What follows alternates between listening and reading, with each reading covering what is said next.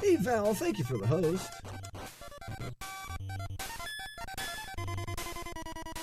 I think I despawned an enemy there. Would someone clip that? I've never despawned.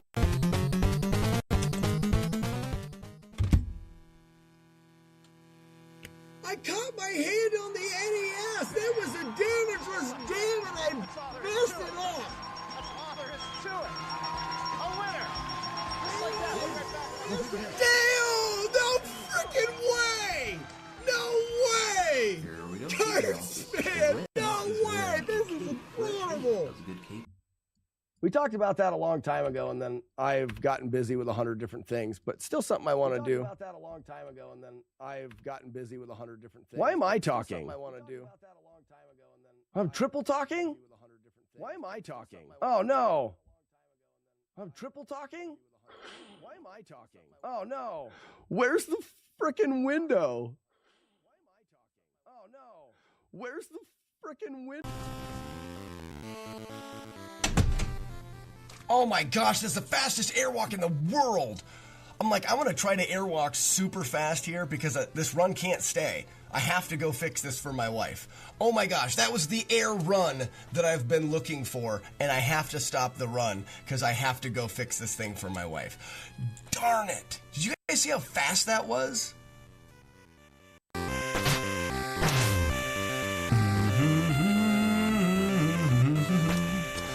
Oh, it's not notifying streamers of small raids. I didn't know that. Streamlabs, why are you being dumb? Alright, that worked. Got lucky.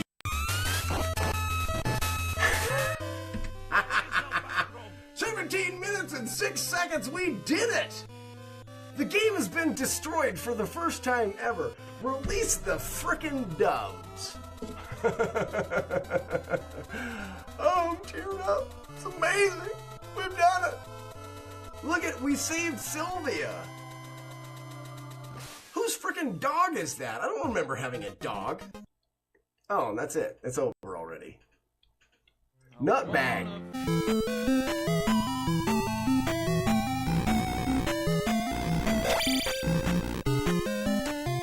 The music is very good, Queso Dog. I noticed that you always say that.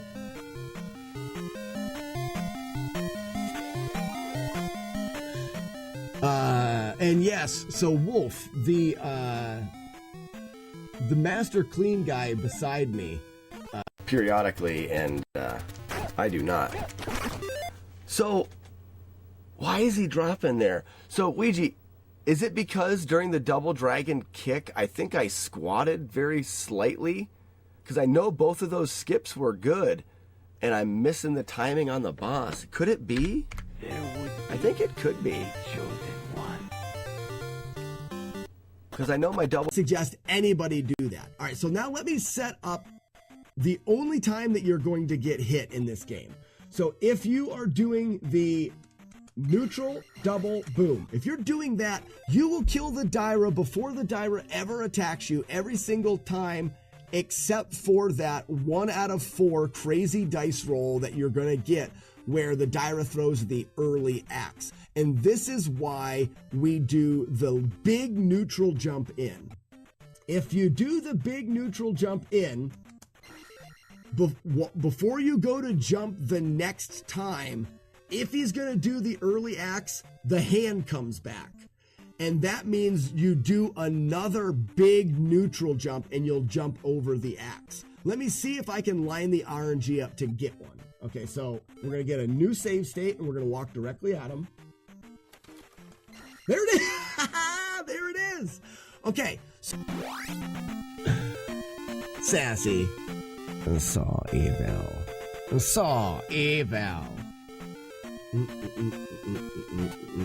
Skiddly boom, skiddly bum. What are you? Where did you come from? I think you're evil. Evil! Leads. We can kill it. And sip on the last bit of my coffee. That was disgusting. It was like grounds and cold, gross. Good morning. Oh, I don't have stinking don't have multi-bot up or the... I'm terrible at my job. I only have 17 things to get ready in the morning. 17 things. Like, just do all 17 things. Oh, that's a good would you rather right here. Morning, Julie Cat. Angel. Matt Diggity Dee Dong. Jodash. Arno. Grand Designs. How are we doing this morning? Jodash, that's a little earlier. I don't even have this stuff up. I'll let you know here in a second. This music seems a bit loud. Is it too loud? I say go with my suggestion from yesterday. For cleaning games, I don't have Empire Strike Back. A bit loud, okay.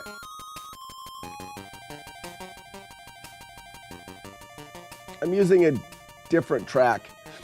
What I need to do is I actually need to actually come up with my own playlist for this so I can just turn it on in OBS. I load up a YouTube video and play it, and that's just not efficient. I don't have time to wait around for you to do all the things. Oh, Jodosh, how much time do you have? Why am I getting phone calls from my wife? She just left. Hello? Okay, I'll go open the door now so that she can get in if she wants to. All right, bye.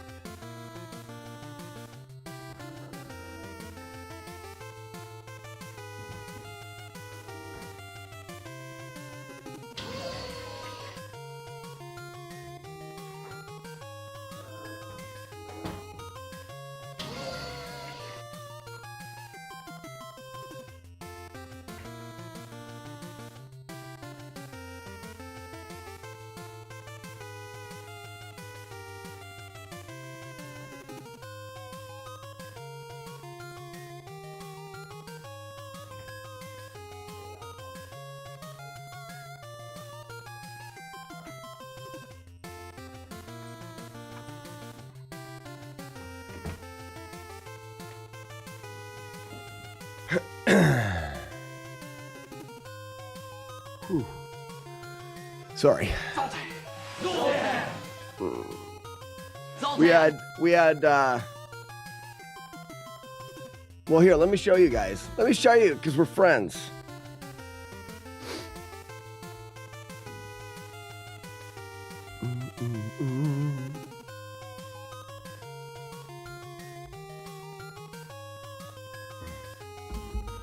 So cold. So cold. Dave C, do you own a TurboGrafx 16? Dave C, I do not. I do not own a TurboGrafx 16. Stream has to end a little bit earlier today. I'm getting a haircut.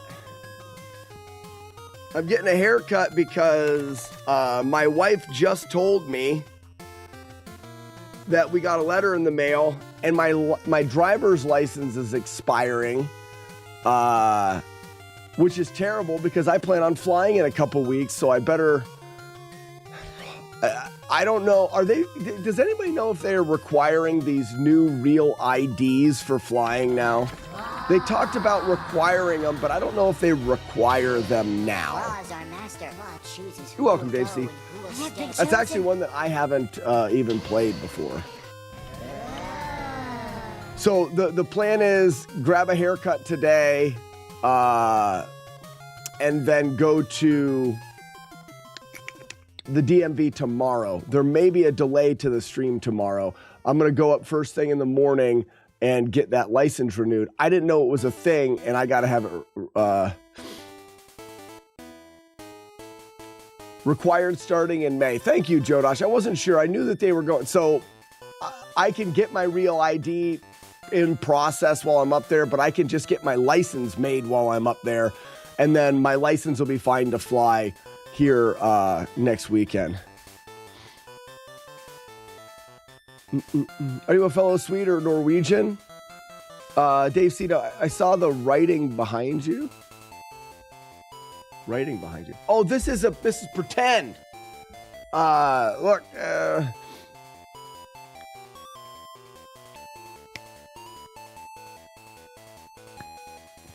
it's a green screen. So Dave C, on the Twitch stream, we have a redemption called Show Me Your Junk. And essentially, someone can send a picture of their collection, their game room or whatever, and I'll display it behind me. It's called Show Me Your Junk.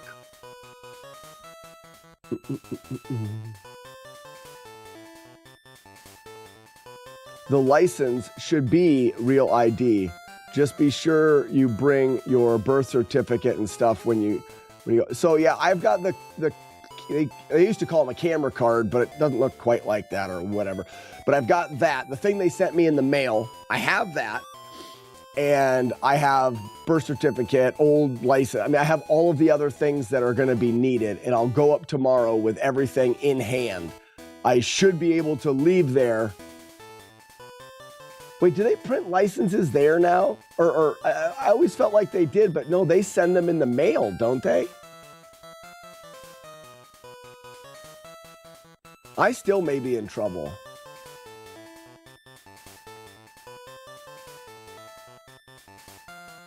When you renewed your license last year, they gave me a real ID license. Ah. In Texas, they are only mailed. But you just said they gave you a real ID.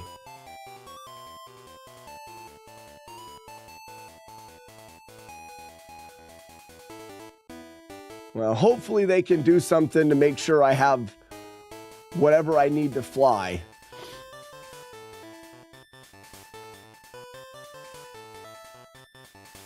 North Carolina gives you a paper card temporarily. So as long as I have that temporary card, hopefully that's enough.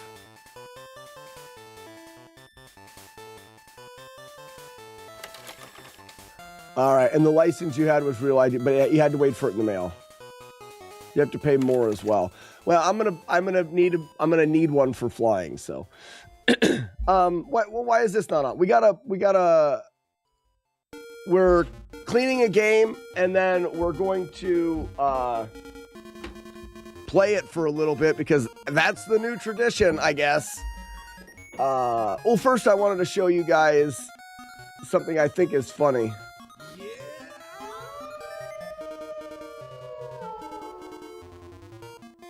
I've been here for more than a year. Oh, that's too bad. Who was that? Who was that? Sandman, over a year? That is too bad. Can you do Tecmo Super Bowl, please? We did Tecmo Bowl yesterday, might as well.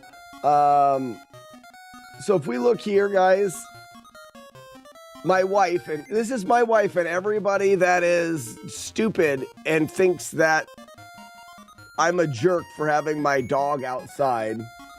This is this morning. Are you ready? Take a second to read this. This is 0. This is -20. -20 this morning. And who happens to be sitting right outside? She can be inside. She can be, we've got a heater going. She's got a dog house that's fully insulated. And we've got a heater going inside of the garage. But no, she's sitting right there in -20. So, are all dogs meant to be outside? No, not all dogs are meant to be outside dogs. But if you have an outside dog that has developed a winter coat, she's fine. She doesn't look miserable. She does or doesn't? She didn't look miserable. She was fine. And she was running around a little bit before that. Orange collar too. We got an orange collar because we walk a lot and there's a lot of hunters and stuff.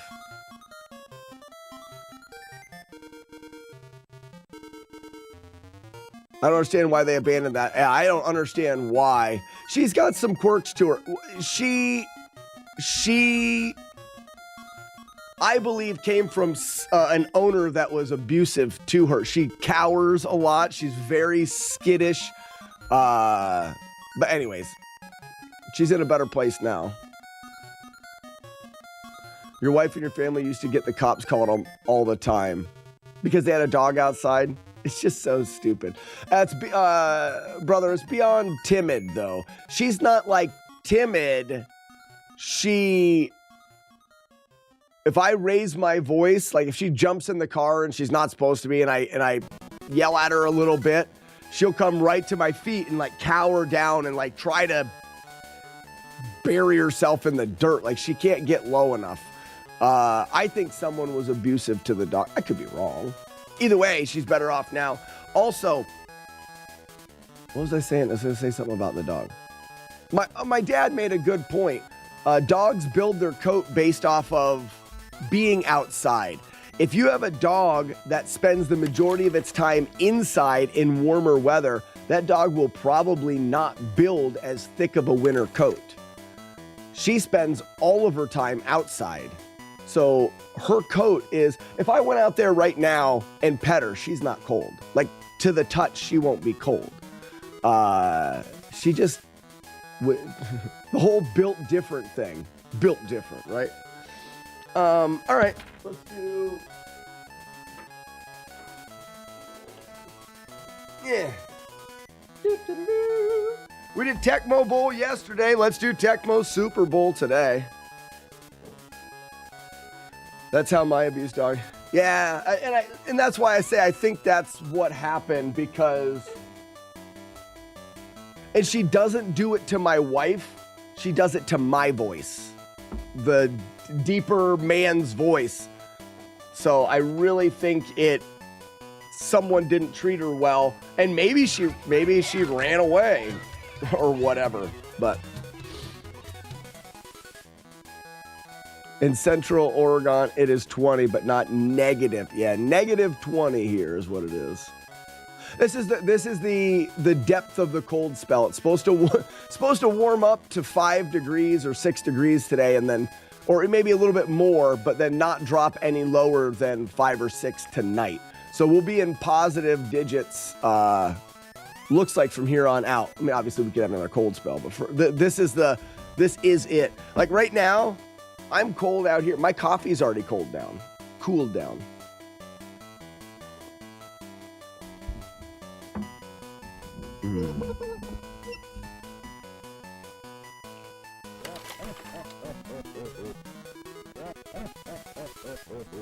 Oh, Beta, that's terrible. Oh, I didn't know that. So someone ripped the sticker off the back of this. Oh, that stinks. It's all right, though. It's okay. I'm not even mad. Ask will women get chapped lips in this weather. Gross. That's one that play as LA before Broken Bow. I just randomly picked one last time, or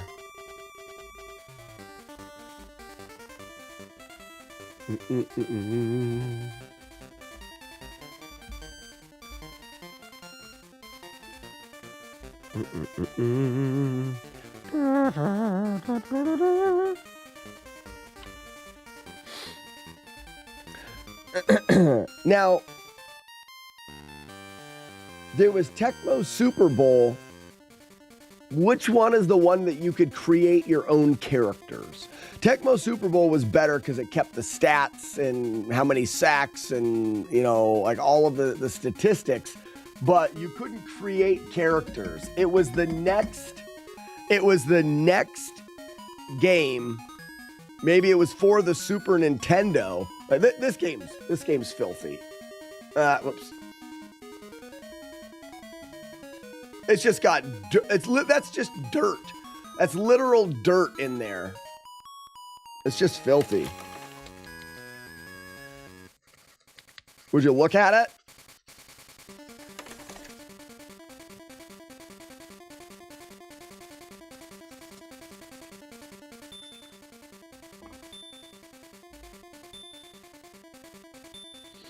Command Post Gamma. Yeah, we're artisanal around here. Artisanal. I think that's just Command Post Gamma. I believe it's a word for fancy. It's super fancy. We're very fancy. I've often been referred to as being fancy pants. It's just so fancy.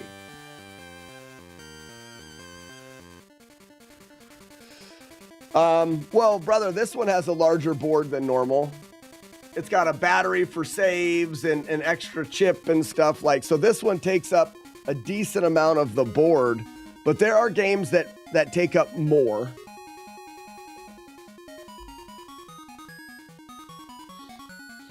I have the Stack Up cart has a Famicom adapter built into it. That's big. That takes up the whole inside of the case.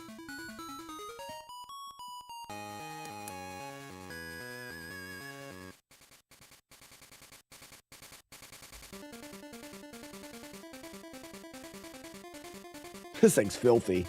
Oh, that's a sticker on the top there.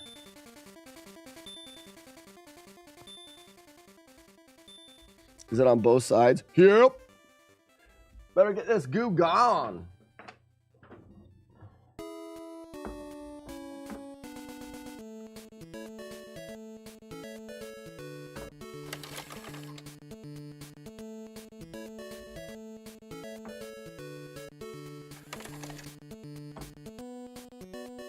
Just gonna let that goo gone sit on there a second.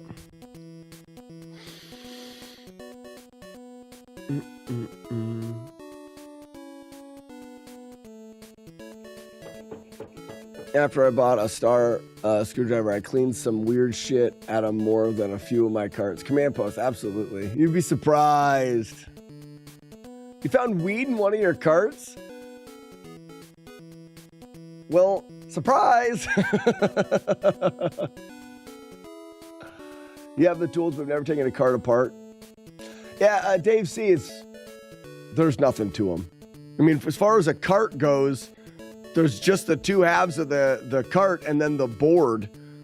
This board, like I said, is a bit more complicated than a lot of boards are, but there could be something wrong up here, but rarely have I ever seen a problem with the board. It's always in what kind of condition are the connectors in. So this is the part that I clean here on either side.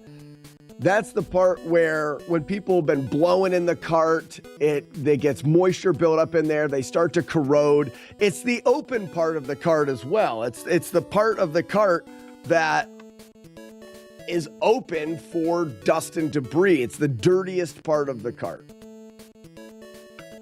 I wonder if I can get this off here now. Oh, goo gone. Fantastic stuff.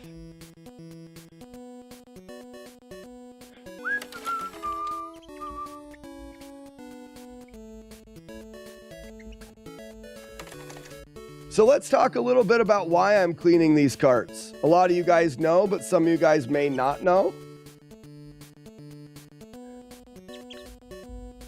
I'm cleaning up my carts because I would like to take them to an event that we do every year. That event is called NES Fest. It is an in-person event that we do a live stream of. A bunch of us get together and we try to beat as many Nintendo games as we can at one time. We just get a big hotel room. It's not just like a hotel room. It's a suite. We get a suite at the Retro World Expo, which is in Hartford, Connecticut. We get a suite. And then we do a live stream from there, and we live stream 24 hours a day for a few days, and we try to beat as many Nintendo games as we can. It's just a fun thing to do, but to add to the nostalgia and the fun of it, I would like to try to beat them on original cartridges. So I've started to I'm going to kind of, in a sense, donate my library of carts to the event. So I want to bring all of my carts there, and if someone's playing a game, I want them to play it on the original cart, if at all possible. As time goes on, we'll beat more games, we'll play more games, things like that.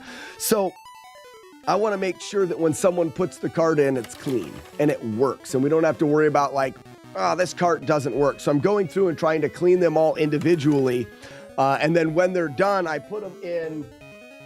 Here's an example. Here's Battletoads. When they're done, I put them in one of these cases. It's just a thin plastic case, but it protects dust and dirt from getting inside the cart. So I know that like this Battletoads cart was clean, it works well, and it will stay that way while I have it and take it there.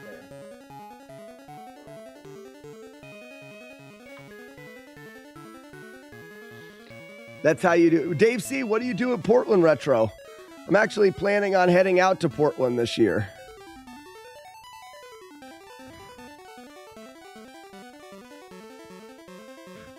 I mean, at NES Fest, we've still always done original consoles. But oftentimes we use like an EverDrive, so that we have all of the games right there accessible and we don't have to worry about individual carts. An EverDrive with a ROM on it it's essentially still the exact same thing. There's not really, there's no difference between playing it on an EverDrive with a ROM than playing the actual cart. Other than if you want to be extra nerdy. So really, for us, it's about being extra nerdy. It makes your collection look nice too. What console? Original hardware or a Mister? So at the event, we have different stations set up, but they're all on original NESs. So there is a station that is the live stream, where there's a big 34-inch CRT with an original console, and that's where the live stream is. But then I also have, up over there, I've got a couple 13-inch CRTs. I play on like a 24. Here's an 18-inch Trinitron. We've got, and I've got another 13-inch back there. We've got a bunch of smaller CRTs. So up front, you've got the big CRT that the live stream is being played on. But in the back, we have smaller stations for people who want to beat games. They're not always going to be on the live stream. This year, we're hoping to be able to cut to the back table in between playthroughs on the big screen. But they're there because we want people to always be playing games. The goal is to try to beat as many as we can.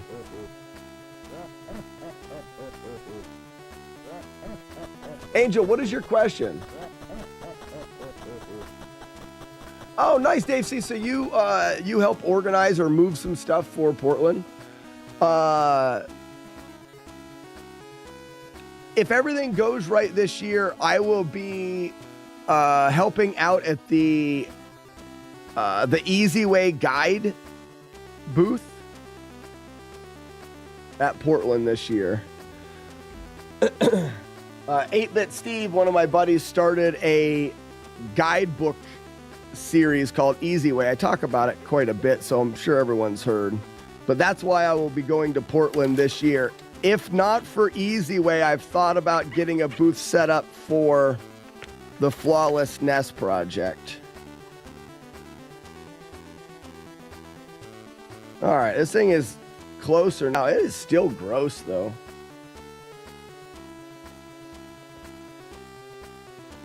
This is very similar to the other, the cart I did yesterday, which was Tecmo Bowl. Just a really, really used cart.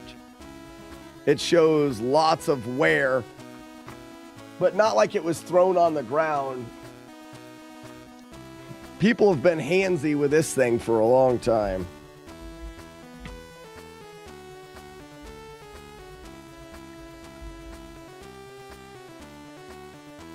Let's go in here.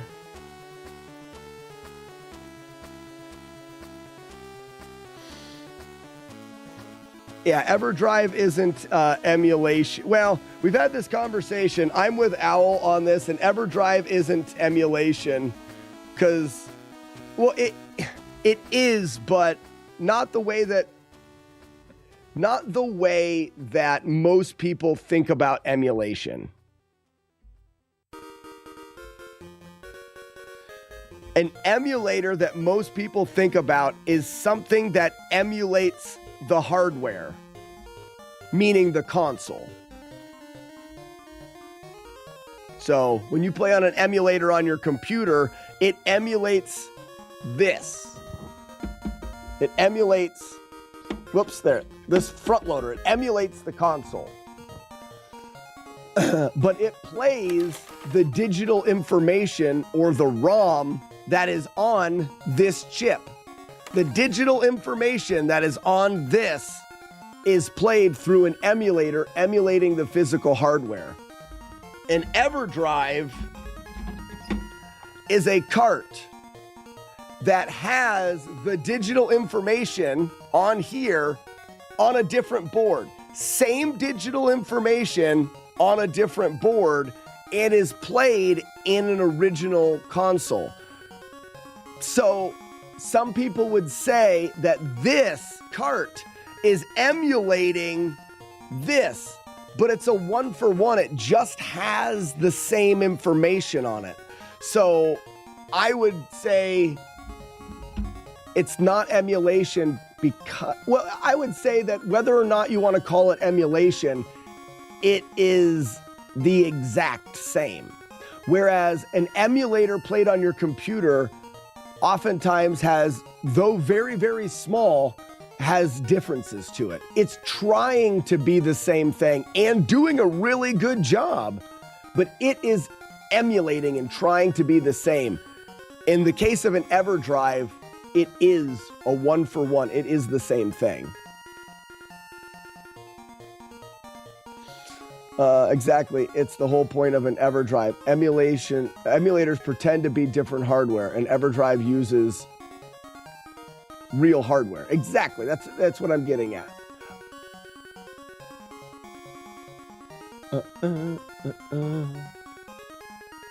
So, Angel, what was your question? You don't have any delay playing with EverDrive emulation. Correct. There's no delay because, like we've said, it's not technically, it's doing the same thing. There's no delay. So what happens, to get into it a little bit more, Angel, the delay that people often get, there's two different types of delay, at least to my understanding. There is visual delay, and that is when the system is displaying something. It could have a visual delay. A lot of times that happens in your like your TV or something like that. The Nintendo's saying, show this, and your TV's like, okay, I'm going to show that. There's a slight delay between the processing.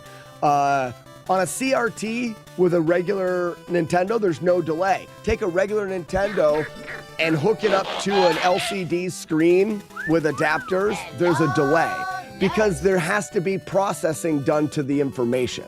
So there's the visual delay. There's also the input delay, which oftentimes coincides with the visual delay as well. You're pressing a button, but what you're wanting to happen doesn't happen immediately when you press the button. There's a delay in it, which is a little bit on the visual side, and sometimes it's a processing as well. If your emulator that you're using has to read that input and then doesn't run the same speed as an NES, it could be different there. And this is just how I understand it. I'm sure I'm not getting all of the specifics right, but with an EverDrive, because I'm using a CRT and the original hardware, it is exact to playing it on the original cart. There is no delay. It is a one-for-one.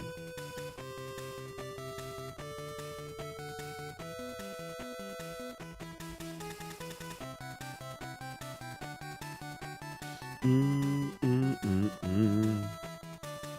TVs hate old consoles. Yeah, right.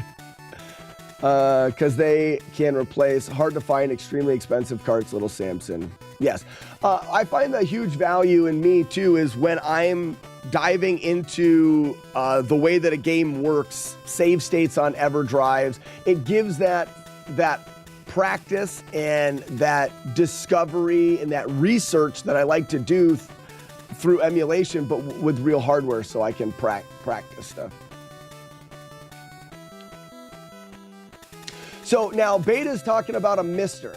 There's some technology out there that can emulate so perfectly that it is the same.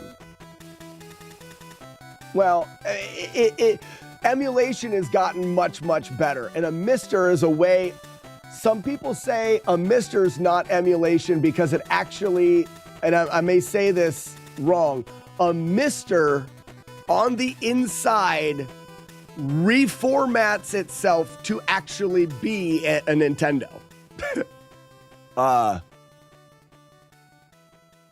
Exactly. It actually emulates the hardware. It in itself is recreating the hardware exactly, rather than an emulator that someone built that is doing a good job. A mister actually emulates the hardware. A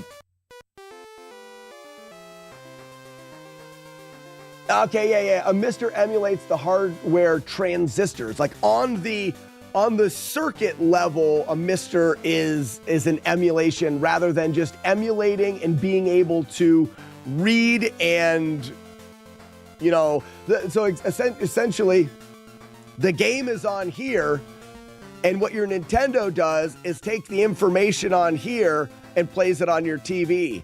And that can be done a bunch of different ways. Emulators take the information on here and play it on your PC monitor, but don't have to do it perfectly. But they do it, and a lot of them do it really well. The mister actually doesn't just try to play this on your PC, tries to become this is an in-depth conversation, tries to actually become on a physical level like the console.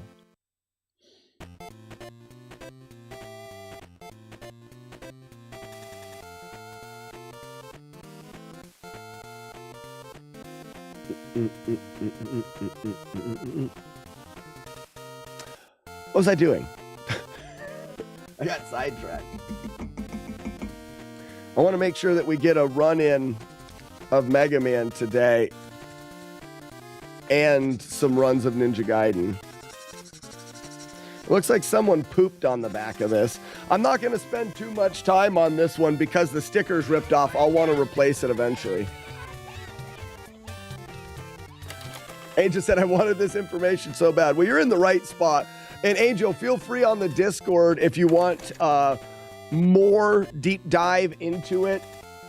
We are fortunate in this community to have some of the smartest people, I think, in the world.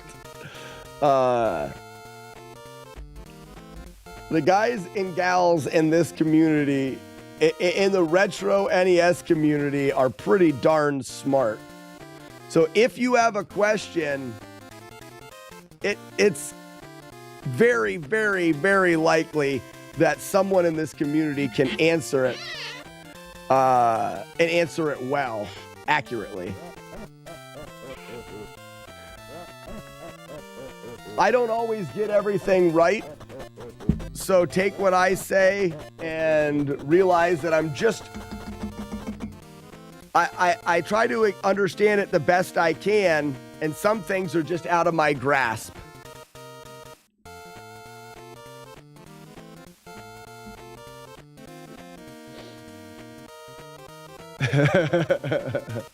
I wasn't saying the smartest people in the world, period.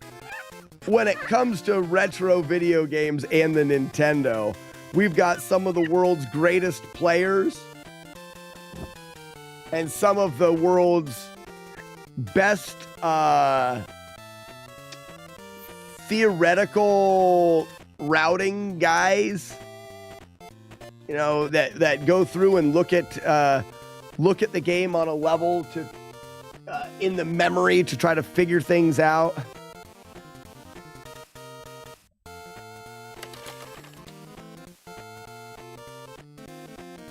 Some of the fastest and best runners of the console.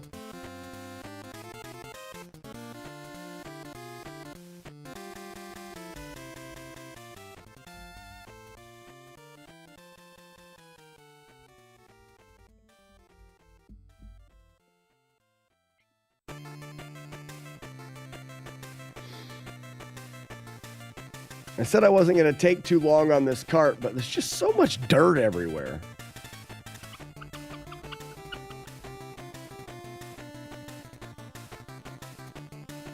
All right, I'm going to call it. Time of death. Well, I've got a sticker here.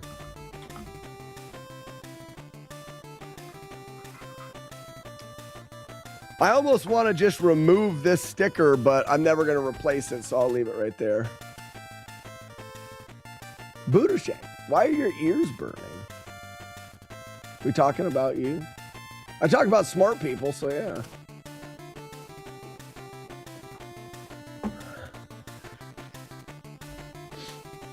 Mm-hmm.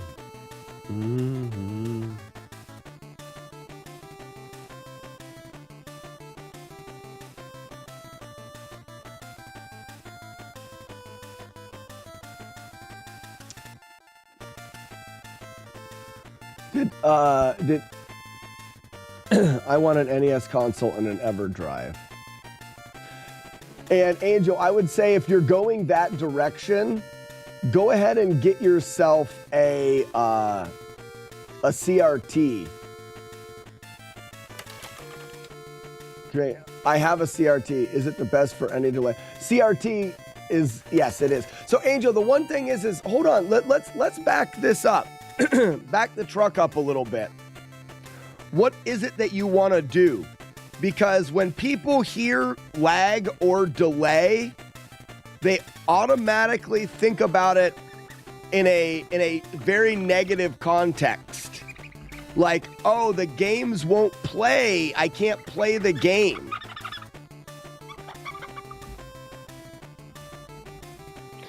And that's not true. So if you want the least expensive and easiest way to get into retro gaming and have it pretty much exactly what you want, it's emulators on your PC. Just a straight up emulator on your laptop or your PC is going to be good for 95% or more of what anybody is going to want to do. Rocket Returns, thank you for the 1,000. Oh, you wanted to scare me, didn't you? No, not on, buddy. Not on. So I still have,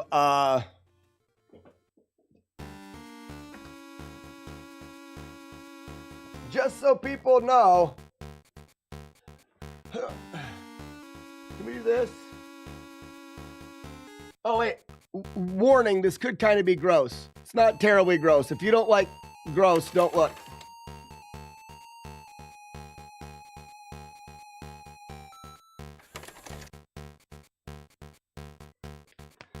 It's healing up nicely, but I am not putting jump scare on until my arm is completely healed. I go back in about a week. It looks nice. It still hurts a little bit, but I'm not going to risk. And I'm not saying that I would even do it with jump scare. This is my excuse to not turn jump scare back on.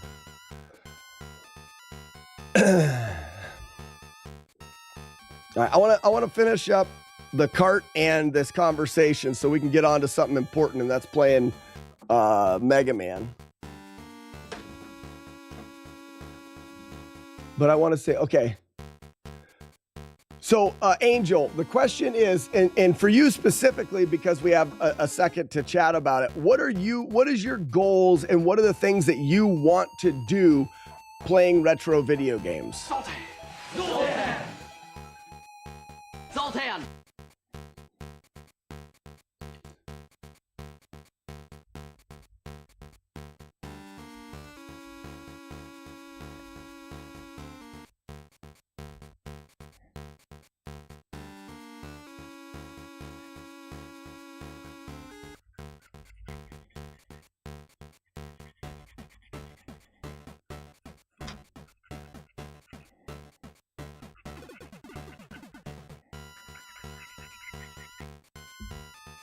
I want to play very smooth and nice. I want an NES console again. I have an N64 almost flawless with a box. So yes, your goal is more than just playing the games. It's collecting and getting the physical thing. It's different.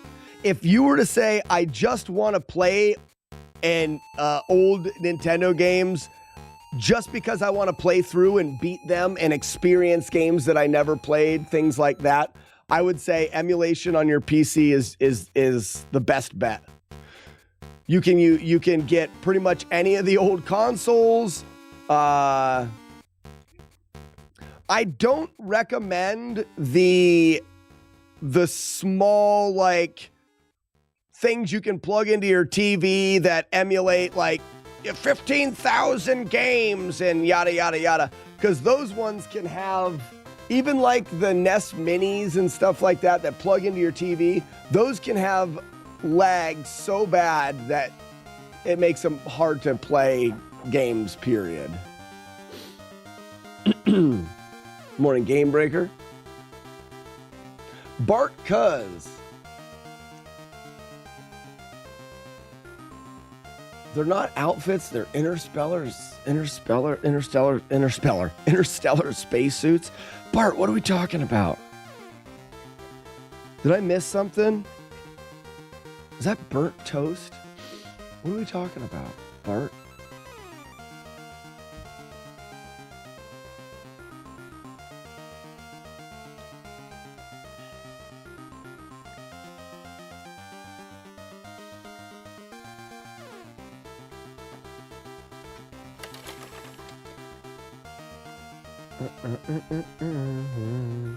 So you notice I didn't do anything else to the board other than just clean the connectors. So this cart is very clean and I'm hoping works well. I'm not gonna try to do any better a job because in my collection This will be a game that'll be pretty easy to replace and get one in better shape that doesn't have the back sticker ripped off.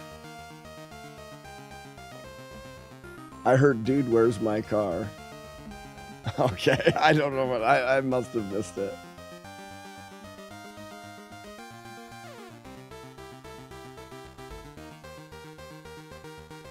It's still, I mean, as far as the front goes, it's still in really good shape. End label is in really good shape. I got all the sticker residue off of it. It's just this. It's just the fact that someone peeled off the back sticker. All right, what do you guys think? First try?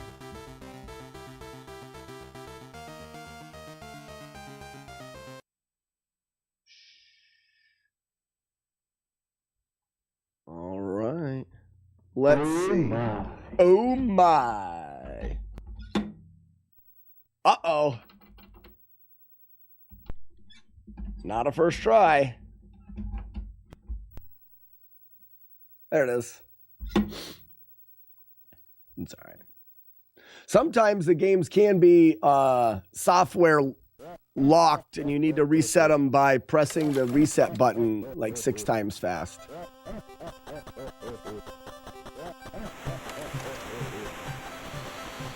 All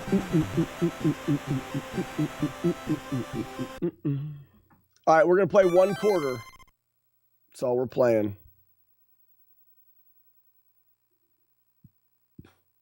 Preseason. Oh, I forgot all this stuff. Oh, I don't want preseason. I just want like oh, no, I do. There's no like verses or it is just preseason. Oh, man, yeah, man versus computer. There we go.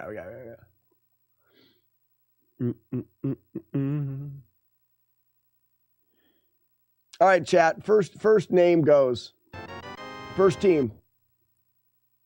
Grand Design says Steelers. Who we playing? Next team I see. LA. LA.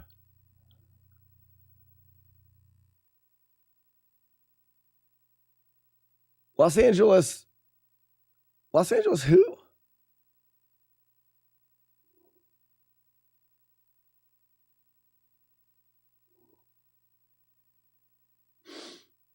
What's a good tip? How does a software lock occur? Dave C., I'm not sure exactly what happens, but it's often just a solid color screen, and you don't do anything besides reset the console rapidly, like 6 times, I think it is. Oh, yeah. Raiders. There they are. They suck.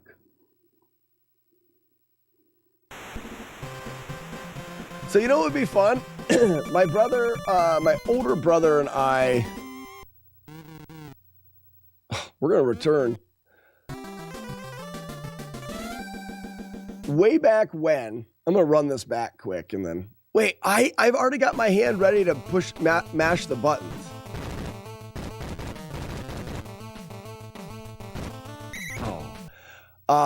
Is there a time clock? There isn't, so I can talk a second. So my brother and I, my older brother, he comes in here very rarely, handles Goat Fort. At one time, we started a season in, not this one, but I believe the Super Nintendo had a, it's like my brain doesn't work today. A Tecmo game that allowed you to create your own players and stuff. So what we did is we chose a team, we created a player that was ourselves and put him on the team. Then we started a season where he played his game, I played my game, whatever. And then because we didn't live together, we just emailed each other the ROM file back and forth. When it was his turn to play the game, I would send it to him. He would load the ROM up in the emulator, play the game, and then if it was my turn next, he would save it and send it over to me, and we played that way. It was fun to do. I think it would be hilarious if we, as a community, made a game and then played. Like everyone picks a team and then you create one player on the team and that's your team and you play for that team. Or I think you could create your own teams in that game. So everyone could create their own team and we just literally just pass the ROM around and play.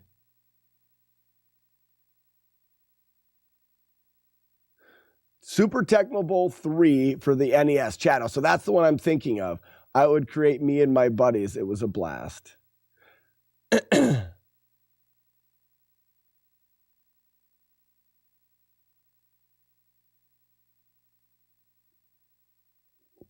I remember this play.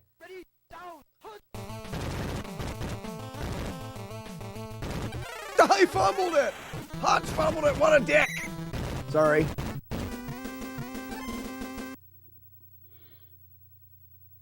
Yeah, Merrill Hodge. He sucks.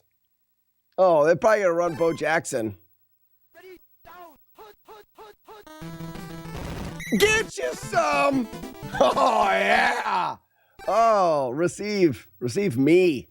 Receive me. Oh, I got knocked. Oh, I picked the play. What, you ran Bo Jackson? Surprise. What losers? Oh, they suck hard. They are terrible. Oh, they ran him again. No, I wasn't ready. Get him. I am the greatest. This game was good. This game was real. It is a really good game. Oh shit, that was a kick, wasn't it? Yeah. Hey Hodge, how about you don't fumble the friggin' ball, loser? I forgot how to switch who to pass to, though. That's what sucks. Oh, he's wide open. Goodbye. Oh, yes. Get dodged. Oh, sorry. Old Lippy. Old Lippy.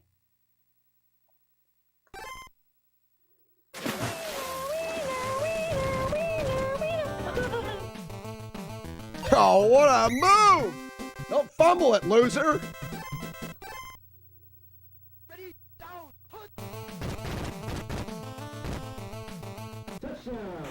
I am the greatest ever! That's enough of that game. Let's play a different game. First quarter or first touchdown. I've shown my dominance. I have shown my dominance onto that game's face. Done. You're welcome.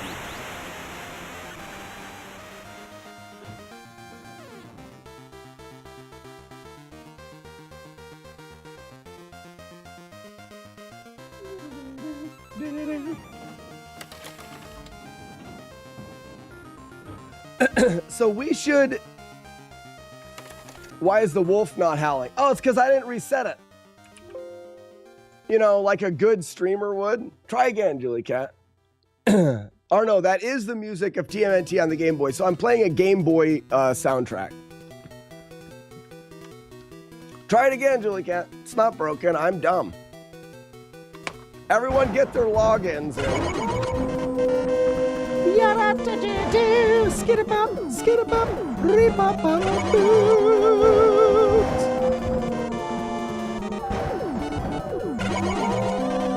oh, yeah.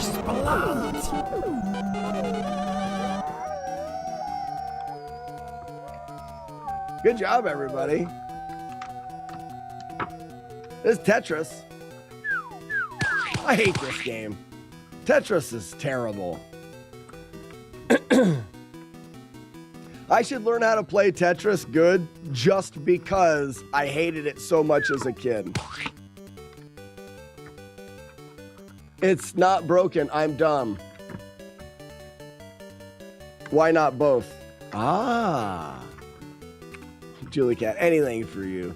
Anything for you. What do you want, Julie Cat? You tell me what you want right now, and you can have it.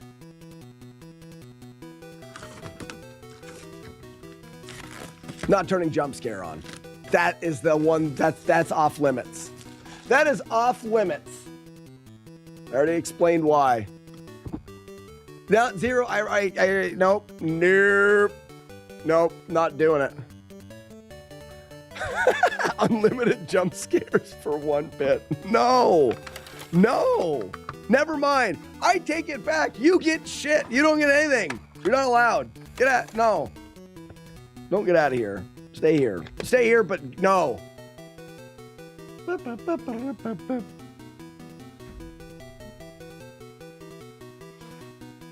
All right. Question for collectors and people. Where does Tecmo Bowl go on your shelf? You know, if you're organizing your shelf to be in in alphabetical order, where does Tecmo Bowl goes under T? Where does Super Tecmo Bowl go?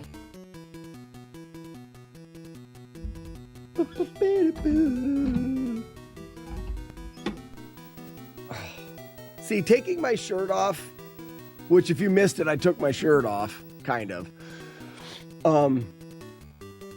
Now my shoulder, like now the incision hurts because I moved it too much. It's Tecmo Super Bowl, so it's still T. Oh, is it really Tecmo Super Bowl? You're right, it is. Good. So it's down there where it needs to be.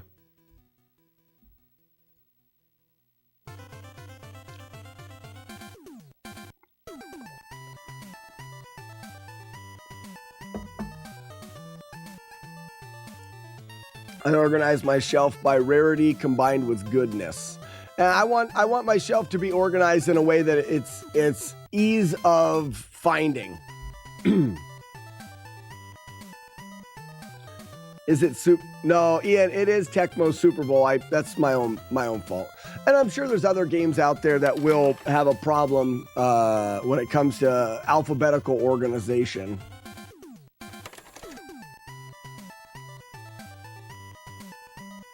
Yeah, exactly, Zero. For me, I've got 300 carts. I want to be able to find things.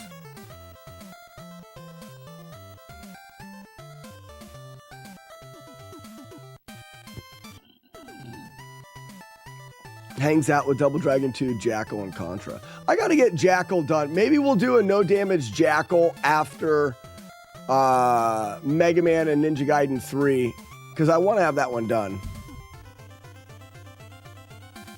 Whoa. Zero, you only have 7 carts now?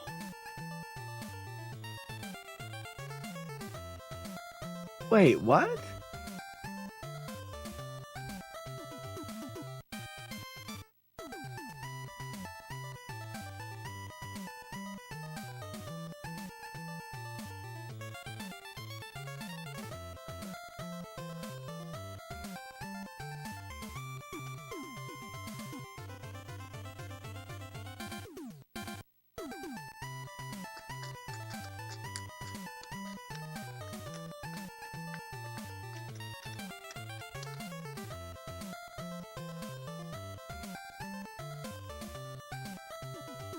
Oh, no way. Well, I didn't know about that, or I wasn't paying close enough attention. So we are going to honor Zero the 14th.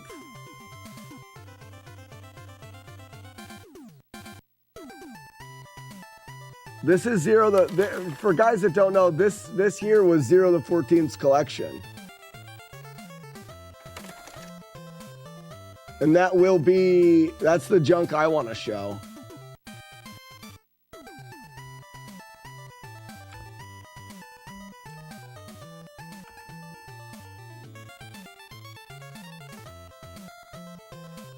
I'm sorry to hear that, bud. That makes me sad.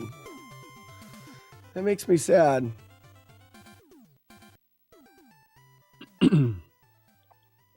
Ugly House says no one should sell to store Zelda under the L. Yeah, I don't either. Zelda is Zelda.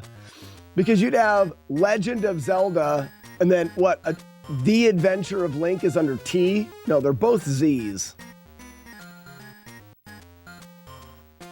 Family first. I agree. I would sell my Zero. I would sell my collection and all of my stuff in an instant. So I understand.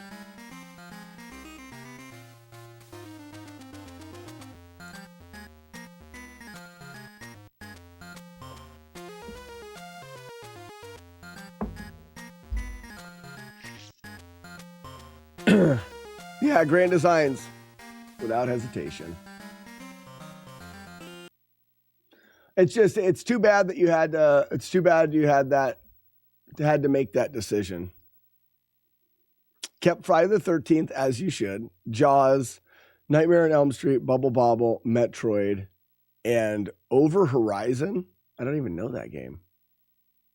Being an adult, T-Bone Ski. Oh, what is a perfect thing to say? Being an adult sucks.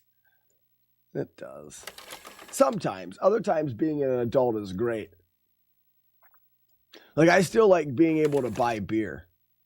I spent a good portion of my beer drinking, like my good, solid beer drinking time, not old enough to buy it.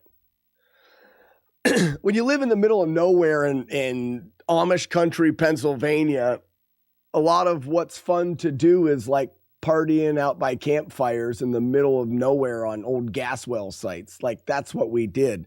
So from a pretty early age until after high school, like getting beer was a thing. So one of the things that I've always been very happy about being an adult is being able to walk into a store and buy beer and not have to worry about getting beer. Now I make it myself, so it doesn't really matter.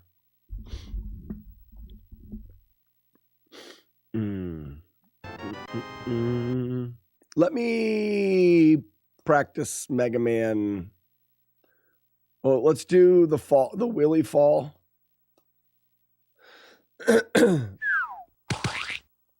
We did bridge parties here. Yeah, T-Boneski, we had a party spot called 20 Foot. And 20 Foot was a railroad overpass. There's a railroad bridge overpass that was about a 20-foot drop. And we would go party on the overpass. On it, not under it, which was dumb.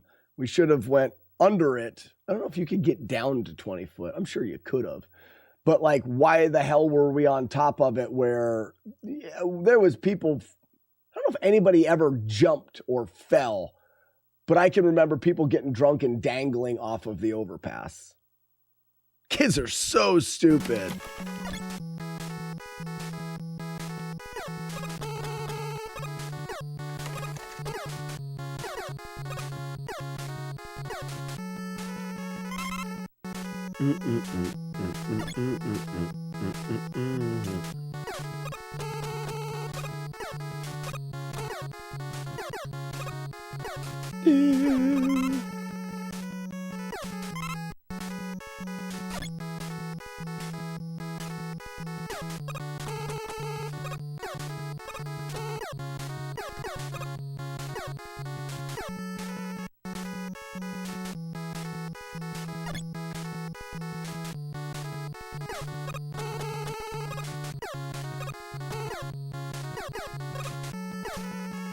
All right, we got it. Let's do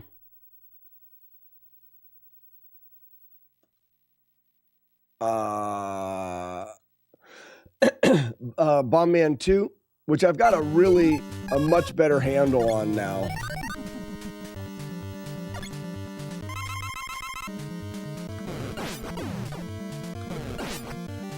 As soon as I said that, I got hit. I needed to be farther away for that.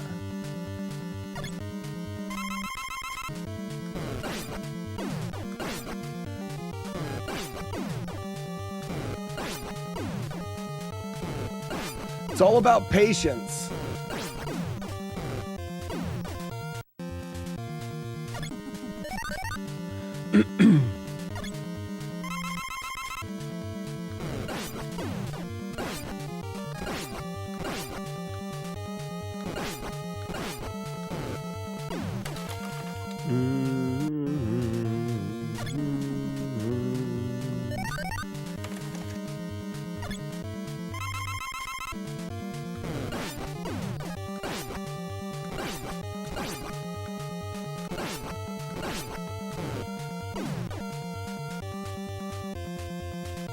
Getting the full refill thing now? No, I don't need to get it. The save state has the full refill, but I don't get it.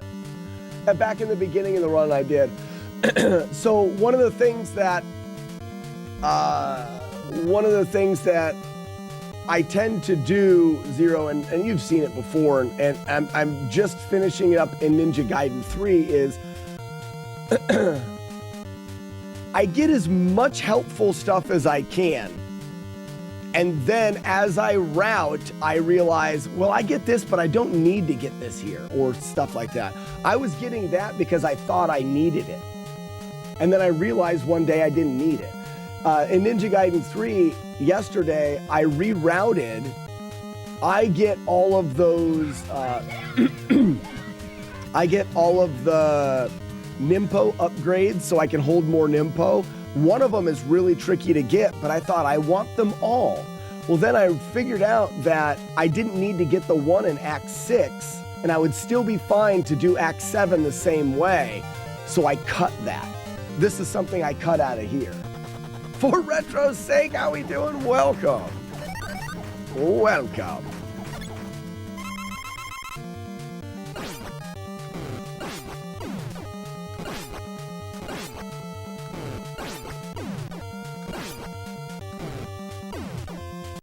I'll do 3 more.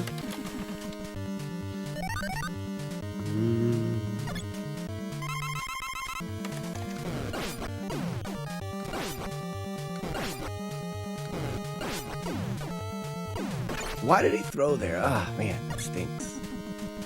It was a little out of pattern, but...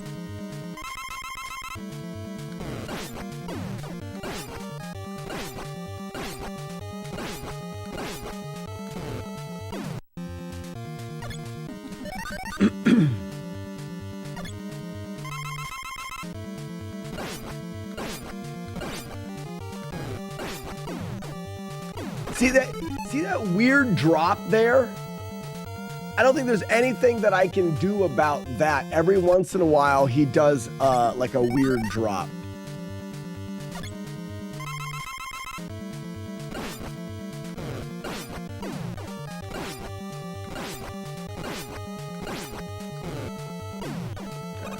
That's as good as it's gonna be. If we get a bad pattern where he does a weird drop, it's just it's a reset. It's all right.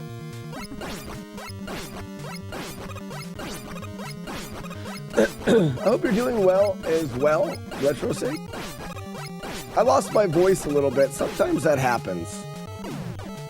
Sometimes I get a little frog and lose my voice. I think because of the change in temperature, air's super dry.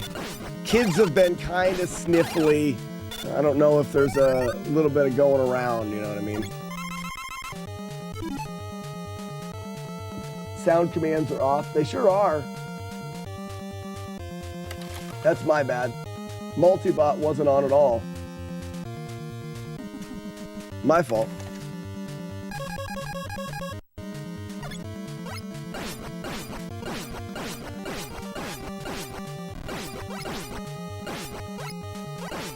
Oh, look at that. Look at that. Oh, go figure. Look at that. Look at that. Look at that. Look at that. I say, would you look at that? Uh-oh, I missed it. And? That's the pattern. And I missed a shot. There it is. Same pattern. And you kill him right before he throws it. You kill him right before he throws it.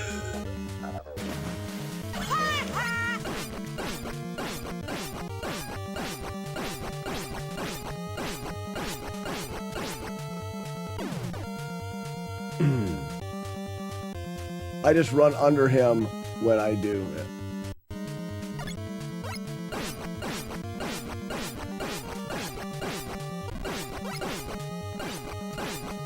But what if he goes backwards like that? Yeah, I'm not doing that. You can't guarantee he's gonna jump straight up. And to run under him, you need to have him jump forward. I guess you could do it the one before that. When he is here, when he's there, now he's guaranteed to jump to the left.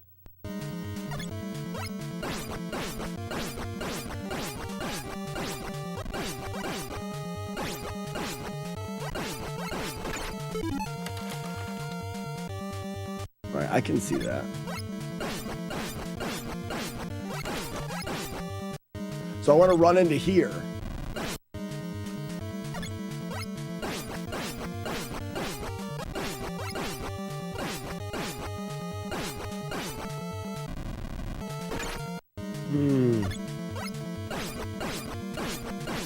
It's close.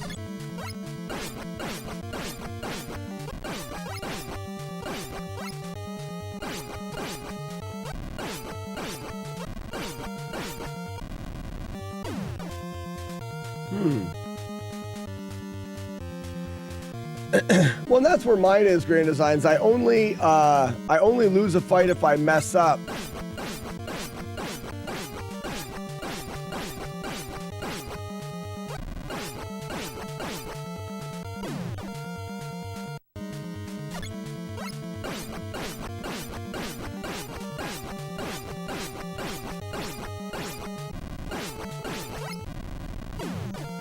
I guess if I ran to here,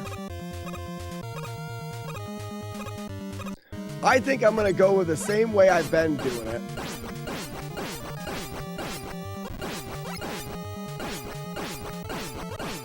And I do that. And that's only for that one pattern.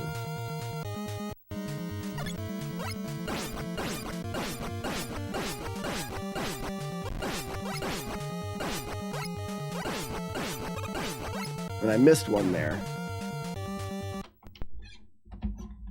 I'm going to stick with what I'm doing. If I lose another fight that way, then I'll consider changing it.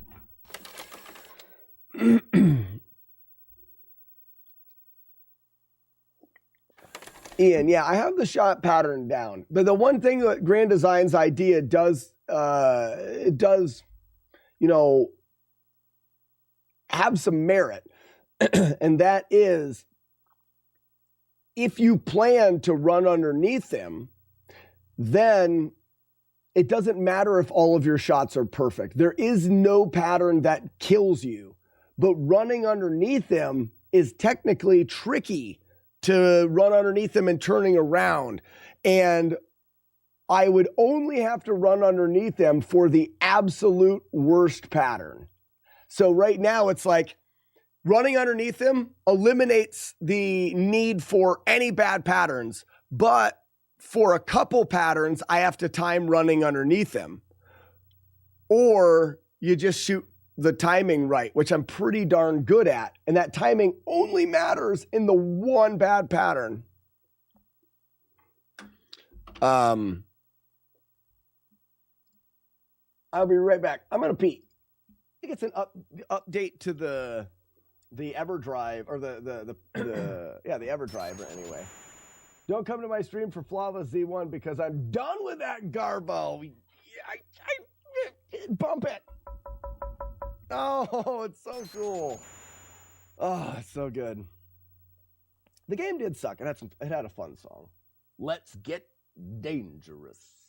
We finished that one up. Double C. That is done. What? Holy shit. It is so cold outside. Oh.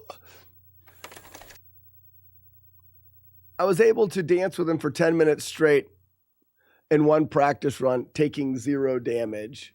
Yeah. Yeah, if you learn the run underneath. Red Bat Nick, thank you for the follow and welcome. Red Bat, if you have any questions about the stream, please don't hesitate to ask. I like to say, the more you know. The more you know, the more fun you're going to have while you are here. So please ask questions. We are going to play Mega Man. We're trying to beat Mega Man without dying, without taking damage, without taking any hits or making any mistakes. We're trying to do a flawless or perfect playthrough of the game. Well, minus, I guess I did just shoot that guy and miss him. We're not going to that degree, but we are taking it pretty far.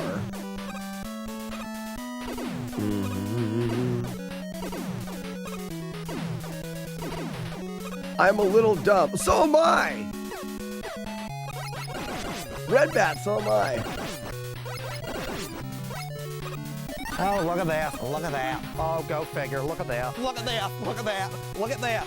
I say, would you look at that? Oh, you regularly watch YouTube. And you did know I streamed on Twitch. I'm also streaming on YouTube as well. Red Bat. So I stream on Twitch. All of the practice, all of the routing, all of the attempts, anything that goes into creating the full playthroughs is done live, and it's streamed on YouTube and Twitch. But then the final runs, the final product is put into a video on YouTube. But Red Bat, welcome. I'm glad that you found this stream.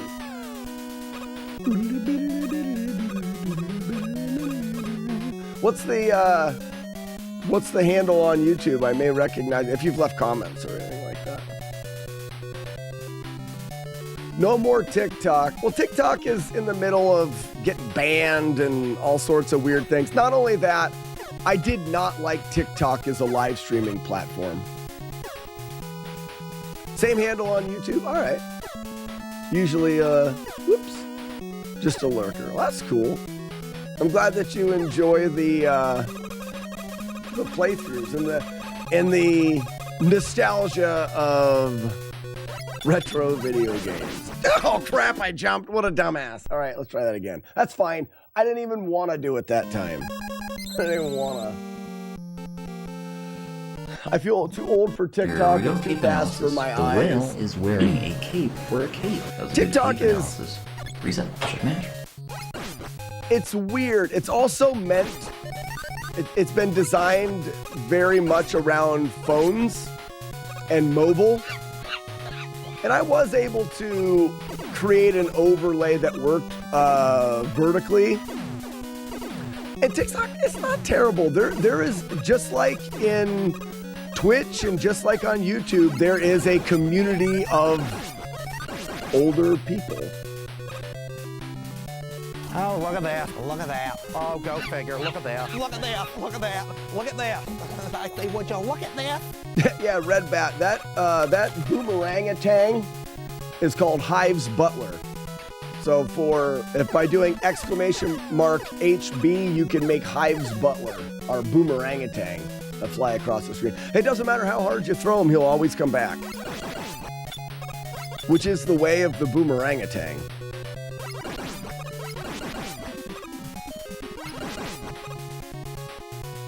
That's Hive's Butler. He's the best. But the thing I don't like about TikTok is they don't give out stream keys for people that I would say are serious about streaming. So I can't use my PC to stream to TikTok very effectively without using their TikTok Live studio application, which does not work very good. And it means I have to do something completely different. Whereas I can use Restream and stream through OBS directly to YouTube and Twitch together.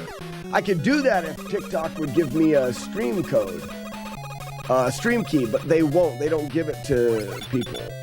Some people got grandfathered into it a long time ago. So some people have a stream key rather, but they don't really give them out anymore. That's true. Bronjos, every once in a while I'll still yell at my mom, but we used to do it anytime a new person from TikTok came over to Twitch. I can't yell today anyways because my voice is gone. So, Red Bat, if you like old retro challenges, what's a game that you would like to see beaten without taking any damage?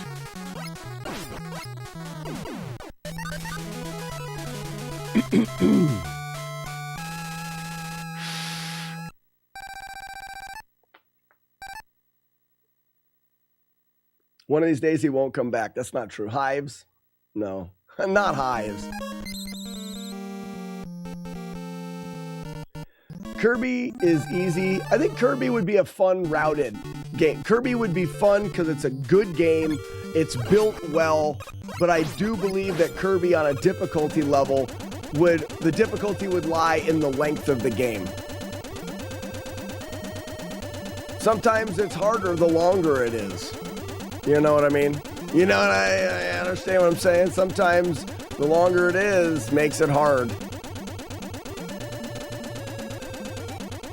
And Kirby would be a bit of a lengthier playthrough. Legend of Zelda.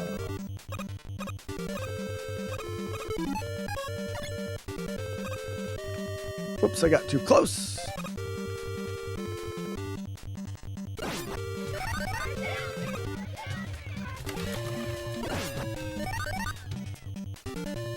Boink.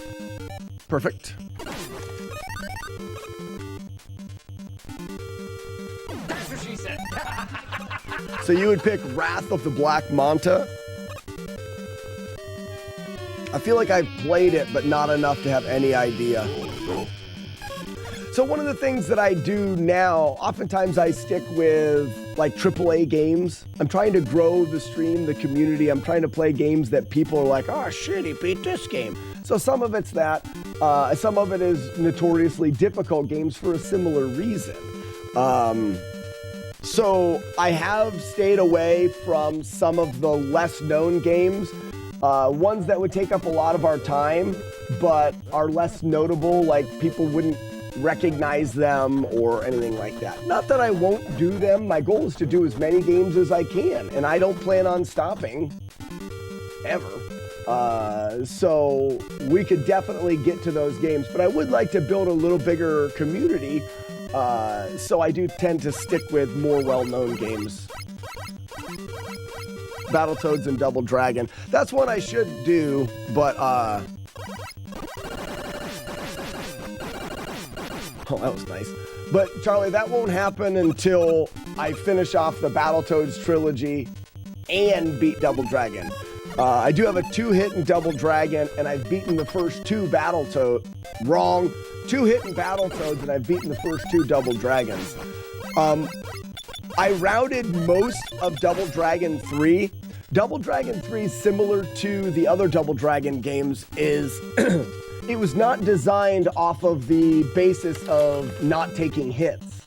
The beat 'em up genre like that. Do you want to play Battleship? Not right now, I don't. The beat 'em up genre is meant more for absorbing hits and staying alive. You have a life meter and you can get hit a lot of times.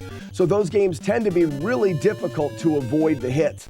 I have routed Double Dragon 3 through to the end of the game. I know it is possible and I know what I have to do. The route would probably be tweaked if we routed it more, but when I routed it, I thought this is going to be a pretty substantial grind, and I have other games going on. I'm not quite ready for it.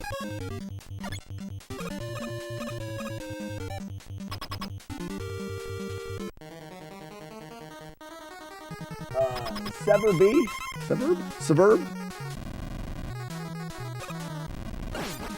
Oh, I ran forward too fast. That's a bad pattern. I ran forward too fast. Slack's wife liked shoes. I'll bring all my shoes so I have them. My wife's not too big into shoes. JSR, thank you so much for 26 months. And Jgard with a gift sub to Suburb. Sir, I'm I saying need you to walk through this metal detector. What's up, Miniman, Walk through this metal detector. Give me a moment. Take off all the armor and shit. Let's go! I've been good. I happen to have I'm losing my voice right now, but not because I'm sick or anything. Or maybe have something to do with it. But for the most part, doing good. Think of games that would be interesting. My mind goes to the 1987 Famicom Star Wars. Red Man!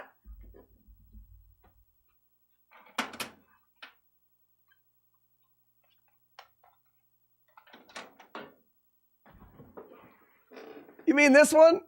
Oh, yes. The Namco version of Star Wars. I don't often hear people that know of that hidden gem.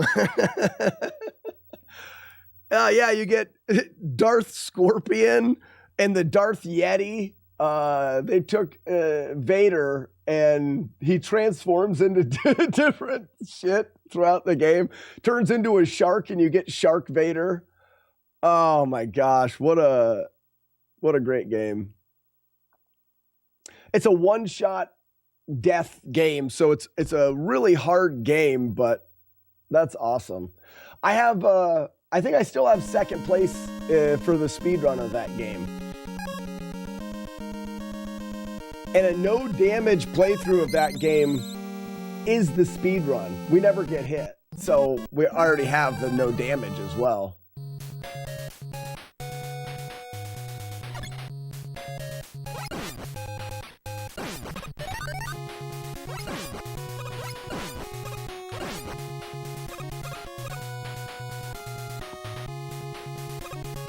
Yeah, Red Bat. I love that game.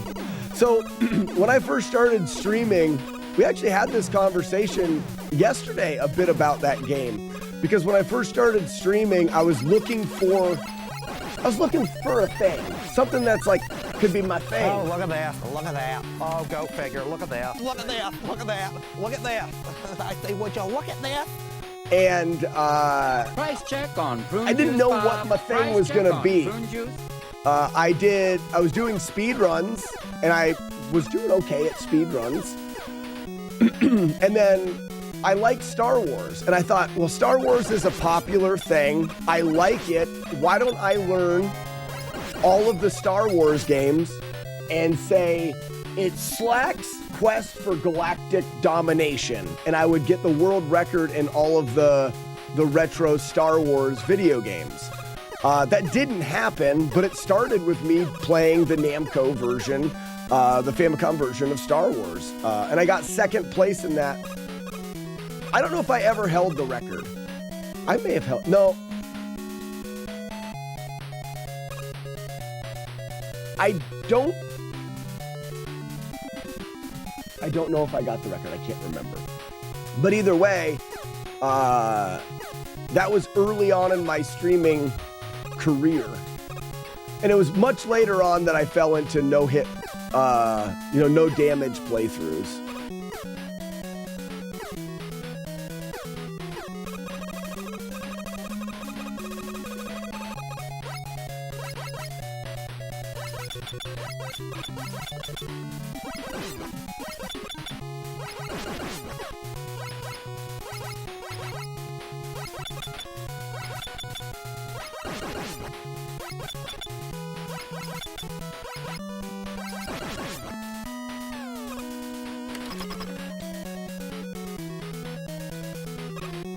Well, so Red Bat, the goal would have been start with the 3 that are on the Famicom, and then the other 2 that were released for the NES, and then just do those ones to start with.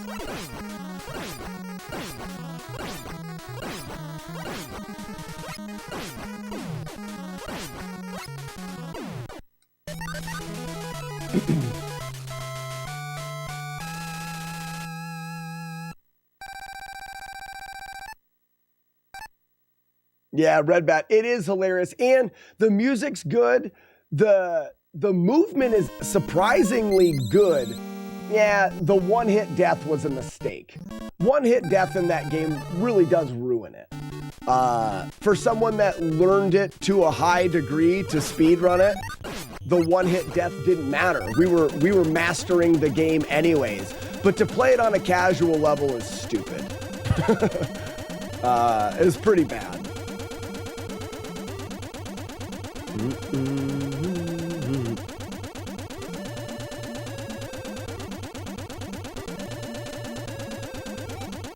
It's also quite broken. There's a teleporting Jedi power that you get in that game that does not work properly and can teleport you to places that you can't go, and it breaks the game. And there's no way to predict where it's going to teleport you. The speedrun is based off of doing really well and then hoping the game teleports you to the right spots.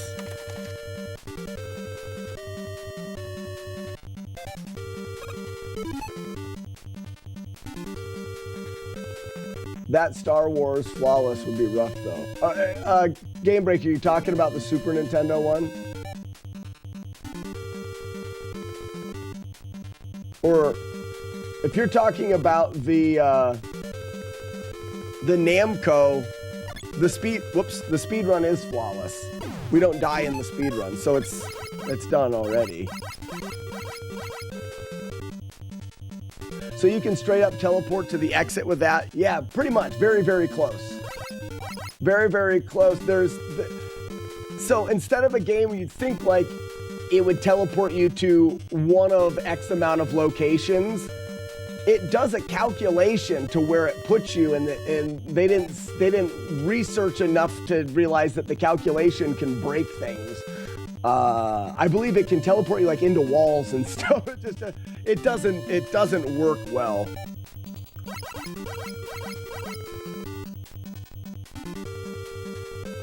Tony, probably.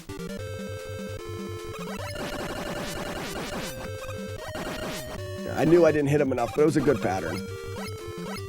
I was missing some hits.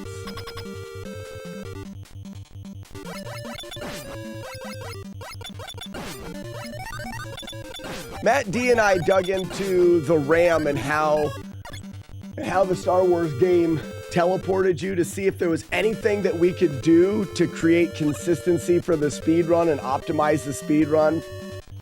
And it's a mess. The way that game works is a mess.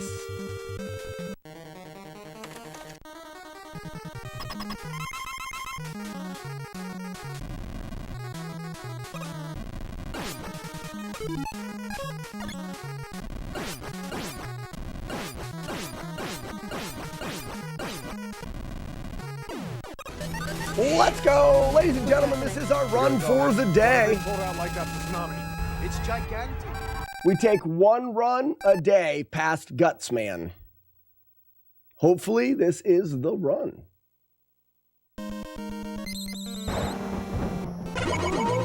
Iron Monkey!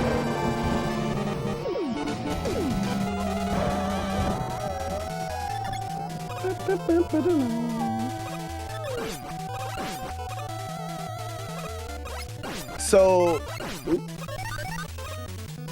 the last 2 days, missed the jump. The last 2 days have both been one-hitters. So maybe this is an 8-hit and it won't be a good run, but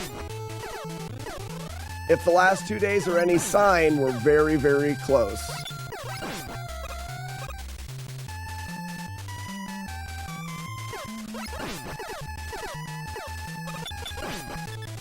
His name is Cutter Man. His name is Cutter Man. His name is Cutter Man. His name is Cutter Man. It's not Cut Man.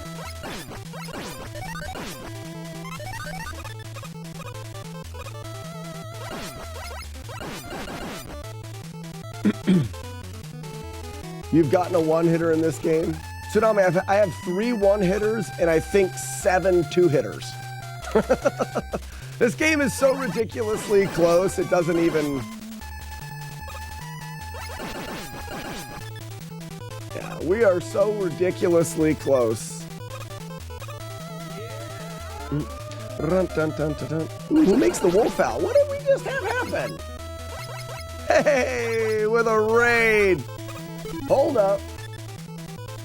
Terra Guild TV, thank you so much for the raid and welcome in, everybody. How was the stream? I hope you had a fantastic day. We're in the middle of a no damage attempt at the original Mega Man on the Nintendo. Tell us a little bit about the stream and what you were doing. Got a raid and run. Well, then don't. Then don't. If you're busy, don't.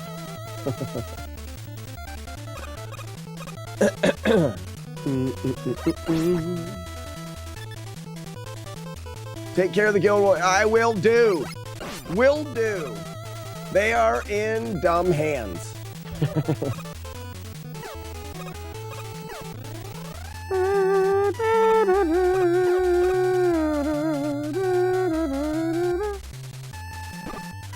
So in yesterday's playthrough, I missed a grab for this boss fight. It was the only damage I took in the whole game. So he was playing Mario Galaxy 2.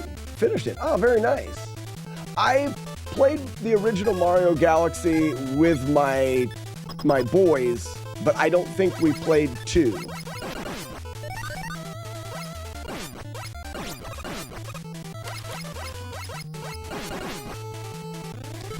So I need to get into here and quickly turn around and grab this block for Gutsman, and I missed the grab yesterday. That's it. Every Mario game, amongst others, a bunch of randomizers too. Zelda, Solo.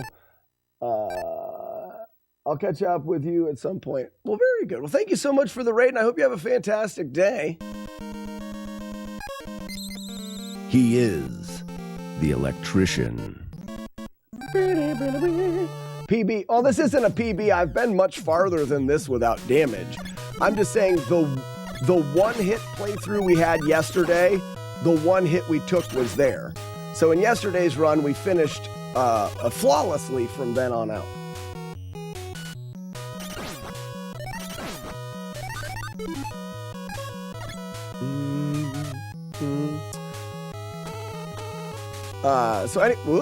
Anybody joining from the raid, if you have any questions, please don't hesitate to ask. I like to say, the more you know. The more you know, the more fun you're going to have while you're here. So please ask questions. I've been live streaming on Twitch for quite a few years, and we've done quite a few fun things. Hard to go over the things with new people, so it's easier if you guys have any questions for me to just answer the questions.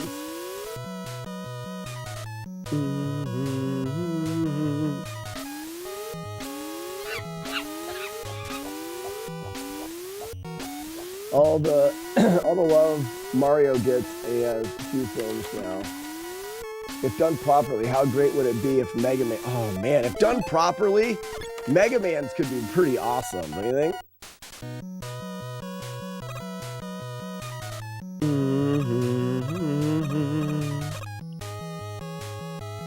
Dave C says Mega Mans are your favorite.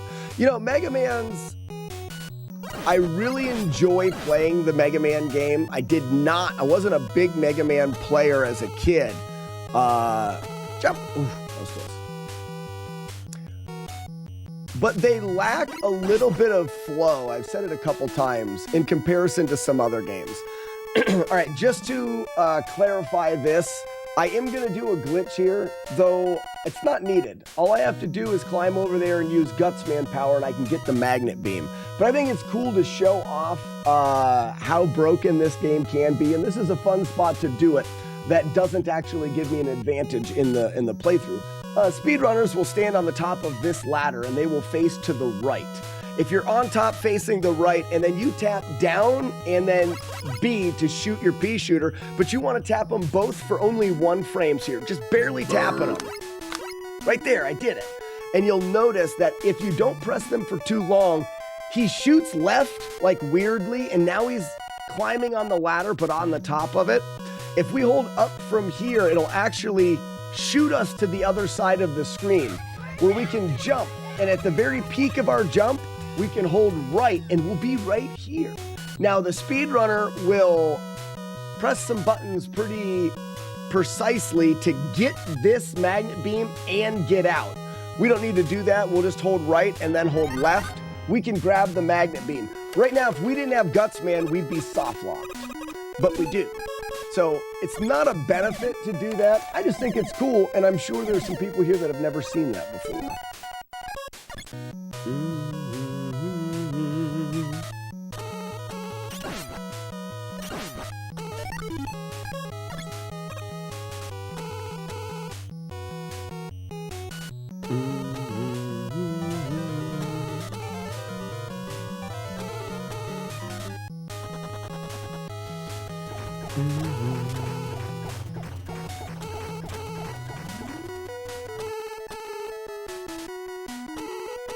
You're a hell of an instinctive pilot. Maybe too good. Maybe too good.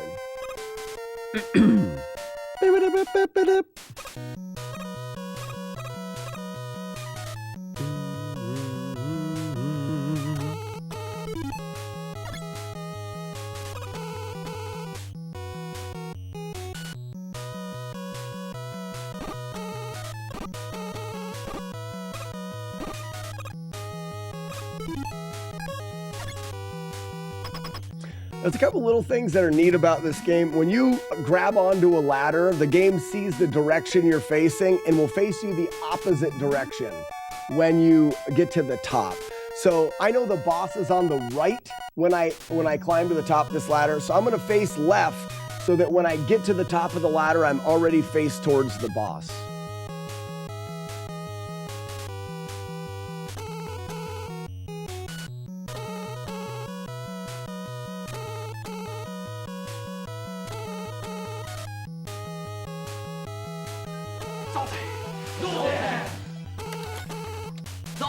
Zoltan!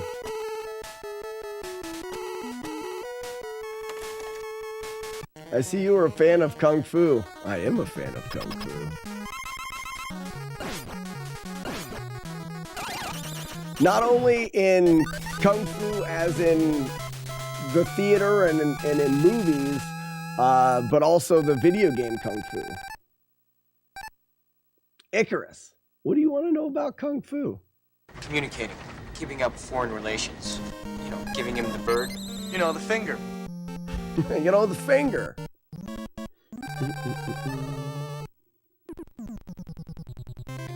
T-Boneski, you grew up on a dairy farm? No, are we brothers? I didn't realize your that. Writing checks your body can't cash. I grew up on a dairy farm as well. In fact, my son still has, or we've got my son a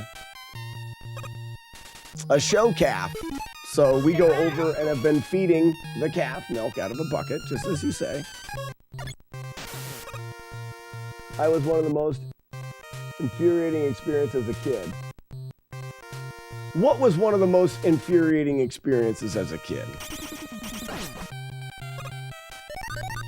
Get a little lag here sometimes, so I take it really slow, really easy.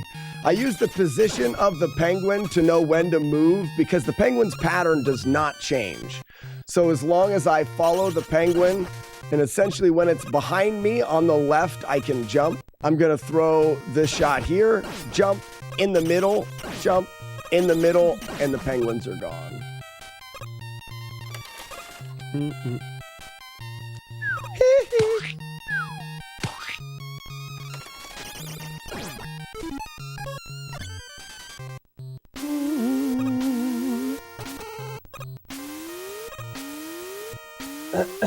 I feel like you ignore my mean comment.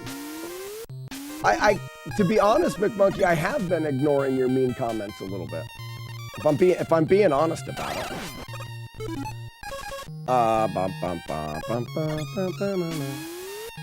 So playing Kung Fu the game is the experience. Kung Fu Paper. I never played Paperboy. Oh, Kid Icarus, Paperboy, Mega Man. All right. I like Kung Fu, and I find that Kung Fu is really a pretty simple game once you know the mechanics of it and stuff.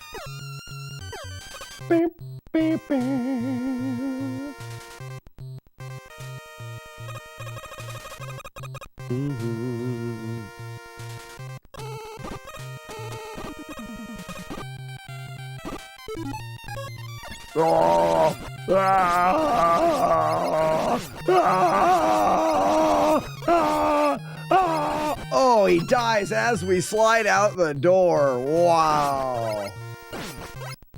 Wow.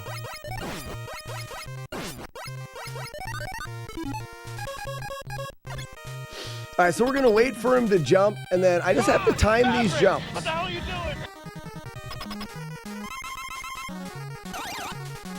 Perfect. Wait. Jump. Jump. Nice.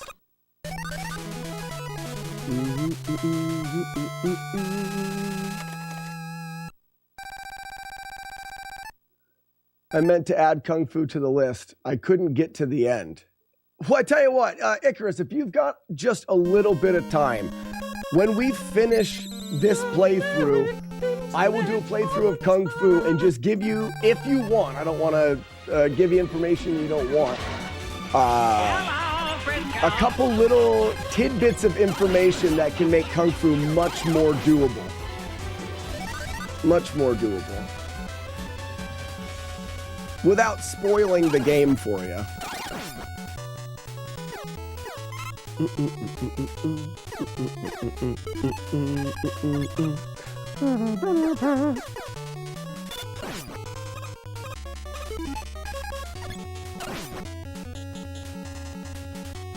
Fair enough. It was fun while it lasted. Now I shall be a source of positivity to boost you up. Well, McMonkey, you don't have to go and do that. But you can if you'd like. You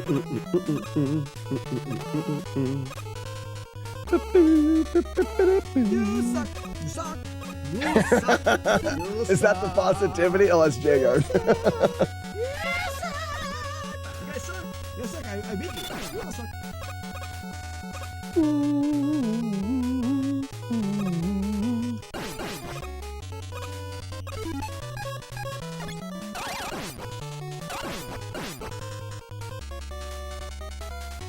Do do do do do do.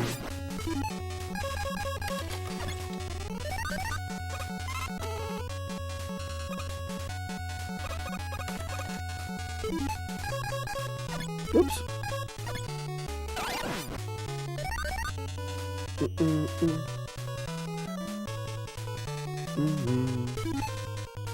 Well, Icarus, stop by anytime. If you ever have a little extra time, I'm live weekday mornings. You ever have some extra time to stop by and say, hey, you told me that you'd do some kung fuing, and I will say sure. I happen to be in a no damage playthrough, and I can't quite stop right now. But I'll gladly do it any other time.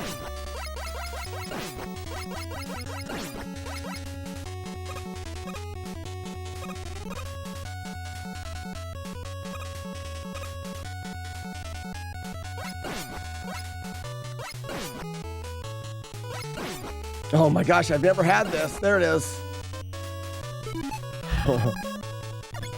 He always drops an item. I've never had him go that long without dropping an item.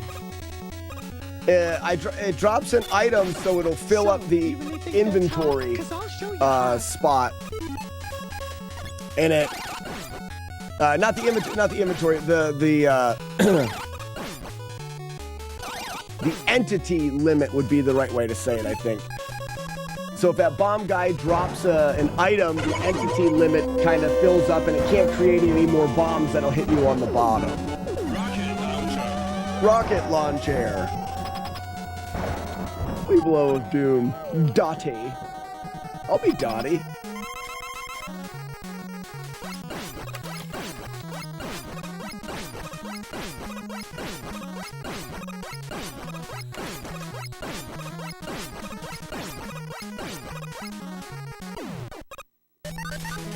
Ladies and gentlemen, today I have been dubbed with a great name. A great and powerful name. You shall refer to me today by the name of Dottie. So saith the Sultan of the Bidet. All right, ladies and gentlemen, it's the Willy Doctor. He says, if you have a problem, just tug on it like this. Like you're starting a chainsaw. Fixes everything. I was dubbed with one yesterday, but you ignored it. Well, I'd like to reject your logic and insert my own that says, oh my God, that was close. That no, I didn't, and you're wrong. Holy cow, that was close. That was way too close.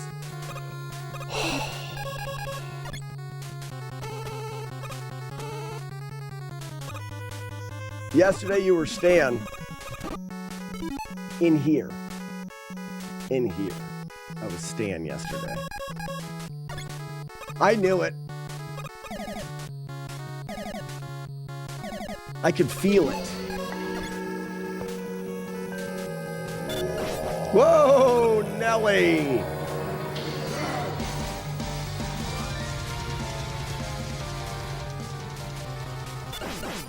Come on, me.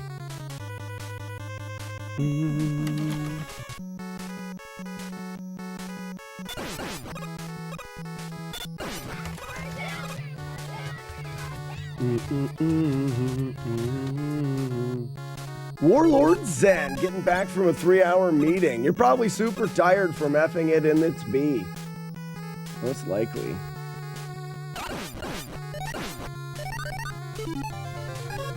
Alright, we're coming up on the one of the last places the game can still troll you. Let's see what happens.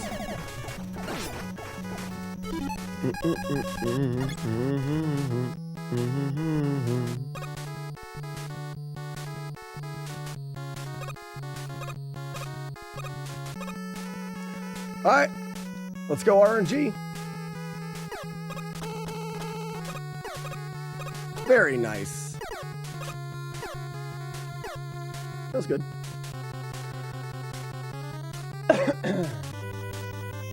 I just gotta hold it together through Yellow Devil. Check the ISO. I know it's not Slack's fault the bit alerts fail often. He's doing his best, which is pretty darn good. Thanks, McMonkey. Nameless Fox throwing out the RNG bus. Good job.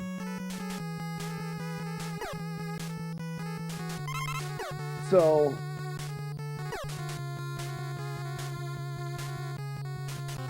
oh, the bit alert has been failing? I mean, I know it does sometimes, but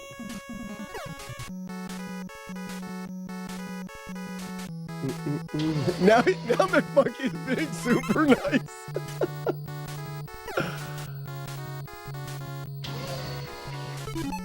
T-Bonesky says, was it a family dairy? My grandparents have around 100 milk cows. T-Bonesky, I grew up on a family dairy. We milked around 100 to, at the most, I don't know if we ever milked 150 cows, but we were between that, you know, 80 to 120 cow dairy for the majority of my childhood.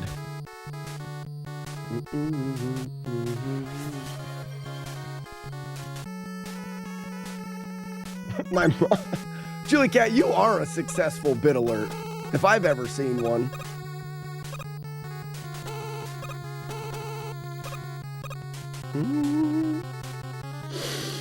All right, ladies and gentlemen, I'm gonna little shut up juice here. Oh yeah, why don't you waste electricity, dumbass? Sorry.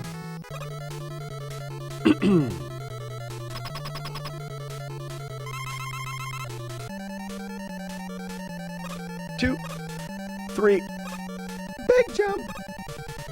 1, 2, you're dead. Knee, 2, 3, big jump. Knee, head, you're dead. Knee, 2, 3, big jump.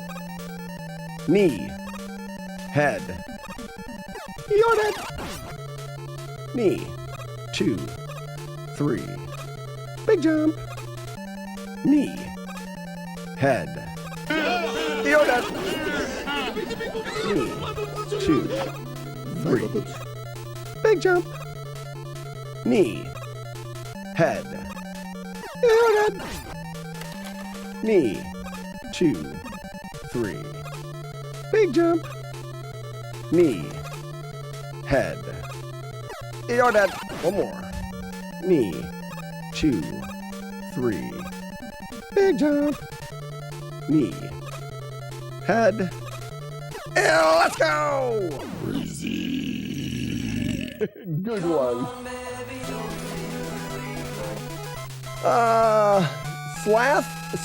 Slaith the Space Marine.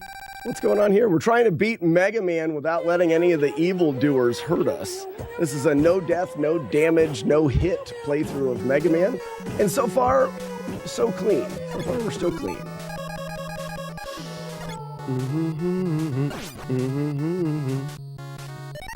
Go a little slow here. Got him. Jump, shoot. That's nice. Jump, shoot. Put the cookie down now! Ha! No! Okay, you guys see how when you grab items, it pulls you sometimes? Oh, it's terrible. That was just good gameplay. Oh, I missed the thing. That's fine.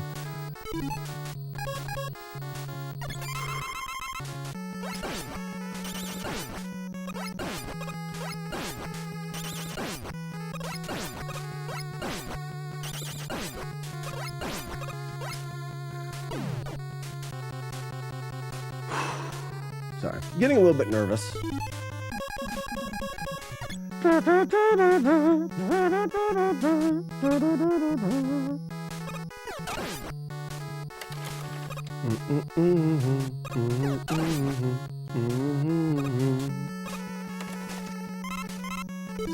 All right, the timing of the cutter man is pretty tricky, but let's see if we can get it.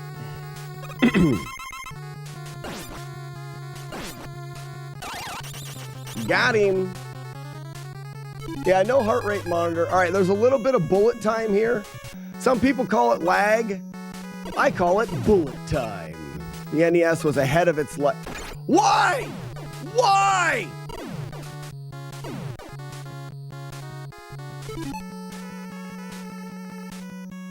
Why?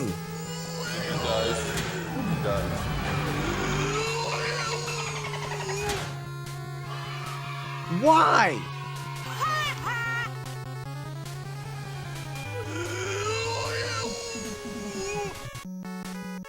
I run underneath that.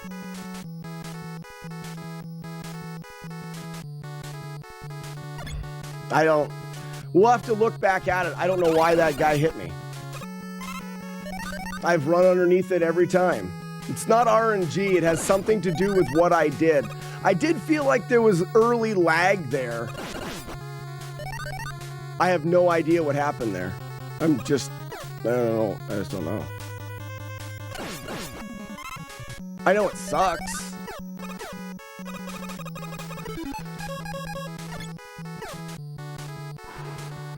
I didn't see it. It didn't happen.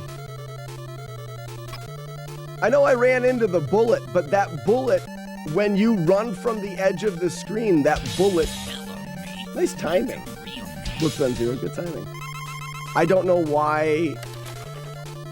He spawned, that guy that throws that bullet spawned earlier than he's supposed to and threw earlier than he does. It's something that I did, but I don't know what it is.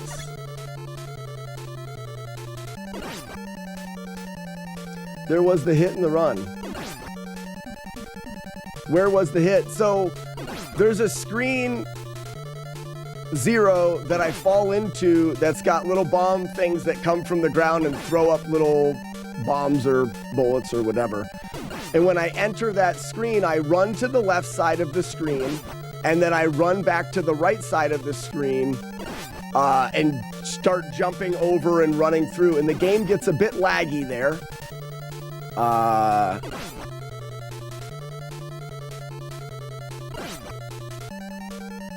But it always works out the same way. And I run underneath the bullets. I jump over them. I do the same thing through that screen each time. This time, I got hit by one of the bullets that I don't get hit by.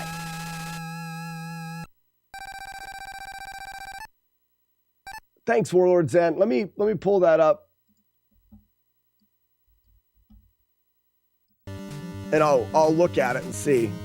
Yeah, I know heart rate monitor. All right, there's a little bit of bullet time. Shut up.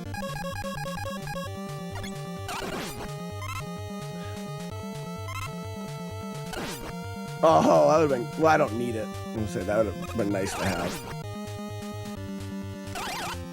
Oops. Great designs. I do not need to look at what you do. But do not.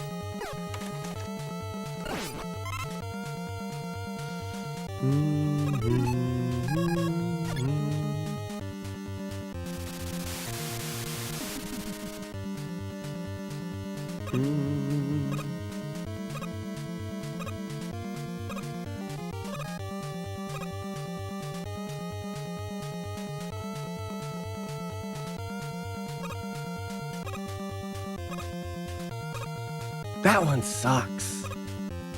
I'm sure we'll look at it and we'll see exactly what went wrong, and it won't happen again.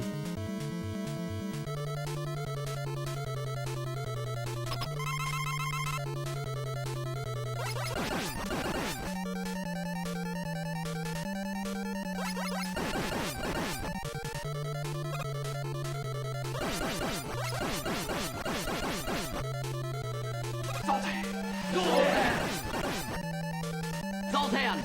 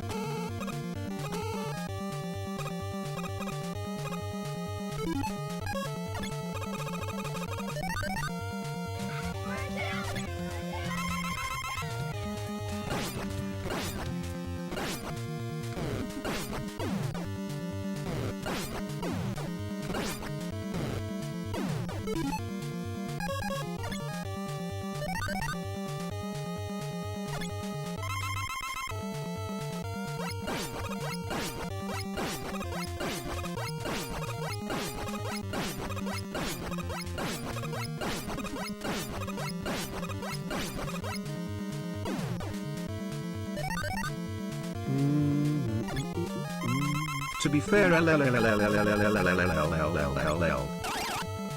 Who's to be fairing?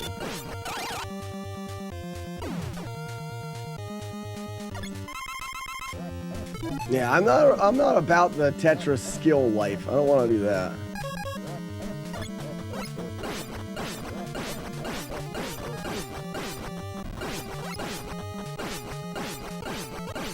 Get wrecked. That's the worst pattern. That's all I had to do in yesterday's run, and it'd have been no damage. Being good at games takes effort, and that's stupid.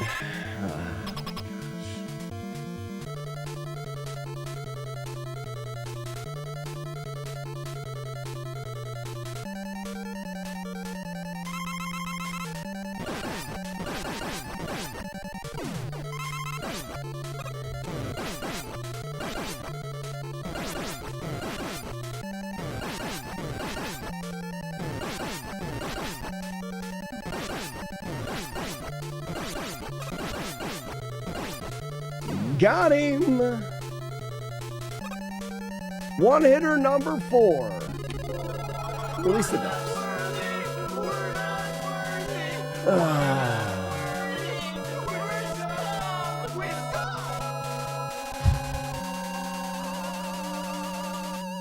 Well, crap, right? Crap on a cracker. Get him, Stevie! Oh, yeah! Wow! Whoever brought out Stevie got an easy win on that one. Kooky, nice job. Stevie survived. Let's give Stevie some more dubs just for fun. Just for fun. Come here, boy. Oh, no. Yeah, 417, it was nutbag. Nutbag at all.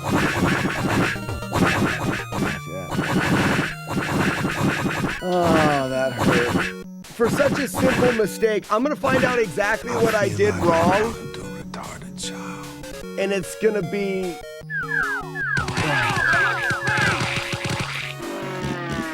Oh! But it might could be an illusion. It might could be an illusion. That gives you the same RNG all the time. I would love it. Super Joe, how we doing? Today is the day I finally beat Tyson and win my discount in the game store challenge. Good luck, Super Joe. Or did you already?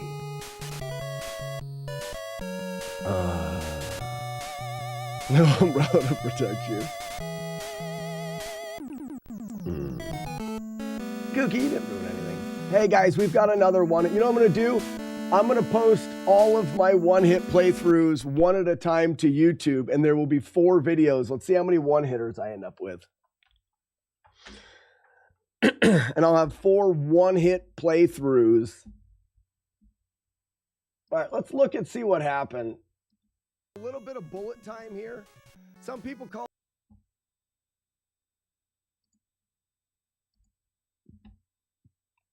Oh, look at that. Look at that. Oh, go figure. Look at this. Look at this. Look at that. Look at this. I jumped too early. Would you look at this?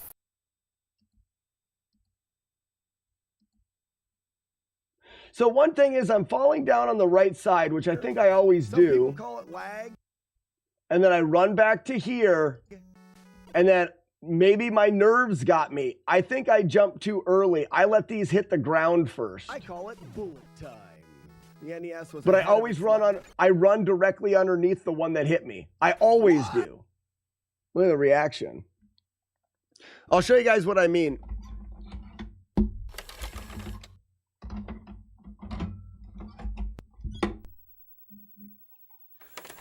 So I bet you if I jump early like that, that's what it is. I have a huge window of time there. I don't even have to jump. I can just wait on the left and let them go. No, it's timing. Words that is a timing issue.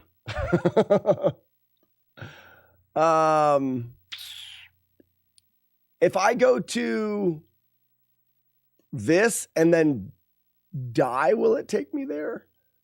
No, it wouldn't be that. It would be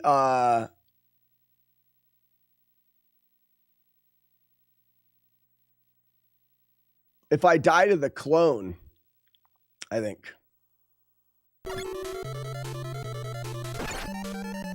It's not pressing, it's pressing the buttons at the right time.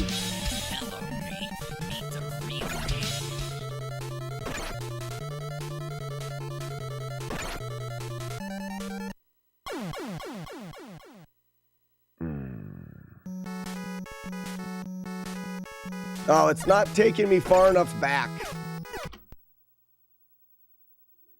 Let's go back again.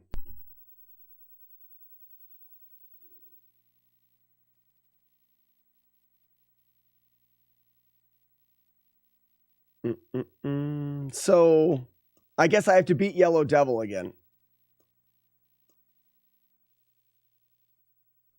As far as where the save states are.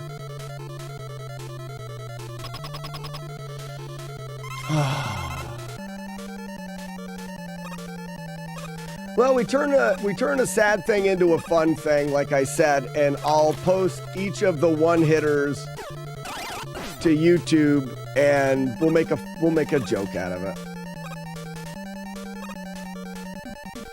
The game that never ends.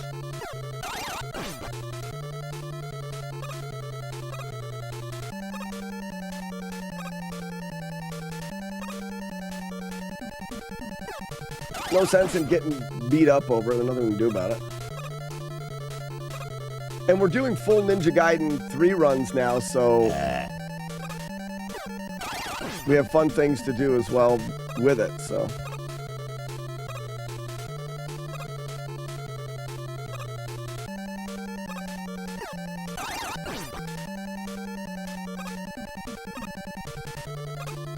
Trying to think of the one-hitters. I think all of them have been like something that we never expected would happen.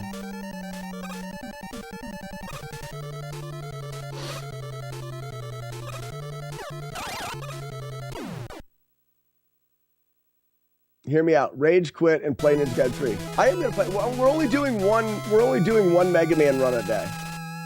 So I am rage quitting. Without the rage.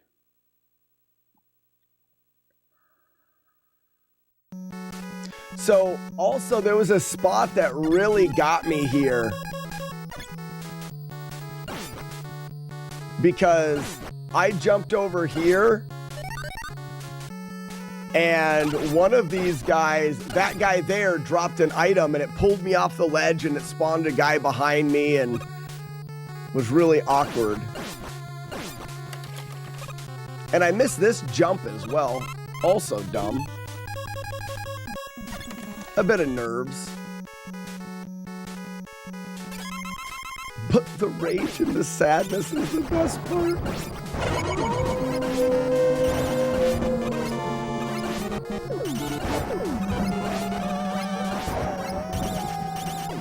All right, here we are. So I'm going to try to replicate. First, I'm going to do what I always do. I'm just going to let the feeling flow. This is what I do. Oh, wrong spot. It's one more. It's one more. It's after Cutman. Or Electric Man.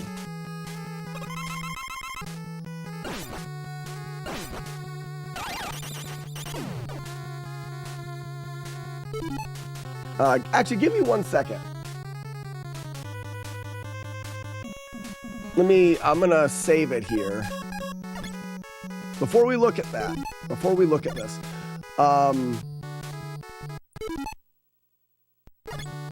save it right there. Give me 1 second. Janky Rusty Spoons? It's exactly what it is, Nintendo. Is it not playing the... Janky it's not playing the... Well, that's weird. Thank you for the $100 donation. Let's make... Kung Fu is the perfect speed run. Why is it not playing the... Oh, I told you! Get out of here! Oh, shit. This is weird. Oh, I'm sure you guys are just laughing it up. Laughing it up in the chat. Just laughing. Well, yeah, you guys are going to give me the time, but like I've got the... Is that under something else?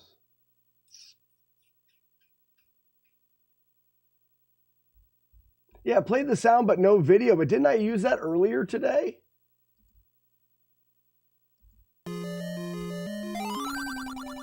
This guy loves to have meat put on his face, and I think that is cool.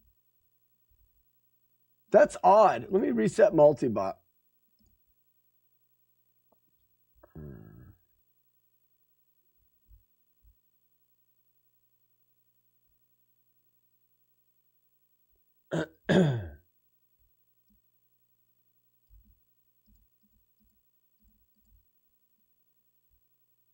Try it again.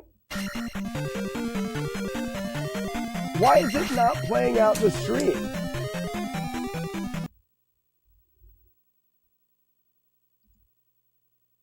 Wait, is it? Wait, hold on a second. There it is. All right, got it. Ladies and gentlemen, I will be right back.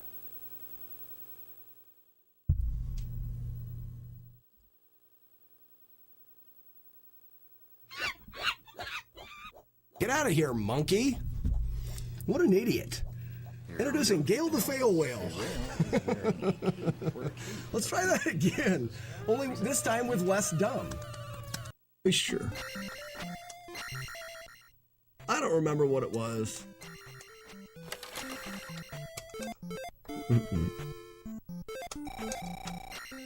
VBA, did you clip the thing that Frosted Paris made me say because he hates me? Great-grandmother. No, great-grandmother is third generation. No. Did I say?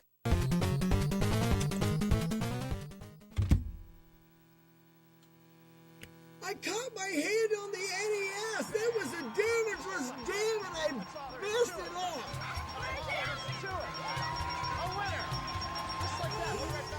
Damn! No freaking way!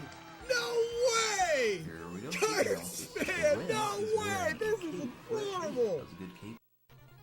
I always found it easier to go to the bottom at the jump part. It probably would be easier to be at the bottom as the...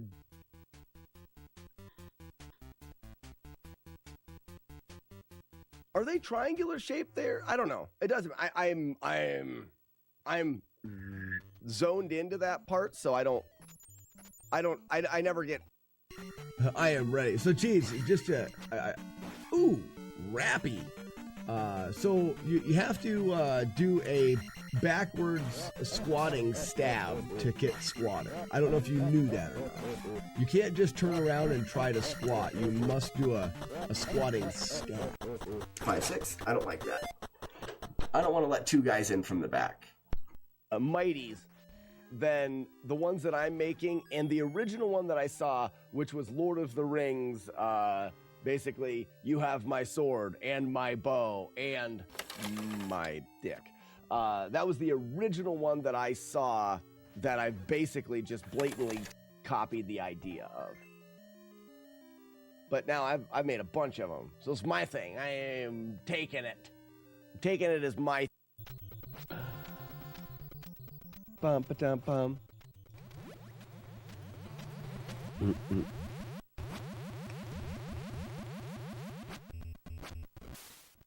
Big jump and fall. Ooh, all right, that'll work. I see there was a famous prank call where they would ask if they had Battletoads. Go, buddy. Yeah, this is a blind playthrough, only I'm using my eyes. Okay. I am very hungry now. This game is a turd. Fresh turd made in the fudge factory. And get him to like hunch over and then get onto his head and her back and poke him in his eyeballs. Maybe give him an old fish hook or something like that while poking him in his eyeball. I'm going for I'm going for the balls. The balls and the eyeballs. That's what I'm going for. Well, what just happened here?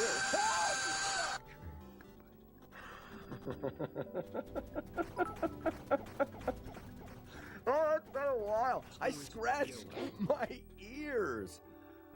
Oh, I scratched my ears. I just trimmed my fingernails so they've got like a sharp edge to them, and I wanted those out of my head so fast I scratched my ears. Poops and farts. Hey, Char, we got a new song. Listen to it. It's really good. You ready? Sometimes you poop when you fart. All day long we use our butts for poops and farts. Poops and farts. If you try real hard, sometimes you poop when you fart. Poops and farts. Sing it with me. You got it. Well done. Good job, everybody. If you try real hard, sometimes you poop when you fart. I'm an idiot, I'm sorry. I can't help it, it's natural. No! Why? Why did that miss him? I'll do it again. Why did that miss him?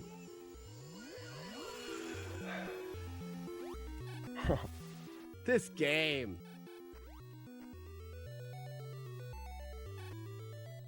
I don't mind it when it makes sense, but why? Can you imagine? It's just like.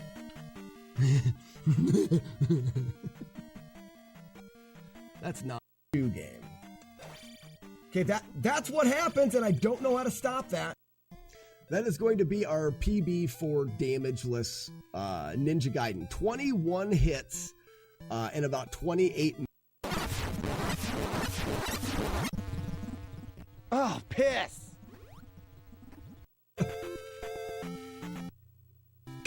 You know, boobs can be gross, they can. It's the big ones that sag too far down to the ground. Alright, I'm putting 2 stars, but besides Battletoads, the easiest game in the world to beat damageless. This sound, you need to start practicing now. We need to make this sound. It's pretty close. I should have been an elevator. The channel. You can clip this and you have a new command. We'll go down slowly. We have 1 or 12 commands on the channel. These are they. This is page 1 of 3. These are things that make sounds and stuff. Page 1. Hey, thank you for the fireworks. Yes! Succeed to fight the last boss as well, Damageless, for Ninja Gaiden? Yes, Rafi, correct. So the last boss in Ninja Gaiden, the demon, when you hit the demon's head, after you hit, whoa, whoa!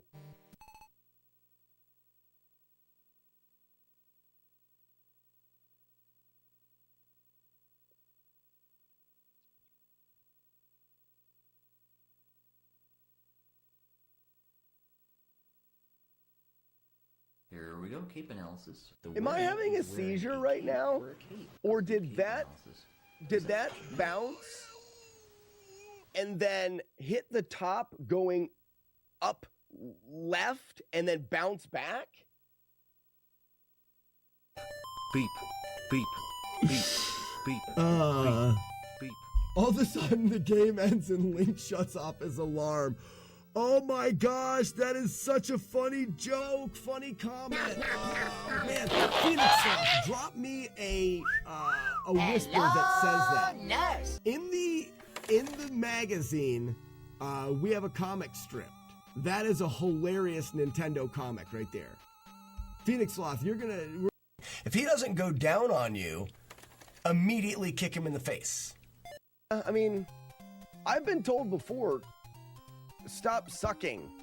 Afterwards goes towards your debt until you pay it off, which means we could, if we get a credit card, we do in turn get a feather, because we can buy 1 feather for free after we have 0 hearts.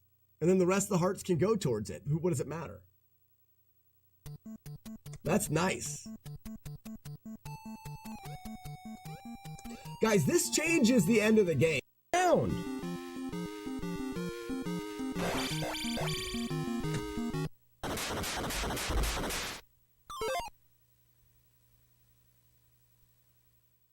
What in the hell just happened there?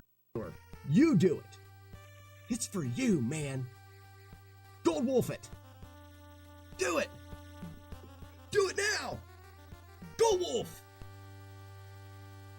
Try it again. You can do it. Put it in the chat. I mean, like again though. There it is. Just for you. Oh, the pie hype is real. When I said, "Where's the 100?" What is this? What just happened? How's it going?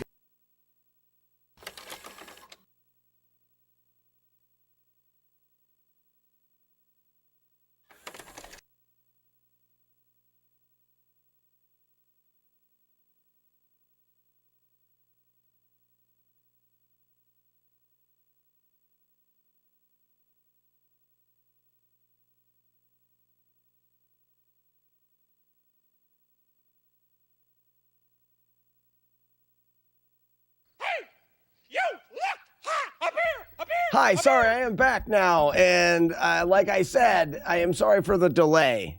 You didn't hear me, but I said that. Oh, go sorry figure. for the delay. I just had to take care of something. Look at that. And now we can look at what we were looking at before.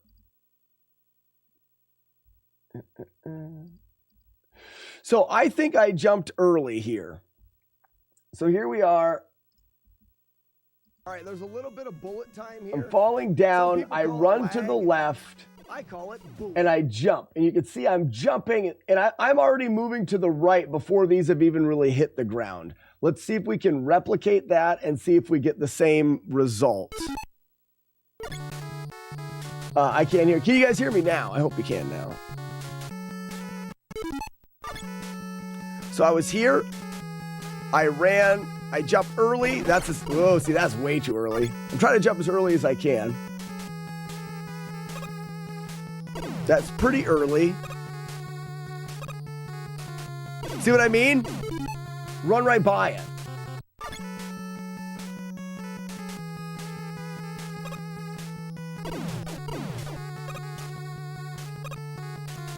But there it is. There's the hit. Watch this. Let him hit the ground. Don't even jump. Ooh, that changes it dramatically. Don't do that. So go to here and then do that. You know what I mean? Like, give it lots of time. And now you have lots of time there. So we've replicated what I did. Just run to the left and then jump them like that. That one I normally do the other way. So what I can do is for a visual here, right here, I'll use the bottom of my life bars here. And when this bomb is at the bottom, that's when I jump. So right now, whoops, I tapped the jump button. You gotta do a big jump. So right now,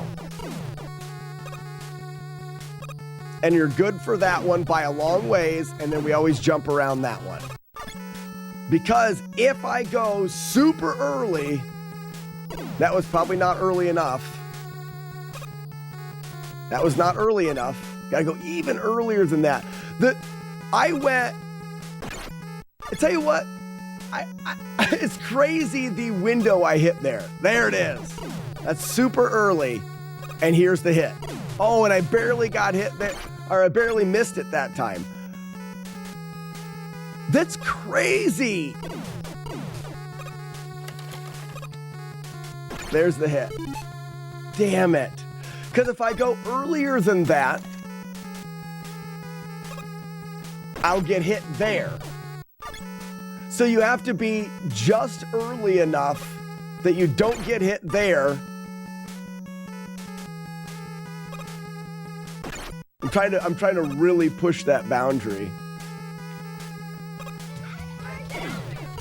I don't think this is fast enough. Okay, it was. But either way, you land, you run, you jump right there. Now let's see what's too late. See, that's perfectly fine. Never get hit there again. What's too late? What if we jump when they hit the ground? Like that. Still fine. Whoops, I fell there. Still fine. Yeah, Grand Designs, I'm not going to change what I'm doing. I'm not learning a new thing there. I know what I did. I know what I did wrong. So I'm going to see what's too late. I'm going to jump like after they hit. Like that. Is that too late? See, that's still not too late. The amount, yeah, it would just be Grand Designs for something this small. Like let them blow up and then go. It's too late. That's too late. They can't. The window of opportunity there is so big. What I did to get that hit was phenomenally hard to. I have a hard time repeating it. Like just here, I'm gonna try to repeat it. I may have got it that time. That's about exactly what I did. Oh, but I still didn't get hit. It was a lot closer. So for me to try to rework the room is just it's just unnecessary. I never realized that you could jump so early that it messed up that pattern. I know it now, and when I come into here, the mistake will never be made again. You wait here, you jump right there, casually, right when those are about at the bottom of the life bar. One more time. So I wait for the shot to be right around the bottom of the life bar, and then I jump. The window to make that is just phenomenally big, and the rest of it is easy. It's one of those things. The timing change doesn't make sense. If you're jumping too early, that would imply you're too far ahead. But you get hit because you're a little bit behind. Ian, so if you think about the way this game works, it creates enemies based off of your location and when they're available to be created, but it also can only create enemies if the entity limit isn't hit. So don't think about it just as a location, Ian. Think about it as right now we have 1, 2, 3, 4, 5 entities on the screen. So when I start running, these guys get created in this fashion. If I wait longer, now these entities are starting to be deleted. So I'm still in the same spot, but this guy, that would still work. What was it? When I went too late, it creates another enemy. So here, we get a guy right here that hits us. He doesn't normally spawn. He will spawn when there, but it's only if it's available. So what we're doing is and I think that what happens with going early, Ian, if we go early here like that, oh, that was too early. I landed on it. That wasn't early enough. Like this, now those entities are gone. So this guy's able to spawn earlier. Your location is the same, but he can only spawn based off of when those other entities were eliminated. And that's the intricacy, wrong word, or not saying it right, of the timing there is that it's not only based off of your location, but based off of the limitation in the game being able to load entities in.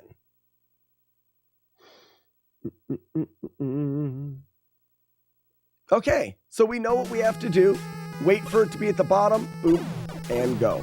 So there's a lot for people that are watching that may not realize a lot of what I do in routing the games is to that detail.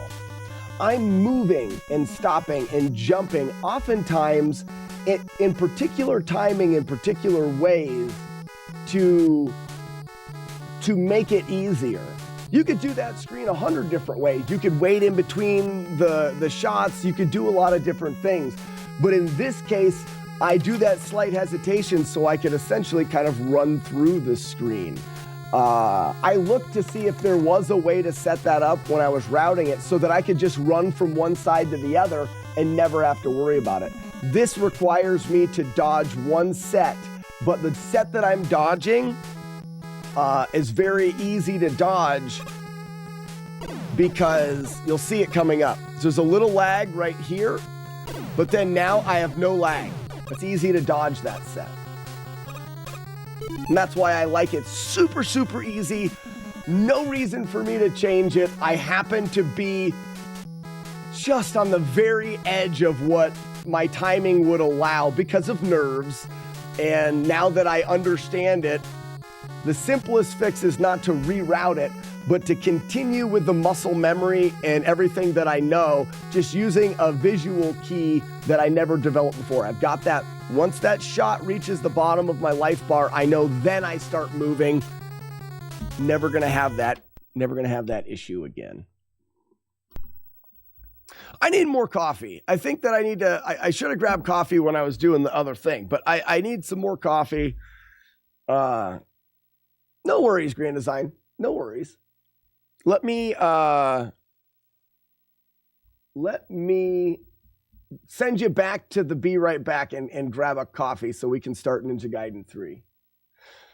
Grand Designs, you know what it's about. You know about the nerves and the buildup of doing the games and multiple one-hitters.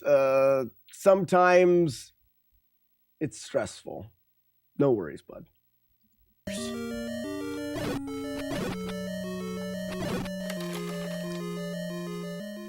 From the hip. I did it with a boomerang. It's all yes.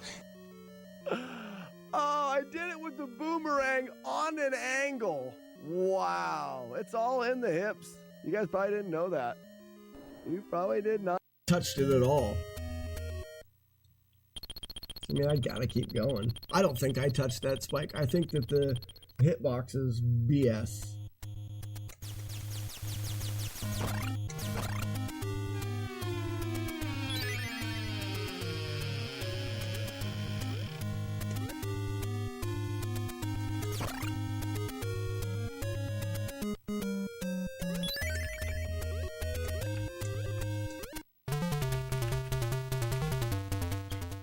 Stop!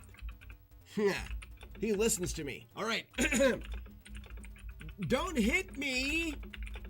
Okay? Did you hear me? Don't hit me.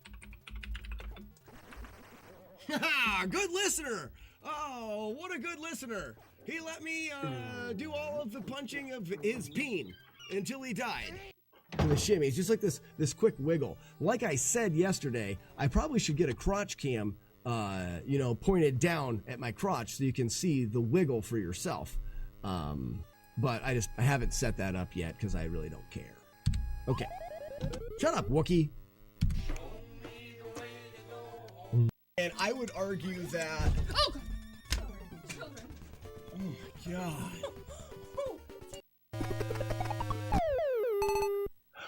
That's happened before, and I don't know what happened there. What hit me? And all my shelves. Cart 47 is Blaster Master, which is a great game. 46, Dragon Warrior, turn-based RPG, very, very good. And Batnav. It sounds harsh. Teen, that's why I use the word wiener.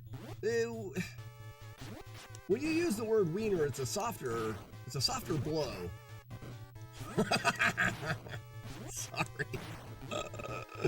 I say things that make me smile. Ha! Receive. So, see how it's spinning messily? Oh. How did that miss?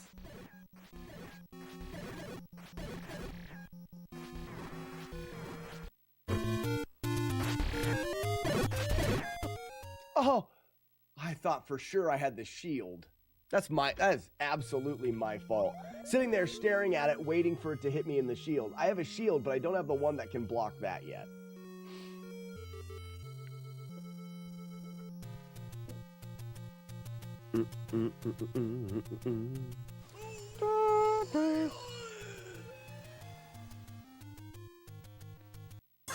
He can lead us back to the bat.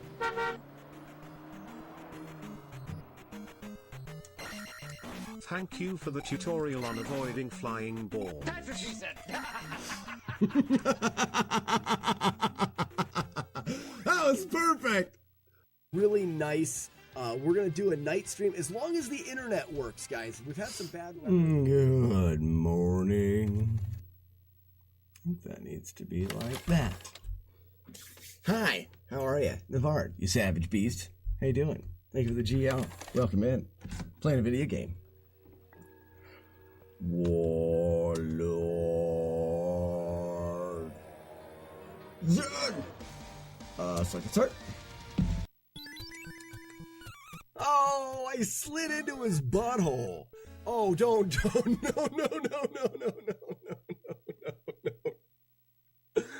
Oh, why do I talk? Dang it.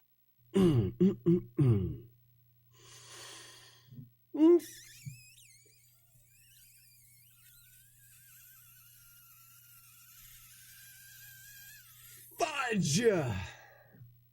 Whoa, I'm really lightheaded now. Oh my gosh. Anybody else seeing double?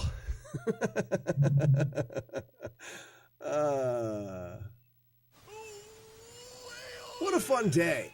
Dragon heads to go to the right. Oh, that one hit me?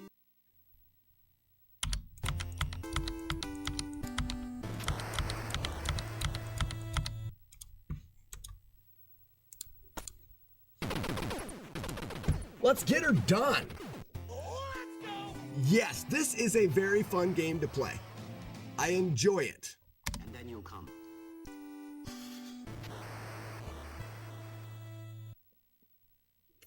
Bruce.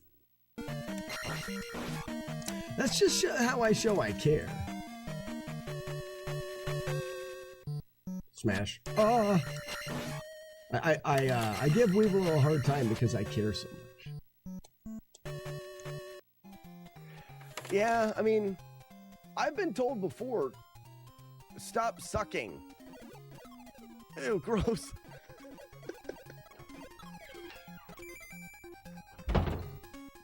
No.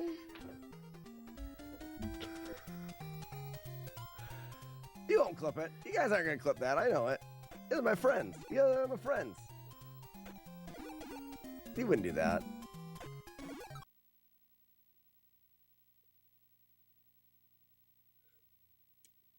No damn damage at the damn dam. Makes sense. What's BRB Inception? What? I don't know if you guys know, anything that you clip on this channel, I put into that. I don't think I've ever been like, nah, I'm not going to put this clip in there. They're all in there. So if you clip this something, is true.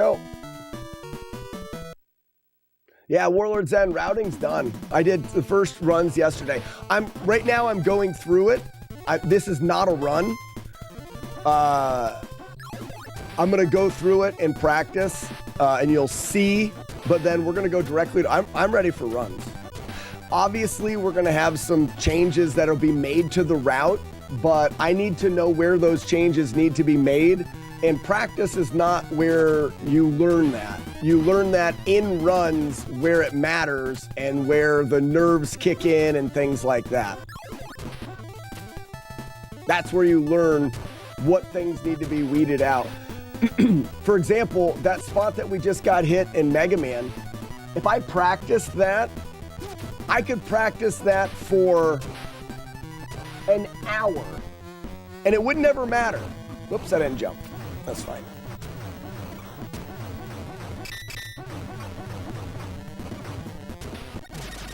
I could practice that spot in Mega Man for an hour and have never jumped early there.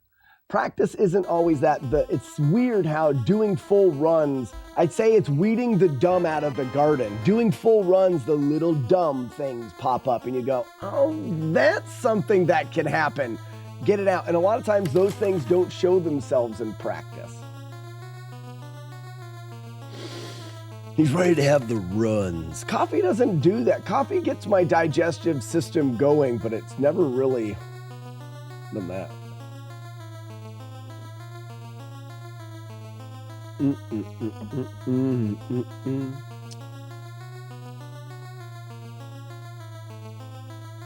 Got down to 22 Pharaoh and you woke up cursing Matt D, as you should.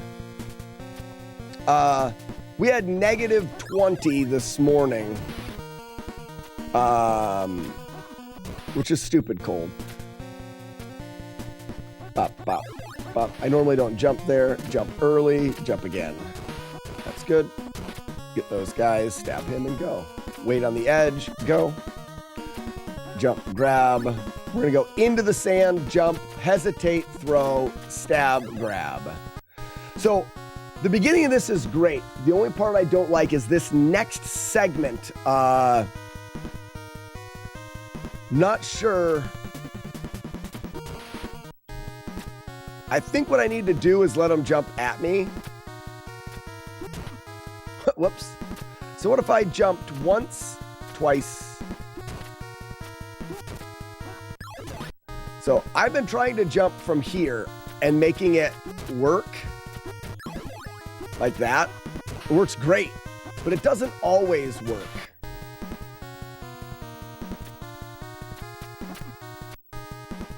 So I gotta jump earlier. Okay, that actually worked there.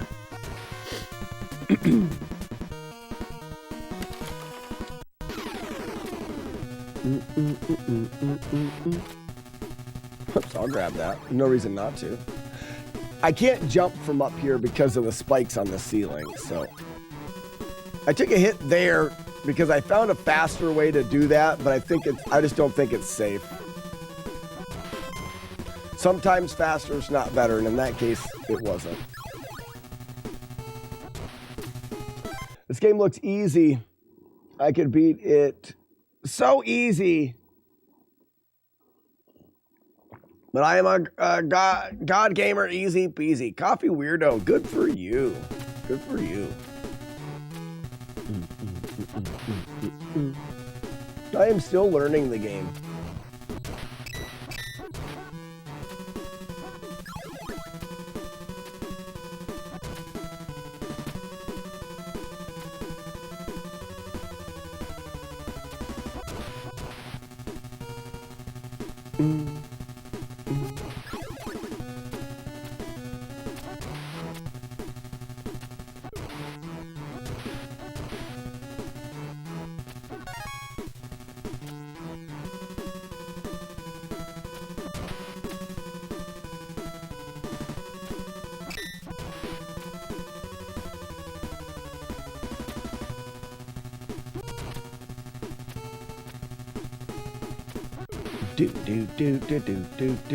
Do.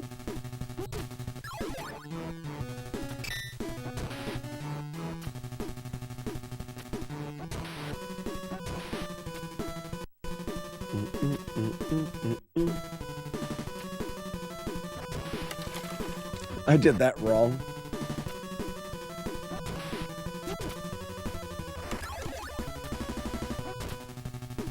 So you think it's harder or easier than, I think it's going to be a little bit harder than Ninja Gaiden 2. Oops.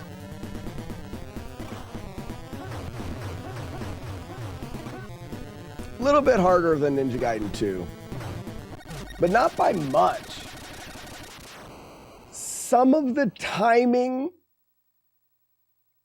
in the later stages are maybe a little bit more precise than Ninja Gaiden 2. There's a little bit less of this game, Warlord Zen, that could be, that can just be thrown out the window with the fire wheel thing.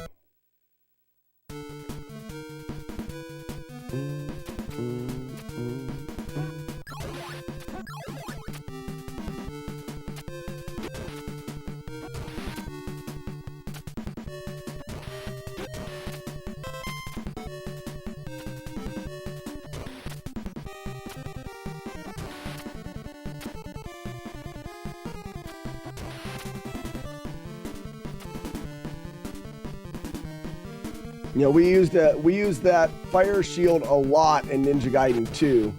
Like, so far here in this stage, you haven't seen it yet.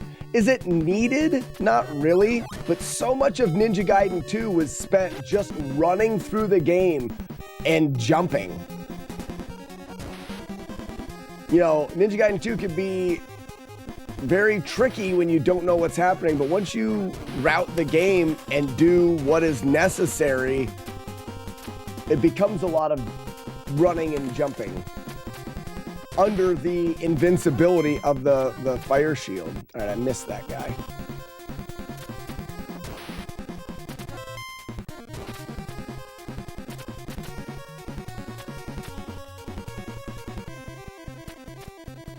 Just despawning those guys so I don't have to worry. Whoops. I don't know if I've ever had to do it this way.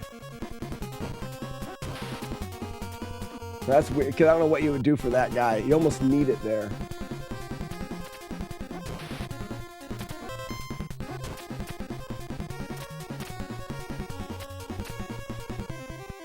Nope, it's too far. I gotta figure out where I need to run to. What is this? Everyone likes this blue. Oh, there it is! Quendarush! Quendarush. I'm saying it right. Can't ever forget that name. Good morning. Welcome. I hope you're having a great morning.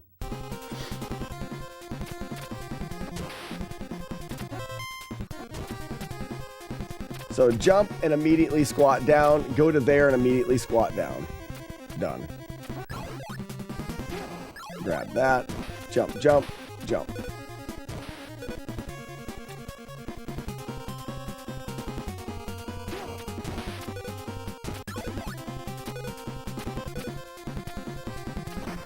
You said everyone likes this blue.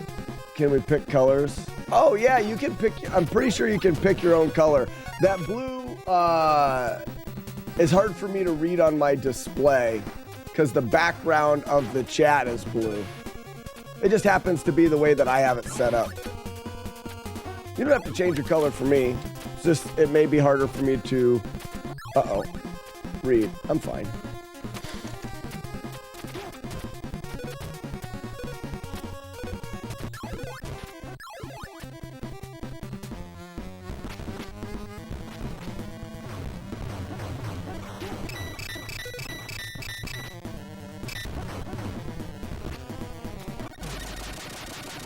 You know what channel I'm in, it seems. Oh, really? I thought your color was same across channels.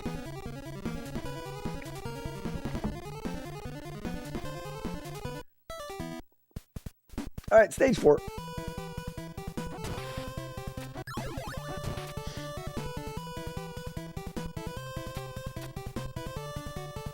Stage 4 is one of the easier stages.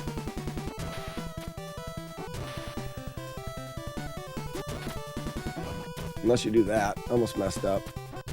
You do have to jump over the gaps, though.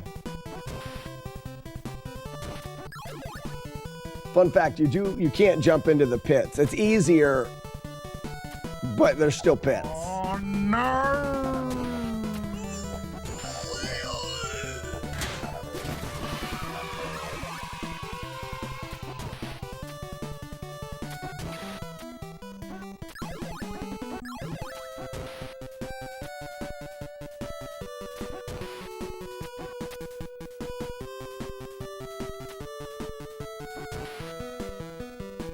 I've never been able to keep him on the screen. Did that time, though.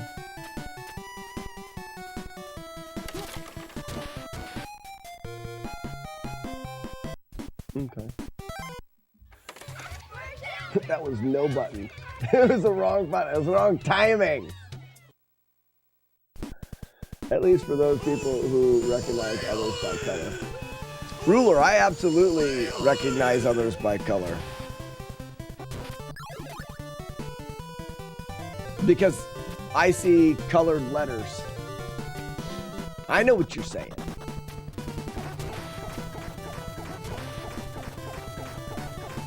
Morning, Ronjo. Ooh, I like that. Don't like that much.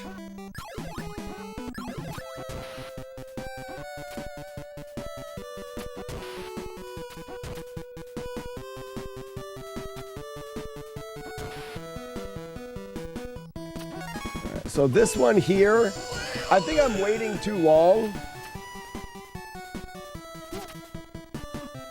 No, I'm not. I'm not waiting long enough. So I need to make sure this throw actually takes out that guy. So when I grab onto this, I need to throw like when it starts to move backwards. Yeah. Very nice. Okay, that's it. That's an easy fix. All right, 1, 2 buffers. Oh, Quend Rush, very nice. Much easier to read. And up, that's good. Stab, up, slash, slash, turn slash, rise slash, wait. Jump and grab, get close, kill, drop it, and shield. That's pretty nice. Wait for the spikes. Climb all the way up. Grab the Nimpo, shield over, grabbing up. Wait for the bullets, shield, up, up, jump, jump. Look at my fancy butt. What's up, Courtney? Oh, look at that. Look at that. Oh, go figure. Look at that. Look at that. Oh, look at that. Look at that. Run under, look at that? grab it, shield. Drop it, jump it, shield, and we're at the boss.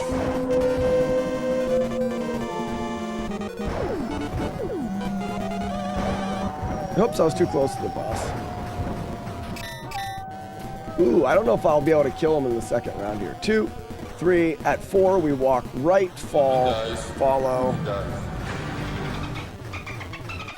We got it.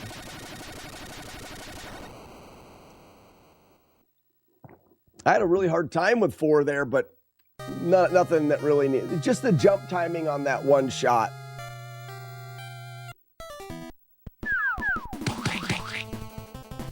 I'm not excited about 5. I feel like 5 and 6, and it's really this room in 5 is the room that I don't like. Just because I haven't found a nice way for that. That worked out great, but it doesn't always work out that way. So jump, back jump, jump, jump, jump.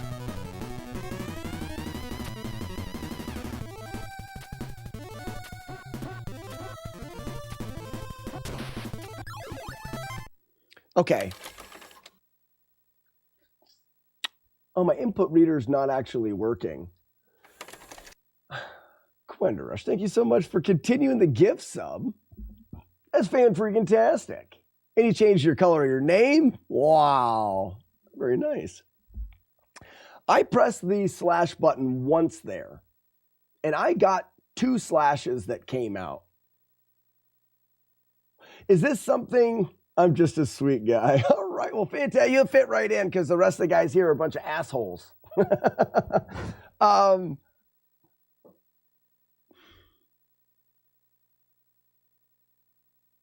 I wonder if it's something with Ninja Gaiden. Did you do another run for Mega Man or still? Angel, I got another one-hit playthrough. We've had 3 days in a row, 3 one-hit playthroughs. The best, as Courtney would say, the fanciest. Does anybody know of something in Ninja Gaiden where the character will slice twice? Because I felt like it's happened before. And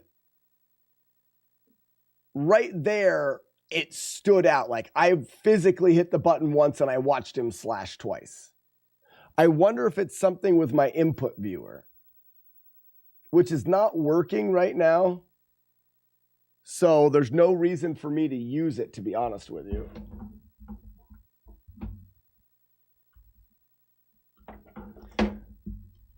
I'm going to unplug the input viewer.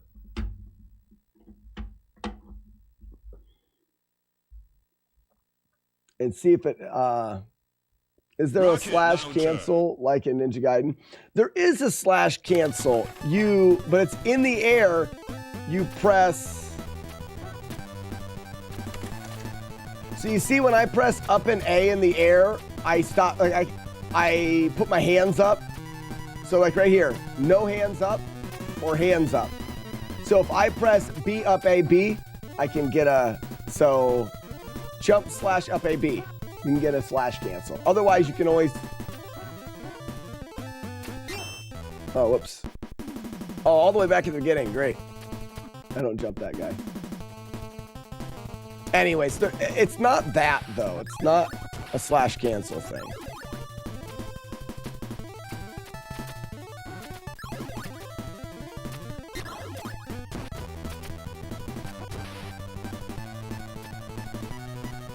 Did we already have this Would You Rather? Yeah, Would You Rathers get repeated.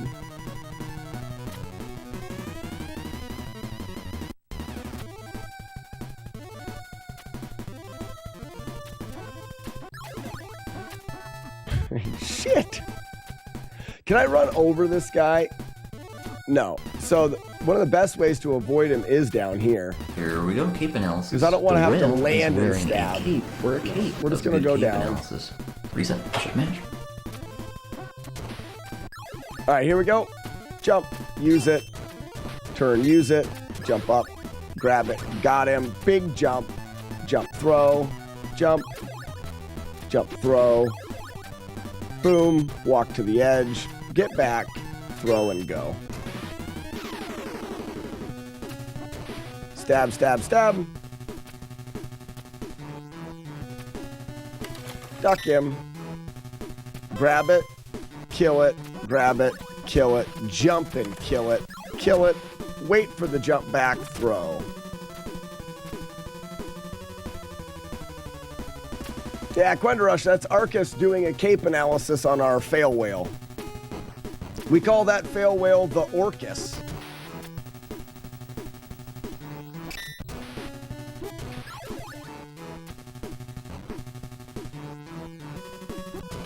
Whoops.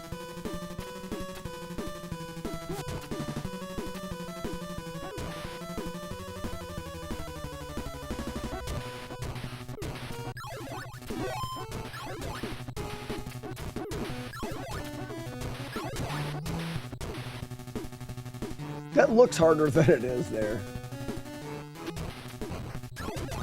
So when we started doing the fail whales, it was right around the time that Arcus, I mean, he still had the Ninja Gaiden record and was grinding Ninja Gaiden a lot. And the cape analysis was a big thing. So we asked Arcus, I think it was Weevil of Doom asked Arcus if he could say the whale is wearing a cape for a cape. And he did. It was very nice of him.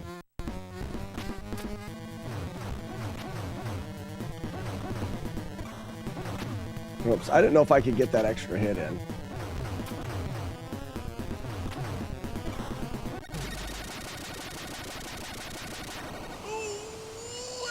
That's Gale. That's the original fail whale, Gale. Gale the fail whale.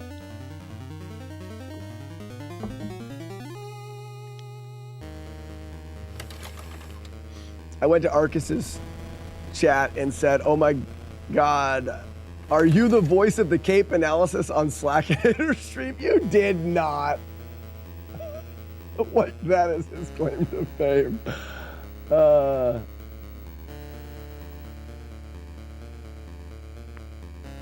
Yeah, I remember we've wanted him to say some. Oh, you did though. Courtney, that's awesome. That's so funny.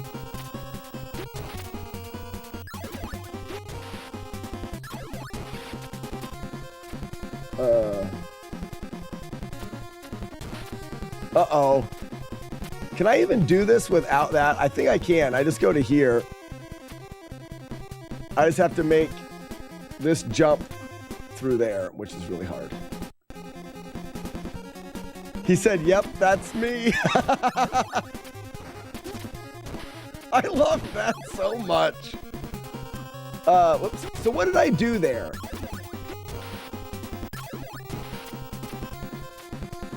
What was the issue with the fall? Oh, I missed the grab there.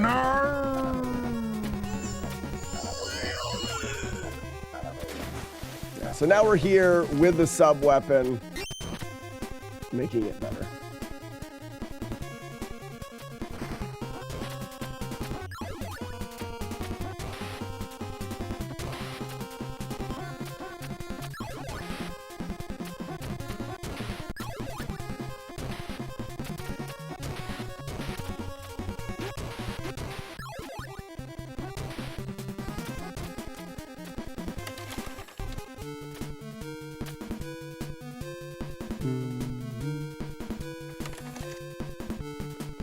I've been wanting to run Kung Fu lately, just for funsies. Well, Quenderush, if you have any questions, I actually had someone else asking about Kung Fu today. I can go through some of the specifics for Kung Fu, if anybody wanted. Kung Fu is the first game that, was the first game that I ground for world record.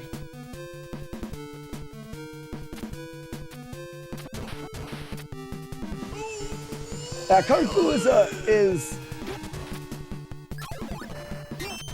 quite a difficult game. I want to see if I can make this easier.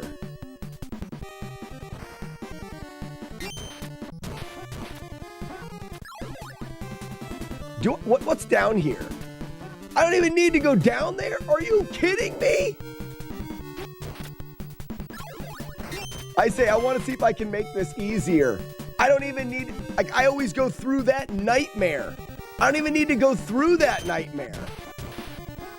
Oops, I gotta figure out what I'm gonna do there. That is awesome.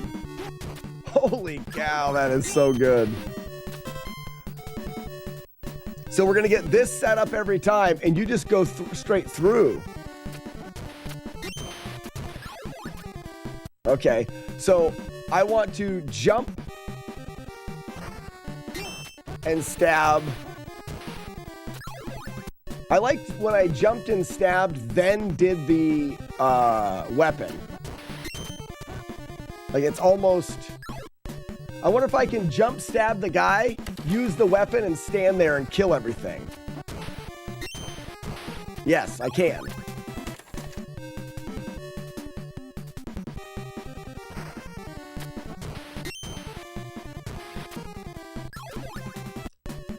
I can just walk forward, I think. So we're gonna jump, slice, use it, walk forward. Oh, that's so nice.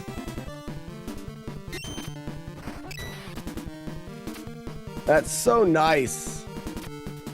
I love when I find out new things that make the game easier. All right, so we're gonna clear the way, use it, and jump. Clear the way, use it, and jump.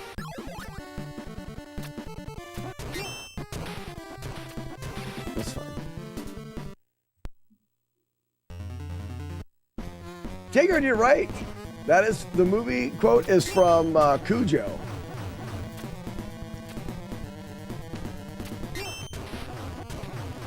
We can never trust Jagard again because he admitted to being a cheater yesterday. Well, not really a cheater. You're allowed looking up the answer. I don't care. Did you this time, Jagard? Probably not. I'll get some questions together sometime and ask. No, Quenderush, we're going to do it right after this. You get it whether you like it or not. Didn't have to on that one. We're going to play through this stage here, and then we're going to look at it. I like going through the game anyways, and it may not be speedrunny stuff, but it's just fun to play Kung Fu. The thing didn't hit that guy? Well, why not? All right, we're going to have to revisit this idea here.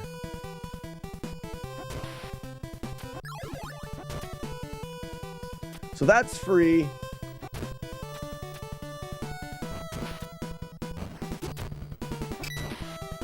No, not doing that. Find a software developer who doesn't use Google.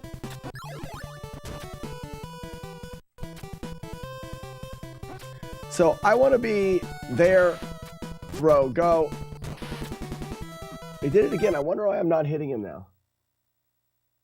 Except Kid Icarus and Batman. Find a software developer who doesn't use Google or ChatGPT. Oh, ChatGPT is very useful. Red Bat Nick. I did make my entire overlay. So the overlay, Nick, is this. So it's a software that I wrote using Game Maker. So this is Game Maker. These are all of the images for different parts of the software. Like, for example, the top loader.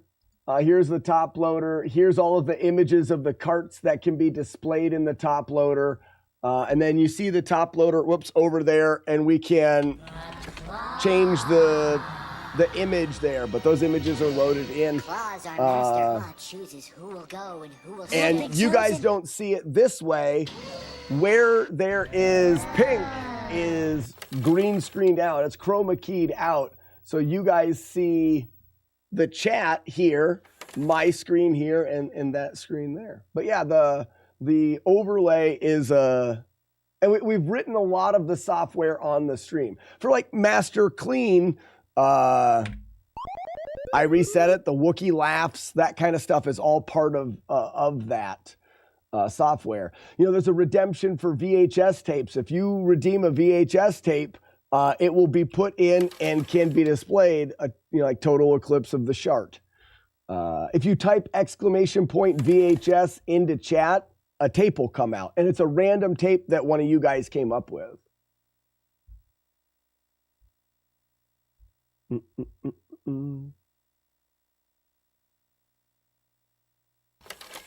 There it is. This says Steven Seagal in Above the Claw. All right, so jump. What if I did it there? Goose, you're such a dickhead.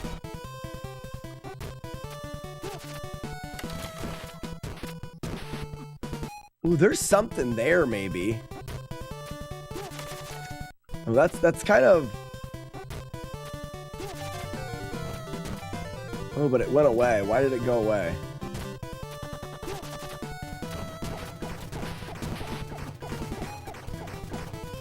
That's weird.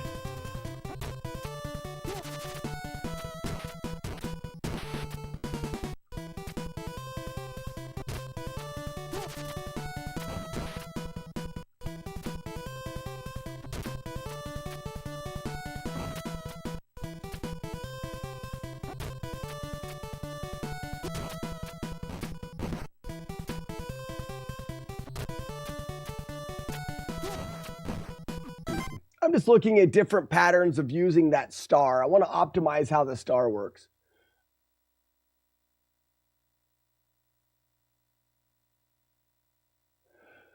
So you made pretty much, yeah, everything. So the chat comes in from Restream chat, but the rest of the overlay without Game Maker is... without my Game Maker code. Oh, I guess there's a background image. Where's that at? Right there. This is the stream. there is my camera, there's the chat, and then there's the game footage there. There isn't an input reader, which hasn't been working correctly lately, but I have a background here that gives a background behind the chat. And for any, it fills in any little spaces, but then you put in GML code.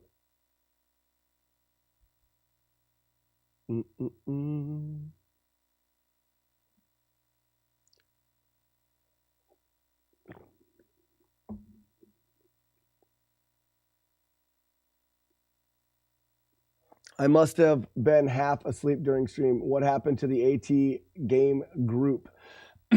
So I had two, Curse Game Breaker, I had two channels. One was for game makers and the other one was for that specific group.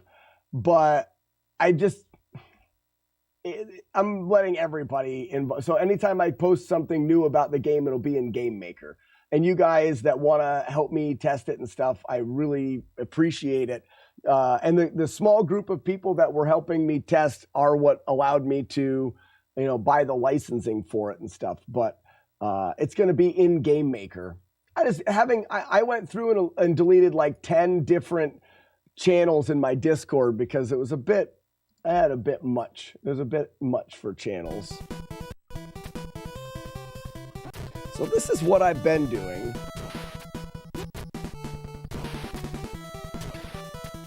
And that guy normally dies, but sometimes he doesn't. And I want to know why.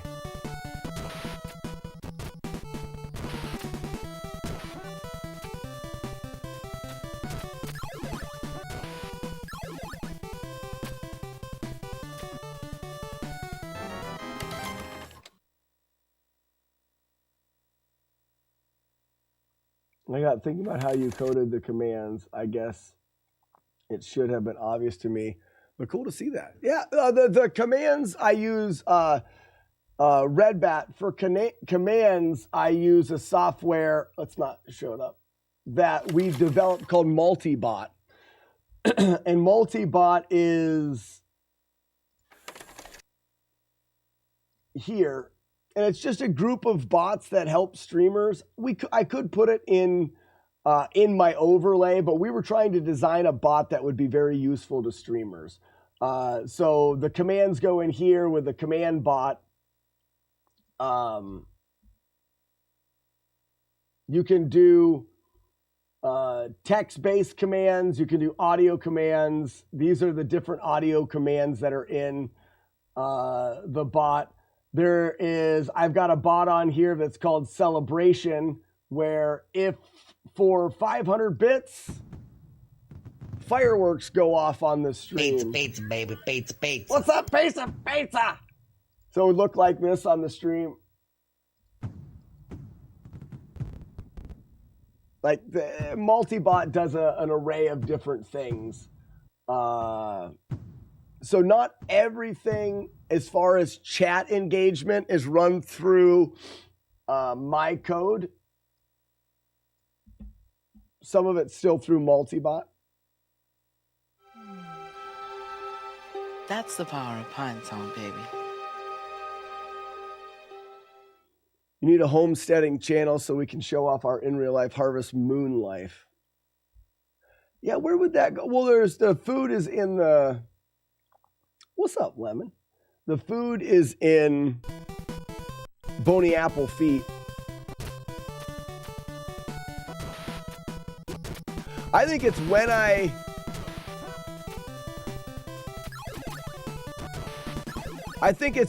stab the guy. So if I stab this guy early, it changes the location of things. I want to get really close to this guy up here. Yeah. Not that close, but I want to get closer. But that's the difference. So jump through here, get close, throw there.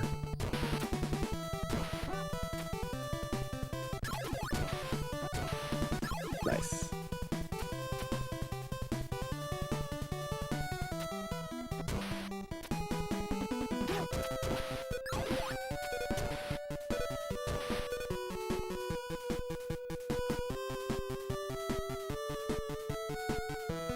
Jodosh did the parts that work. For Multibot, yeah.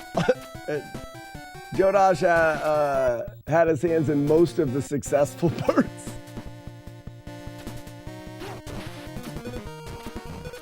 If we had a problem that we couldn't work out or we had a question, we often went to Jodosh for answers.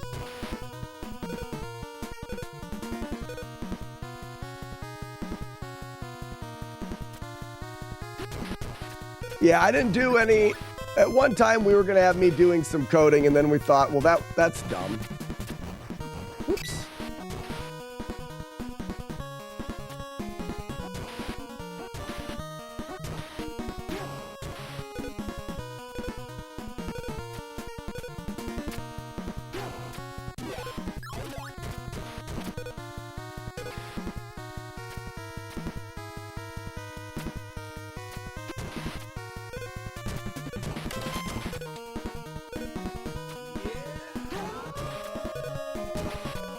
Professor Retro! In a row, on purpose. 44 months in a row, on a porpoise, on a dolphin? No way. No way.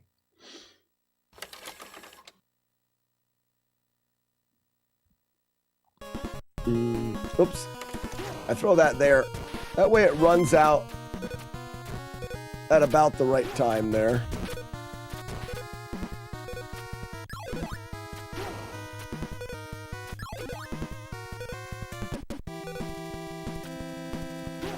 Personally, I'm a nerd for coding, especially with GML. Really? That's pretty awesome.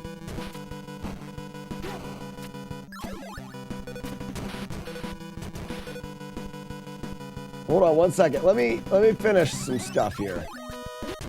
Let me get through this section. I want to get the flow down.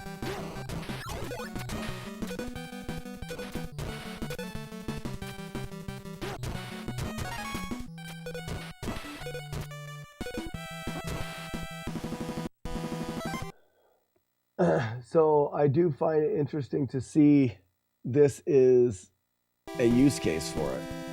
Yeah, when I first started to live stream, I've coded some games in GameMaker, some really stupid little things, but then I had a decent sized project I worked on with my brother, and we coded a rock climbing video game called Solo Joe 2. And it was a RPG rock climbing adventure game. And very, and it was very heavily based off of being accurate to rock climbing.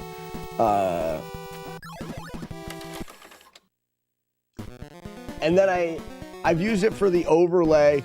And I've recently begun working on a project that I've wanted to do for a very long time.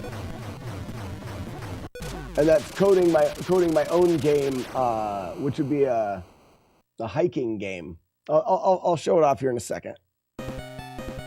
This is the end of the game.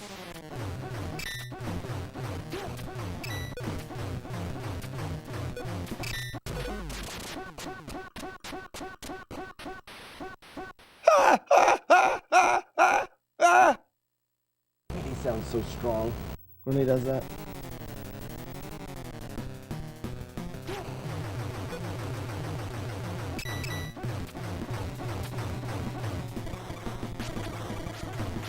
Oops, I got too close.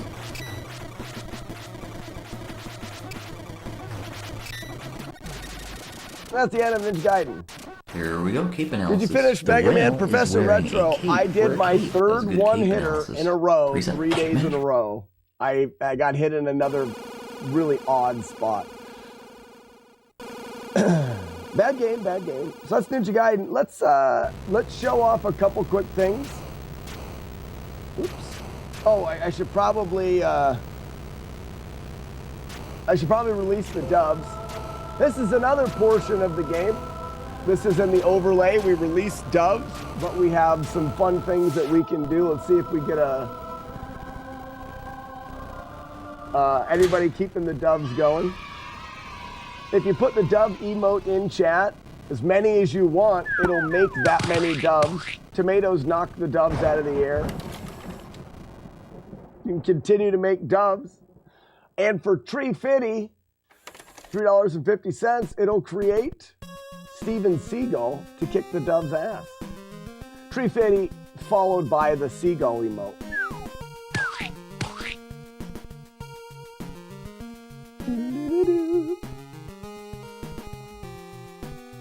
Let me see here. Let me see. Oh, the doves are froze. I want to get that up. Thunder! So, I'm actually using,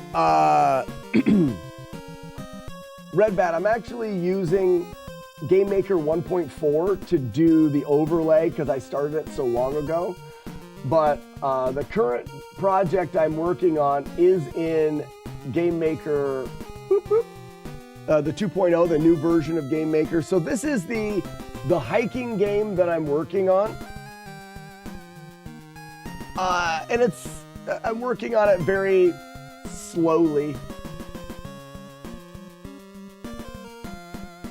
What I'm trying to create is a side-scrolling platformer that pulls inspiration from games like Mega Man, Ninja Gaiden, jumping around, Zelda 2, and then with a system. So you've got your jumping around. You see these little items on the ground. Those are just different sizes and shapes of boots.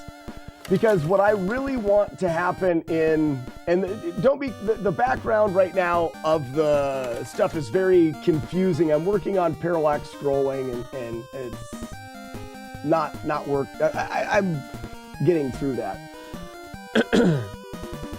So you've got the jumping around and the platforming, but I wanted it to be very focused on something that, as far as hiking goes and true hiking goes, is gear. So we have a gear system, and this is just placeholders for things, obviously, that it potentially look a little bit different. I don't know exactly what I want to do, but it has a gear system similar to Diablo, as in you have gear, and gear has different shapes. And as you pick gear up, like if we move some stuff around here, as you pick gear up, the code tries to place it in spots that make sense, but you can get gaps. So you can rearrange your gear to optimize storage. Maybe you want to flip a piece. And this is very like Tetris, right? You put this gear up here. Let's take these boots and flip them sideways and we can put them there. We'll take this, maybe put it here. We could take this one and stick it in there. We'll take this one. And then we can move this one down here and then take this one and move it up there. Oh, I guess there's a blank spot right there. I didn't even notice that. What if we flip that there, flip that there? You know, the idea is as you play this game, you're going to continue to collect gear. And I want, when I'm hiking, and thru hikers especially are gear junkies. They want to talk about gear. They want to get, and here's an example. I don't have room for this. I can't pick it up, but I probably can.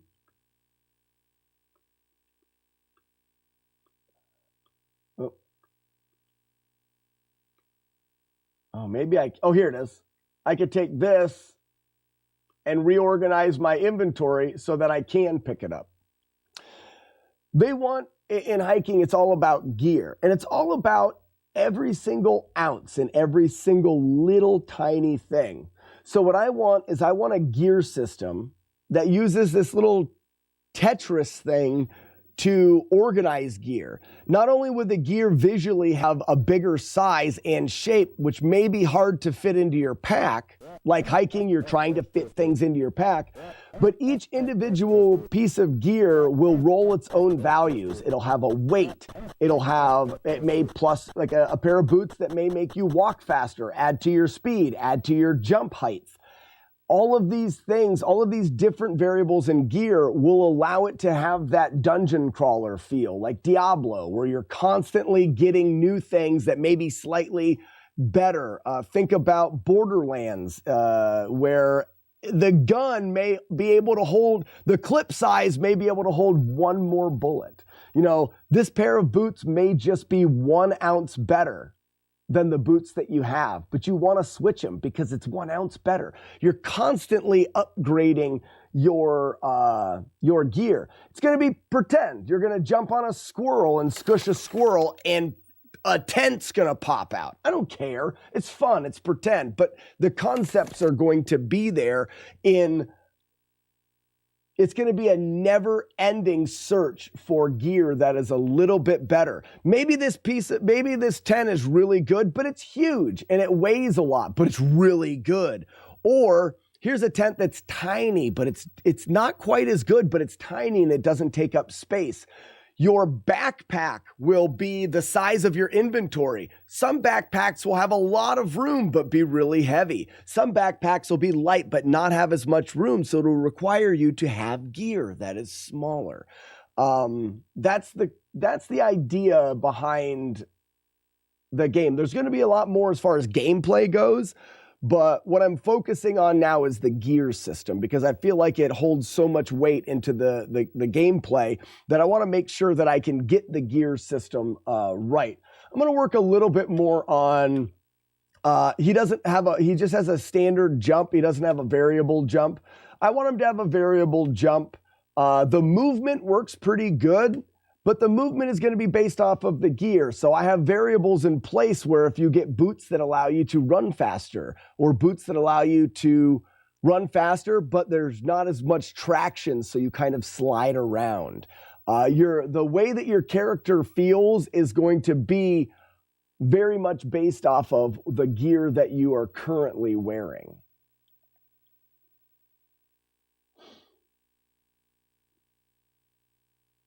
What level do you unlock the dirt bike? That's funny. Cut off the excess parts of the shoelaces. Raspinall, I know people that cut their toothbrushes short because it saves weight. I know most hikers that are through hiking, they take their pack, and if the pack has long straps, extra lengthened straps, cut them off.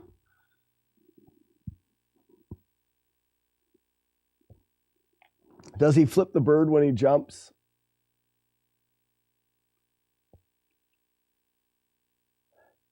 It does kind of look like it.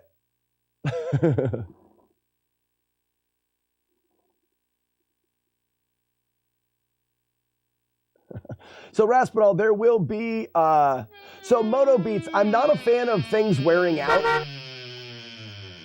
I'm not a fan of that high that you get when you get an awesome piece of gear, but then it wears out and it breaks. I want you, if I have your gear wear out, you will be able to repair it.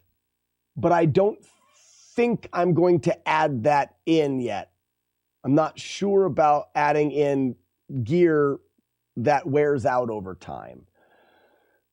I want to make sure that I keep my expectations in check with the game. I can constantly evolve the game to be more and more and more and more complicated, and then it's never finished. I want to keep that in check. I have some ideas that I want, and right now I don't think the gear will degrade. If people are you're constantly going to be finding new gear anyways, and as of now, no wearing out.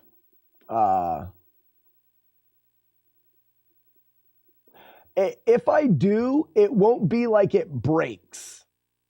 If I do, I could consider this. So if you have a piece of gear, like say you have a pair of shoes that adds 3 to your speed, that variable that it adds when you hover over your gear will be green. And then over time, it'll say it adds 2.8 to your speed. It adds 2.5 to your speed, and it'll be red. So when you hover over your gear, if some of the attributes of your gear are turning up red, that means it's being worn out, and you need to repair it. And you can repair it and get it all back into green. But it only degrades the value a little bit, and they never completely break. They're always there to be repaired. I could see something like that. How often do you have to stop? There will be no pooping in the woods. Platformer, RPG, elements like Diablo and Borderlands. Yeah, Red Bat, I took all of the things that I wanted in a video game. And it's hiking, which is my other huge passion.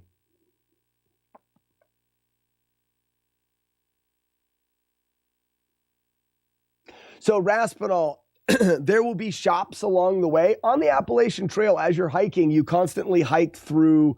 Can I get some just title music of this? On the AT, you're constantly hiking through towns to resupply. So there will be sections where there's a little town that you walk through. Think about like Faxanadu. You're side-scrolling, and then you scroll a screen and you're in town. And you walk through town, and then you walk out of town.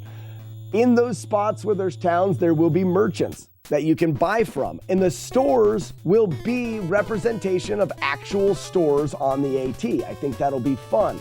It'll strike that chord for actual hikers, and they will have things that they sell. Also, wandering merchants, hikers that'll trade gear, absolutely will be a fun thing to have. There's also an aspect of through hiking that is referred to as hiker boxes. A lot of hikers start out with too much gear, and because you're through hiking, you're not like going home. There's no real easy way to take gear that you don't want and get rid of it without just throwing it away or leaving it on the trail, which are two terrible options. But to fix this, people that take care of parts of the trail will put hiker boxes in their hostels, in their gear stores, in the shelters. There will be hiker boxes that are labeled hiker boxes. And if you have a piece of gear that you don't want anymore, you can put it in the hiker box. And someone may have put a hat in the hiker box because it's warm enough now that they don't need it anymore. They put the hat there. Someone else could come through there and need a hat and grab it. This is an actual thing that happens. With the video game, I want the hiker boxes to be your stash like it would be in Diablo. It's a place for you to store gear that you're not ready to get rid of, but you want to put somewhere. And I think because when you open a hiker box in real life, there may be something in there that you want. The hiker boxes have a chance of randomly producing gear as well. I don't think I want it to have a chance of taking your gear though. So you can leave things in the hiker box, but there'll also be a chance that when you open the hiker box, there's gear that you didn't know that was there. Or maybe your gear has a chance of upgrading, I don't know, something like that. Are you gonna add a hydration system? Can I sleep in a stranger's basement? We did sleep in some strangers' basements. Yes, but not in the way you think. I've considered adding dogs as a companion, but I'm not sure.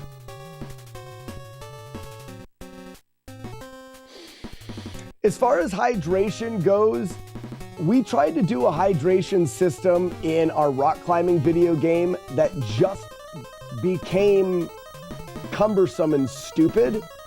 So there won't be, when you're through hiking, you have like a filter and a hydration system, and you need to go to a water source and fill up your hydration. I don't know if I'm going to add that in, but there will be a filter that'll be a piece of gear that you can find new filters that have better benefits and stuff. Someone mentioned potentially when you kill enemies, you have your life and then you have your hydration and like your food. And when you kill an enemy, like a package of ramen noodles can pop out. And when you eat that, it'll fill up your nutrition or your stamina or whatever. Or when you get to a stream, you can, stand over top of the stream and it'll fill that up as well. It's not a requirement, but you can use it as something that's beneficial but not required, as requiring the character to do something all the time can become cumbersome in gaming.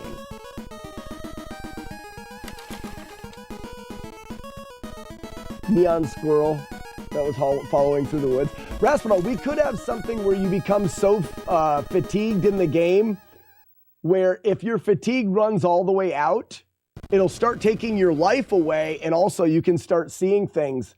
And seeing a neon squirrel is a great idea. I love that.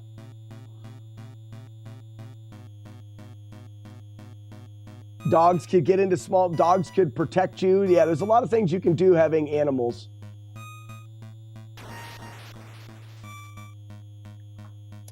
The enemies are just gonna be pretend monsters and creatures and Bigfoot and rabid squirrels, and the enemies are gonna be pretend.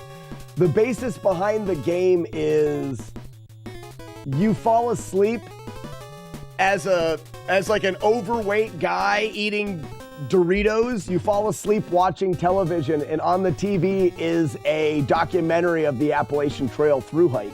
And you fall asleep, and this is your dream. So you're dreaming your way through the trail, so everything's pretend. I can do whatever the hell I want. I can make you fly, you can do anything because it's a dream world. And then at the end, when you finish the game, you wake up and it's like, all right, go out and do it now. Like, it'll have that kind of storyline to it. Now go out and do it for real or whatever. There may be a certain place where hikers can be bad and try to steal things from you. Maybe you can attack other hikers. I'm not sure of that. One of the things that I want to do, there's something on the AT that's important, and that's trail etiquette. You want to, I believe very highly in trail etiquette and making the AT a good place. And I help out as much as I can with the Conservancy and stuff like that. So I don't want the game to promote anything that I wouldn't promote. So as far as like having to hit other hikers and stuff, that's borderline. Obviously it's pretend. But I want to always be mindful of how the game could have an impact on people that actually do play the game will probably never be finished, so I don't even know why I would even worry about it, but it's just something I'm conscious of.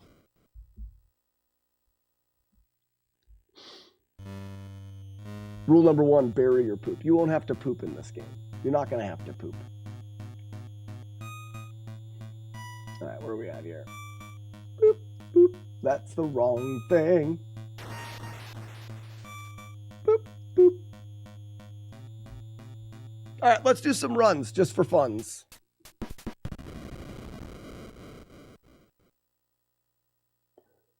Early access starter pack. What do we starter pack before? Have a non-player character follow you at the time, claiming to be your wife and asking when you're coming home. So as far as like storyline, you could definitely have, like, think about Skyrim where you can have followers. You can join hiking groups. Like, you can have people join your group. That could be like someone that helps you out. That would be fun. That's definitely a later game thing and not something I'm thinking about.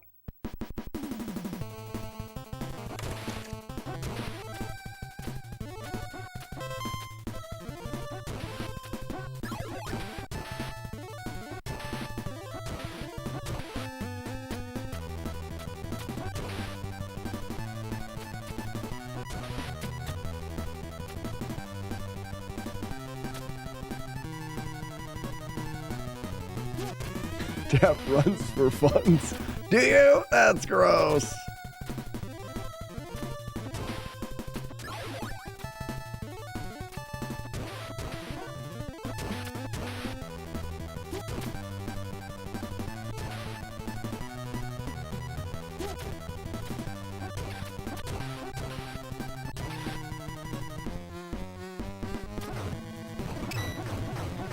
Quite like the concept of your game for sure. I always love to see other people try out platformers with more in-depth ideas.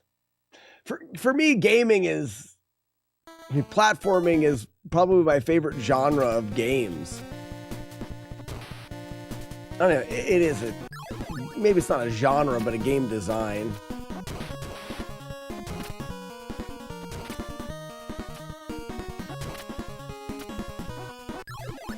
And I think it's fun to take those things that I like about the games that I really like. Like, I could see adding in some aspects of Skyrim. So, like, maybe you have a gear room. One of the things that I want to do, oops, doing it wrong. One of the things that I want to do, that was a good one there. One of the things that I want to do is I want to have it where it has a, you're going to be able to choose levels like you can in Mega Man. Because in hiking and through hiking the Appalachian Trail, there are 14 states. So you can and each state will have its own level.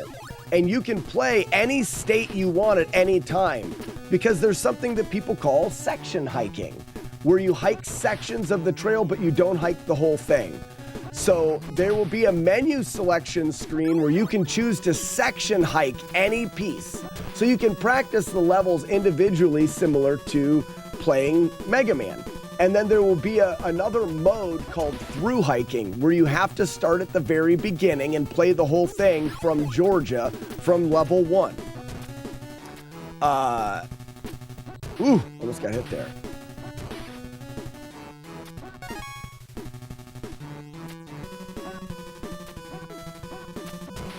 So, I could have something that in between hikes, you can return to your gear room where you can store your gear and things like that.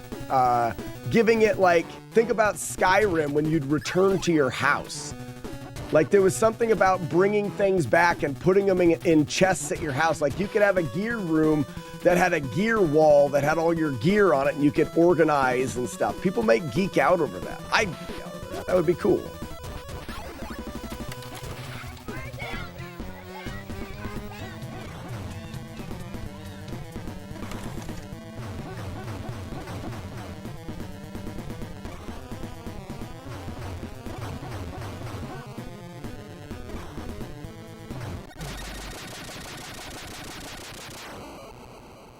Are you the final boss at the end of the AT?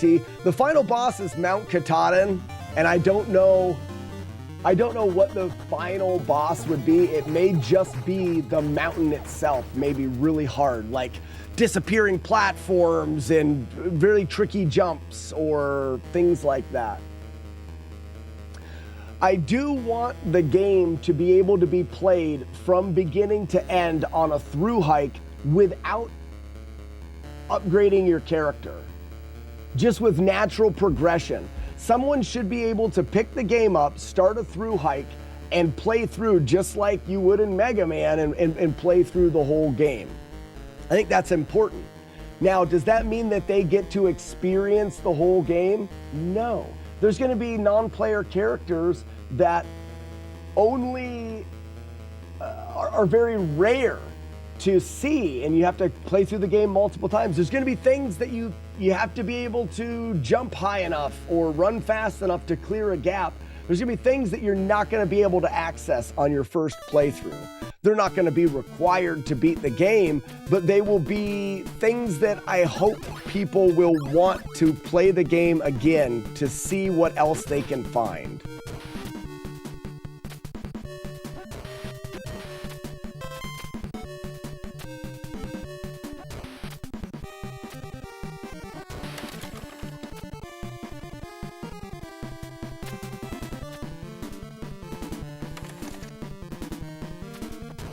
I forgot where I was.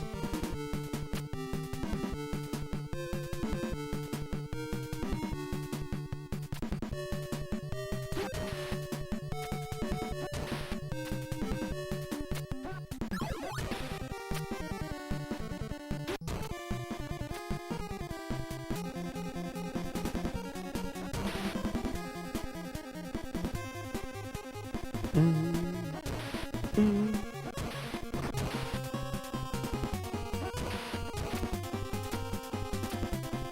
right, let's go. This is a bit tricky.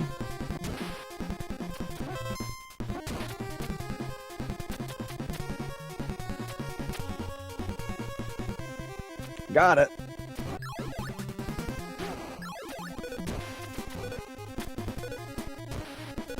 Very nice.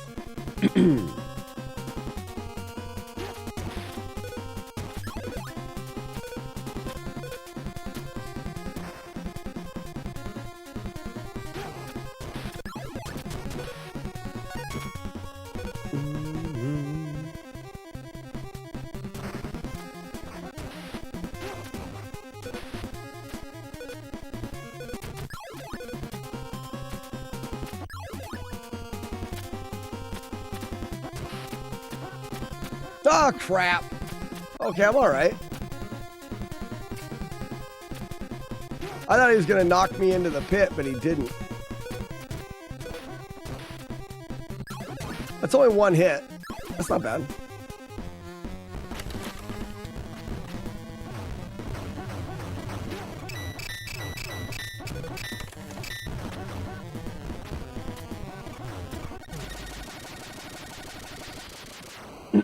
Big face in the mountain spitting rocks at you? Absolutely.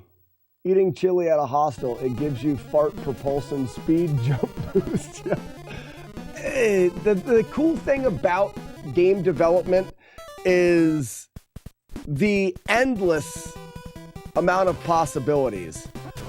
The hard thing about game development is the endless amount of possibilities. And the fact that you can get so caught up in the fact that you can do anything that you end up not finishing or getting the project to where you want it to be. So I want to be conscious of that. There we go. We're going to jump right there. Wait for him, go. I always miss that platform. We're going to wait until we start moving backwards. There it is. Oh, I got it. I waited too long. So that's very odd. Maybe I shouldn't use the platform as the... maybe I shouldn't use the platform moving, but more the guy in front of me. Because really the problem is I got to have that guy in front of me so that my shuriken kills him.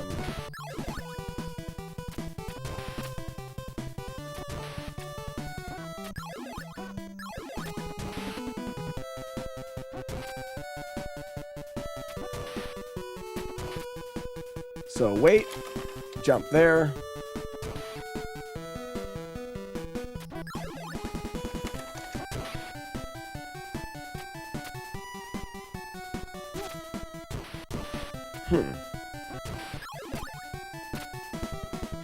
Probably want to look at that one more time.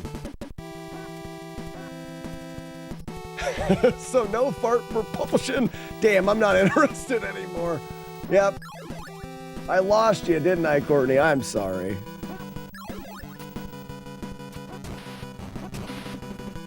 You're gonna shit, Courtney, when I put fart propulsion in there just for you.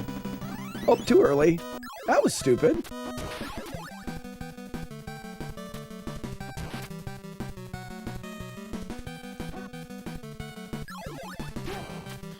So the death and 2 hits. So the, whoops, we need 3 hits on the... 3 hits on Master Clean there.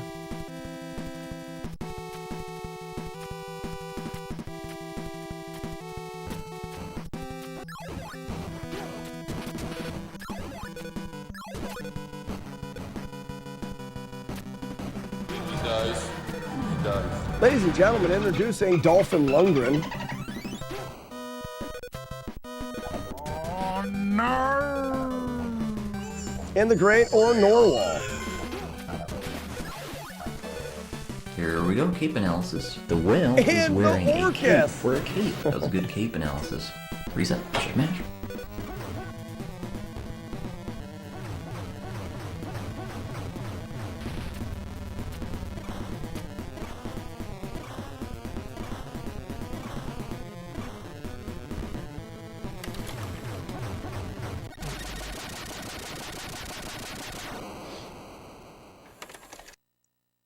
How many is that? Yeah, we got 3 hits.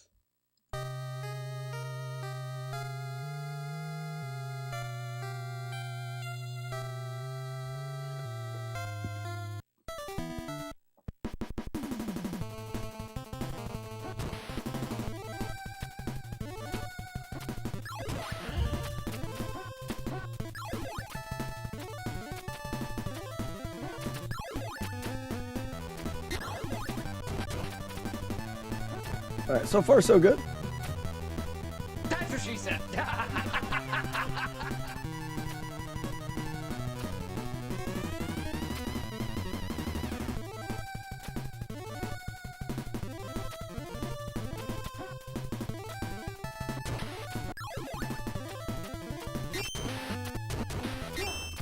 Why?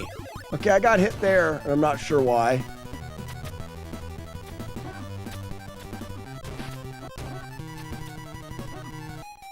I want to start that whole thing over.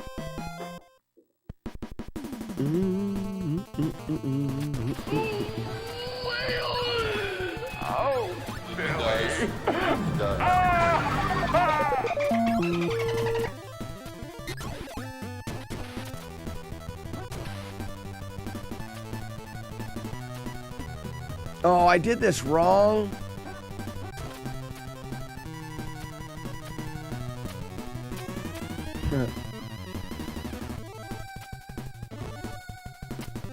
I'm gonna keep it, guys, because I don't care about that. I want to go back to this spot. See the 2 swings there? Okay, so it's not the input reader. I got 2 swings there, and I'm not sure why. So I'm save stating it here because we're back to practice now. Okay, I need to wait where I am.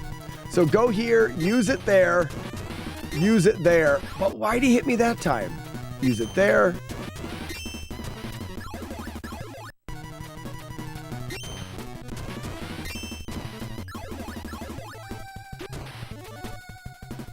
Oh, and I throw at the end of that. Okay, so there. I got hit. Why? So earlier. There. Jump and throw. Oh, throw first though. Crap. Okay. There. Throw. Jump and throw. Jump and throw. Go.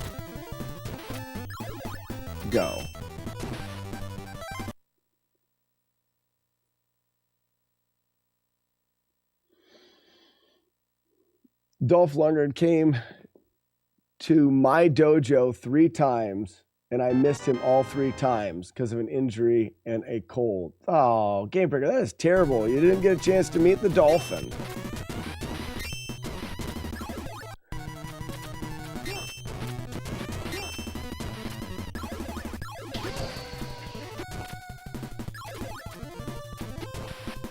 Nah, so boom, and boom, jump, got it, throw, jump, throw, jump, throw. There it is. Okay, I like it. I like it. Oops, don't like that much. Just a miss swing.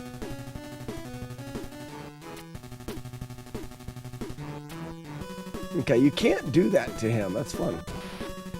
Like this guy here, you can jump and stab him if you're jumping before he throws his laser. The other guy, you can't.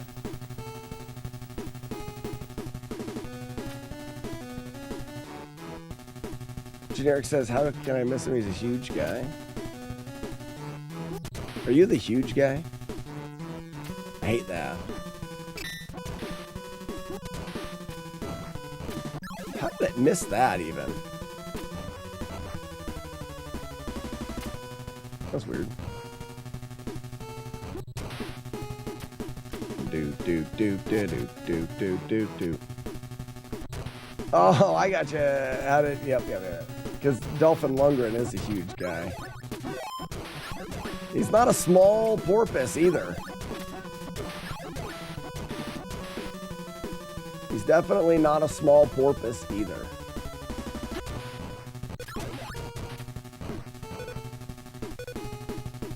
Doobie doobie doobie doobie doos.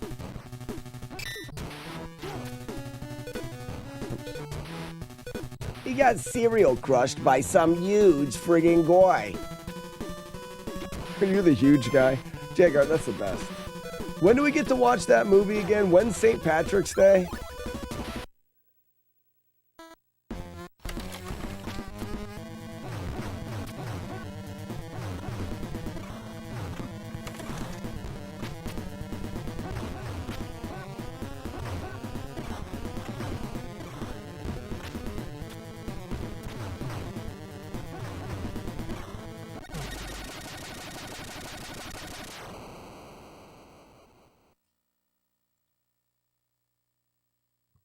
Really?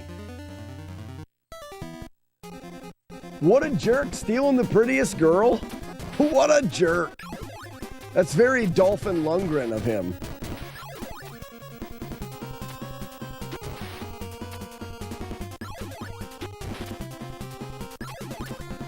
Very Dolphin Lundgren of him.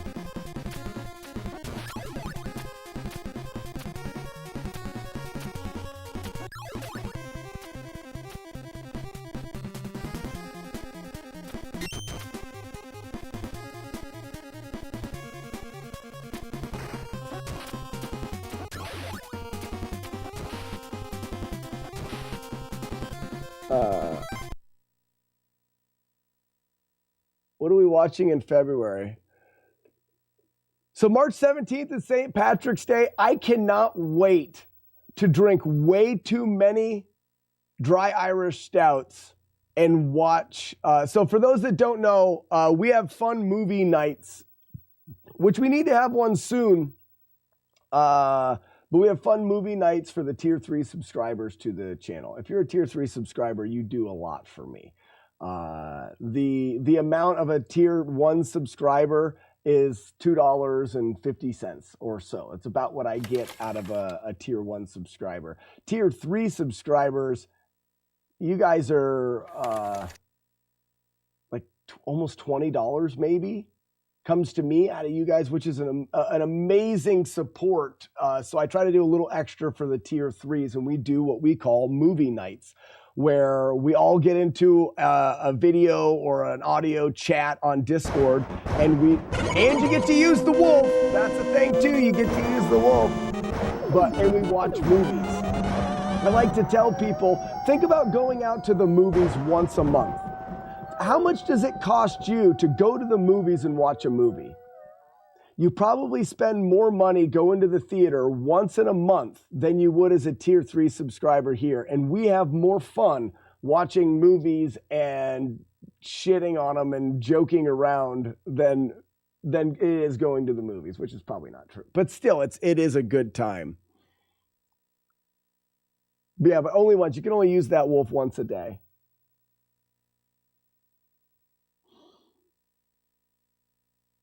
Yeah, so for St. Patrick's Day, we watched Boondock Saints 1 and 2.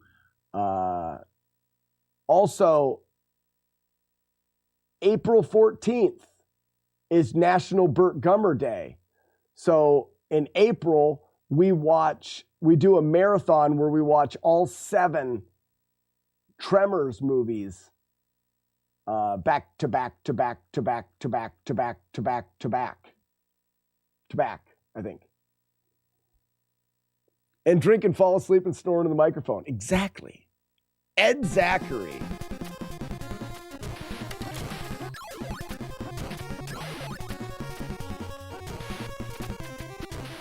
Oh, I didn't want to. Well, I guess I can throw that there, can't I? I've got enough Nymphonics. Oh yeah, look at this new. Oh no, I don't want to throw it there because I'm one Nymphonic short, which doesn't really matter. I just come up to here, and then I just can't do that yet. I have to do it there.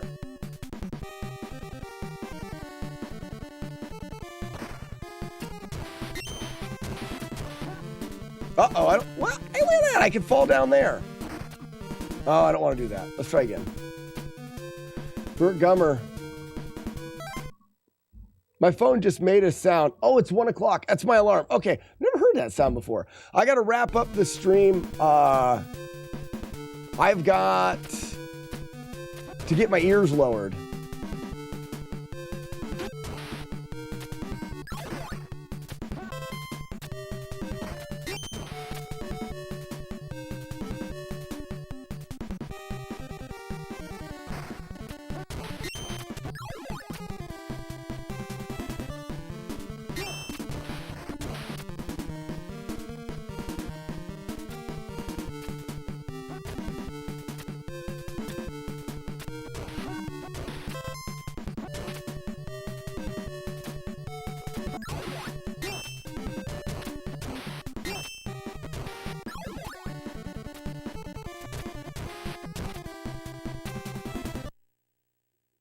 Getting all your hairs cut. I'm gonna get a bunch of them cut.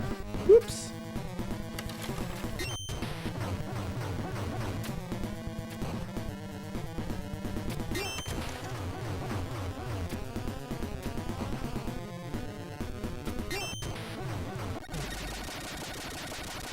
Just buzz with a number 3 anymore. I'm almost there, Weevil of Doom. I'm almost there. What could we do for February? What is a February themed movie thing? All right, let's see if this works better now. So stab there, jump, stab, low stab, backflip, jump, stab, jump, jump, get pretty close, throw it there, get him, stab it. Okay, so we've kind of missed that, but that's fine enough. It's not going to be perfect. I'm all for watching The Princess Bride, but I don't know what that has to do with February.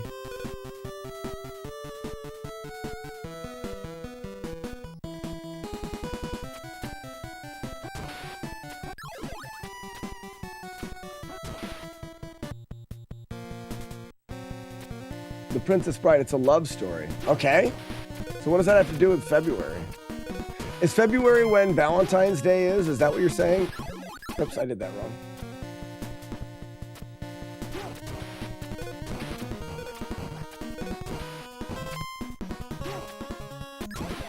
And don't be like, he doesn't know what Valentine's Day is, you turd. Don't be like that. How am I supposed to know?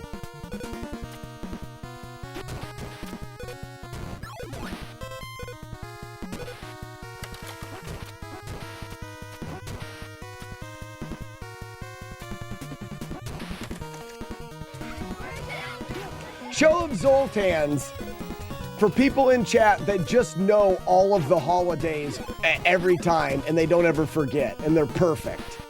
Show of Zoltans if you're perfect and you just know of everything all of the time. I never said I forgot a Valentine's Day. Never said that.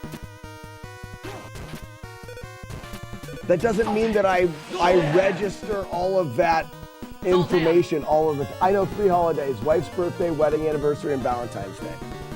I know them, I don't miss them, but I don't, in the off season, I don't think about February. I don't take February and connect it to Valentine's Day. Before Valentine's Day, I probably gonna run out of time now. Before Valentine's Day, I'm almost guaranteed that somebody is gonna remind me of it.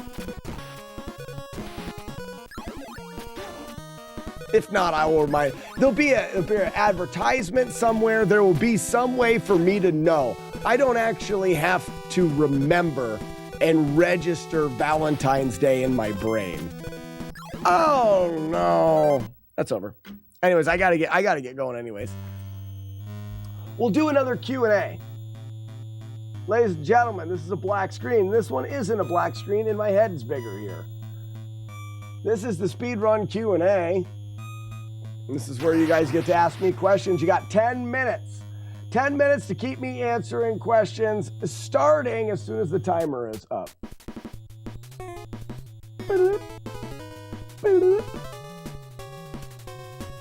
Now,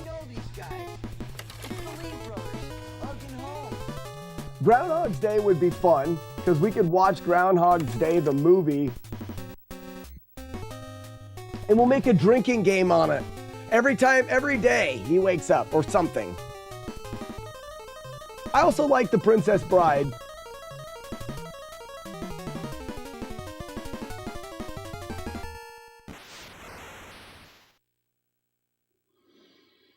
What is for lunch today? Breakfast casserole wrapped in making a breakfast burrito. So we had a breakfast casserole, so eggs and some pepper jack cheese, green peppers and onions and sausage. I'm gonna take that and wrap it in a tortilla. What is the most underrated holiday and why? Underrated holiday? I think they're all overrated, so there isn't one. You prefer summer or winter? I prefer summer to winter. Princess Bride and Groundhog's Day?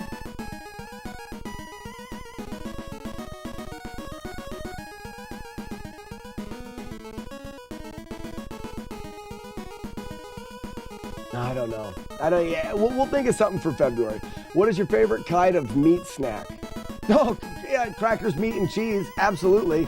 Yeah, chartisserie. Yeah, chartists. Chartisserie board. I know that's wrong. I don't care. What is the order from most annoying? Warlord Zen, Matt D, and Jodosh. Warlord Zen is the most annoying for sure. He actually tries to be annoying. Matt D kind of tries, but he's too nice. He's from Canada. He's too nice to really be annoying. And Jodosh, I don't know if you're not trying, but you are the least annoying for sure. What is your favorite hot sauce? One of the most delicious was the armadillo sauce. What was it called? Weeblo of Doom? Oh, it was good. It was good. I think it's the armadillo. It's not hot enough, but like if you ask me for a hot sauce, it used to be sriracha, but the Secret Aardvark armadillo sauce. You got it. You knew what I was talking about. It's the Secret Aardvark, and I called it the armadillo sauce. But yeah, Secret Aardvark sauce. That is just my go-to.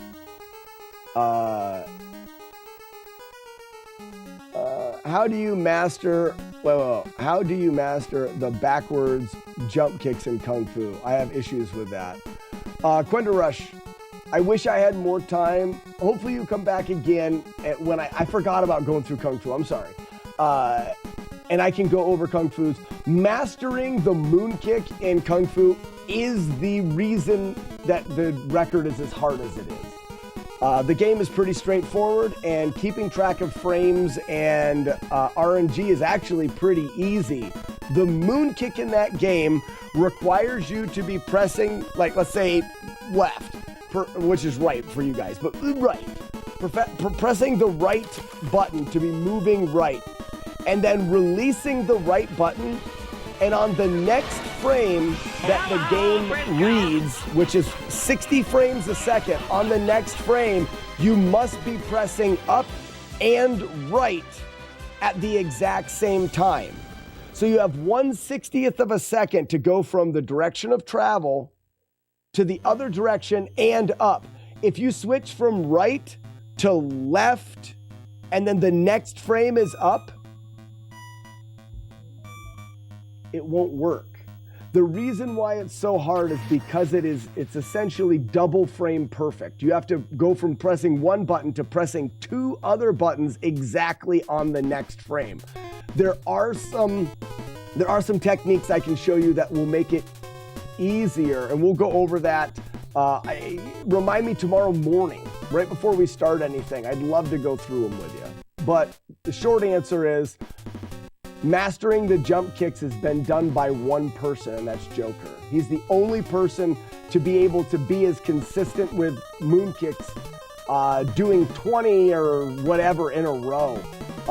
Even myself, I'm about 60%. 60% is the best I've been able to do with moon kicks.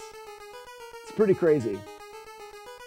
What is the longest cooking you've ever done? Longest cooking you've ever done? I cooked a really big pig one time. It took 12 hours. We do a whole pig roast every year. Those are probably the longest cooking. If you could replace every meal with a charcuterie board, would you? I wouldn't, because I like different kinds of food. If I had to replace every meal with one single meal, I would probably do that, yes. If I had to choose only one meal, it would be a meat and cheese and crackers tray arrangement because of the variety and what you can do with it. What is the largest cookie you've ever eaten? Probably like that.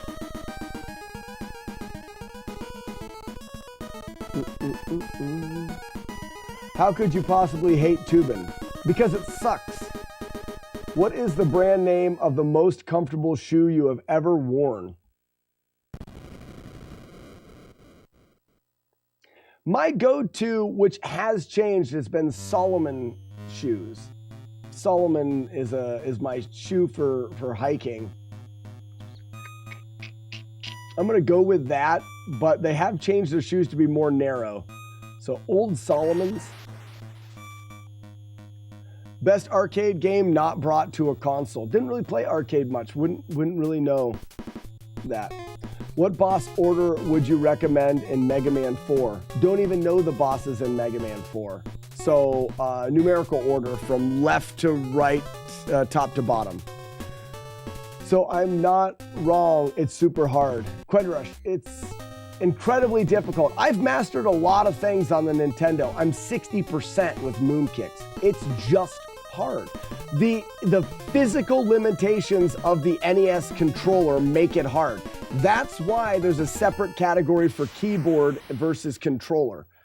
Keyboard is, if you want to be very good at it, play on a keyboard, but you'll be in a different category. Why is the stream ending in an hour?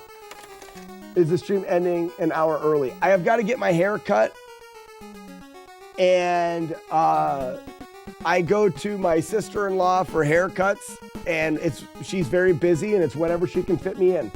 So she could fit me in today, and I'm gonna go there because that's when it works. Do dogs have a soul? I don't know. Do you like your...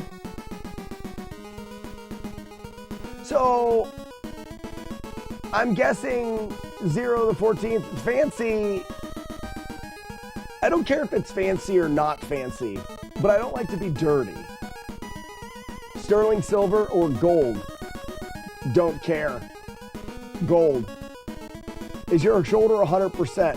No, the shoulder feels really good. The skin is still really sore. That's why I don't have jumps. I don't want to move really fast and stuff. I don't want to tear the incision open. Yes, definitely salts to sweets. More annoying, snow or hail? Snow's more annoying because hail is less common. Just sheer volume of how much snow you have to endure is worse than hail. How do you keep your brewery warm? I just have a little electric heater in here, and it's insulated very well. Best place to go on a first date? I went bowling. My wife and I went bowling on our first date. We will do it in January, I'm telling you. What is the condition to be finished Home Alone NES Flawless? What would the conditions be? I don't know. I've never played the game. Why does my neck hurt? Maybe you took a Viagra and it got caught in your throat. Now you have a stiff neck. I don't know.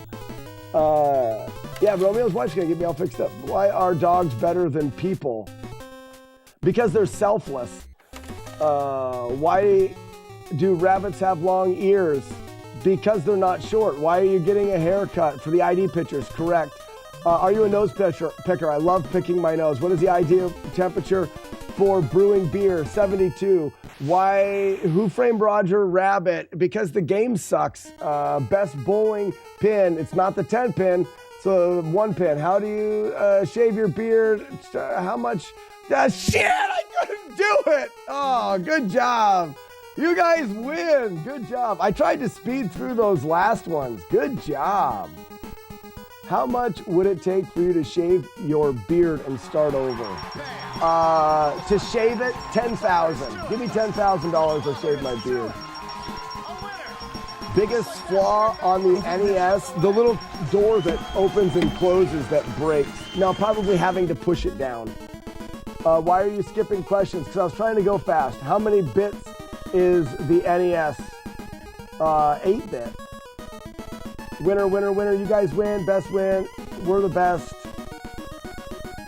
Some real shoddy answers in there. I was trying to go fast. That's why. One double dragon. All right. But I consider you like a You guys win. and like a son. Back boobs. Teacups. I don't know why he's playing the back boob song. All right, ladies and gentlemen, that's it. You suck. You suck. You suck. Back boobs. Back boobs. Back boobs.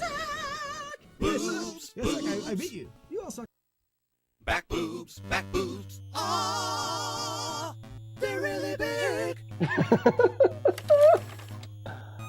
All right, ladies and gentlemen, until tomorrow. It looks like this is froze. 1 second.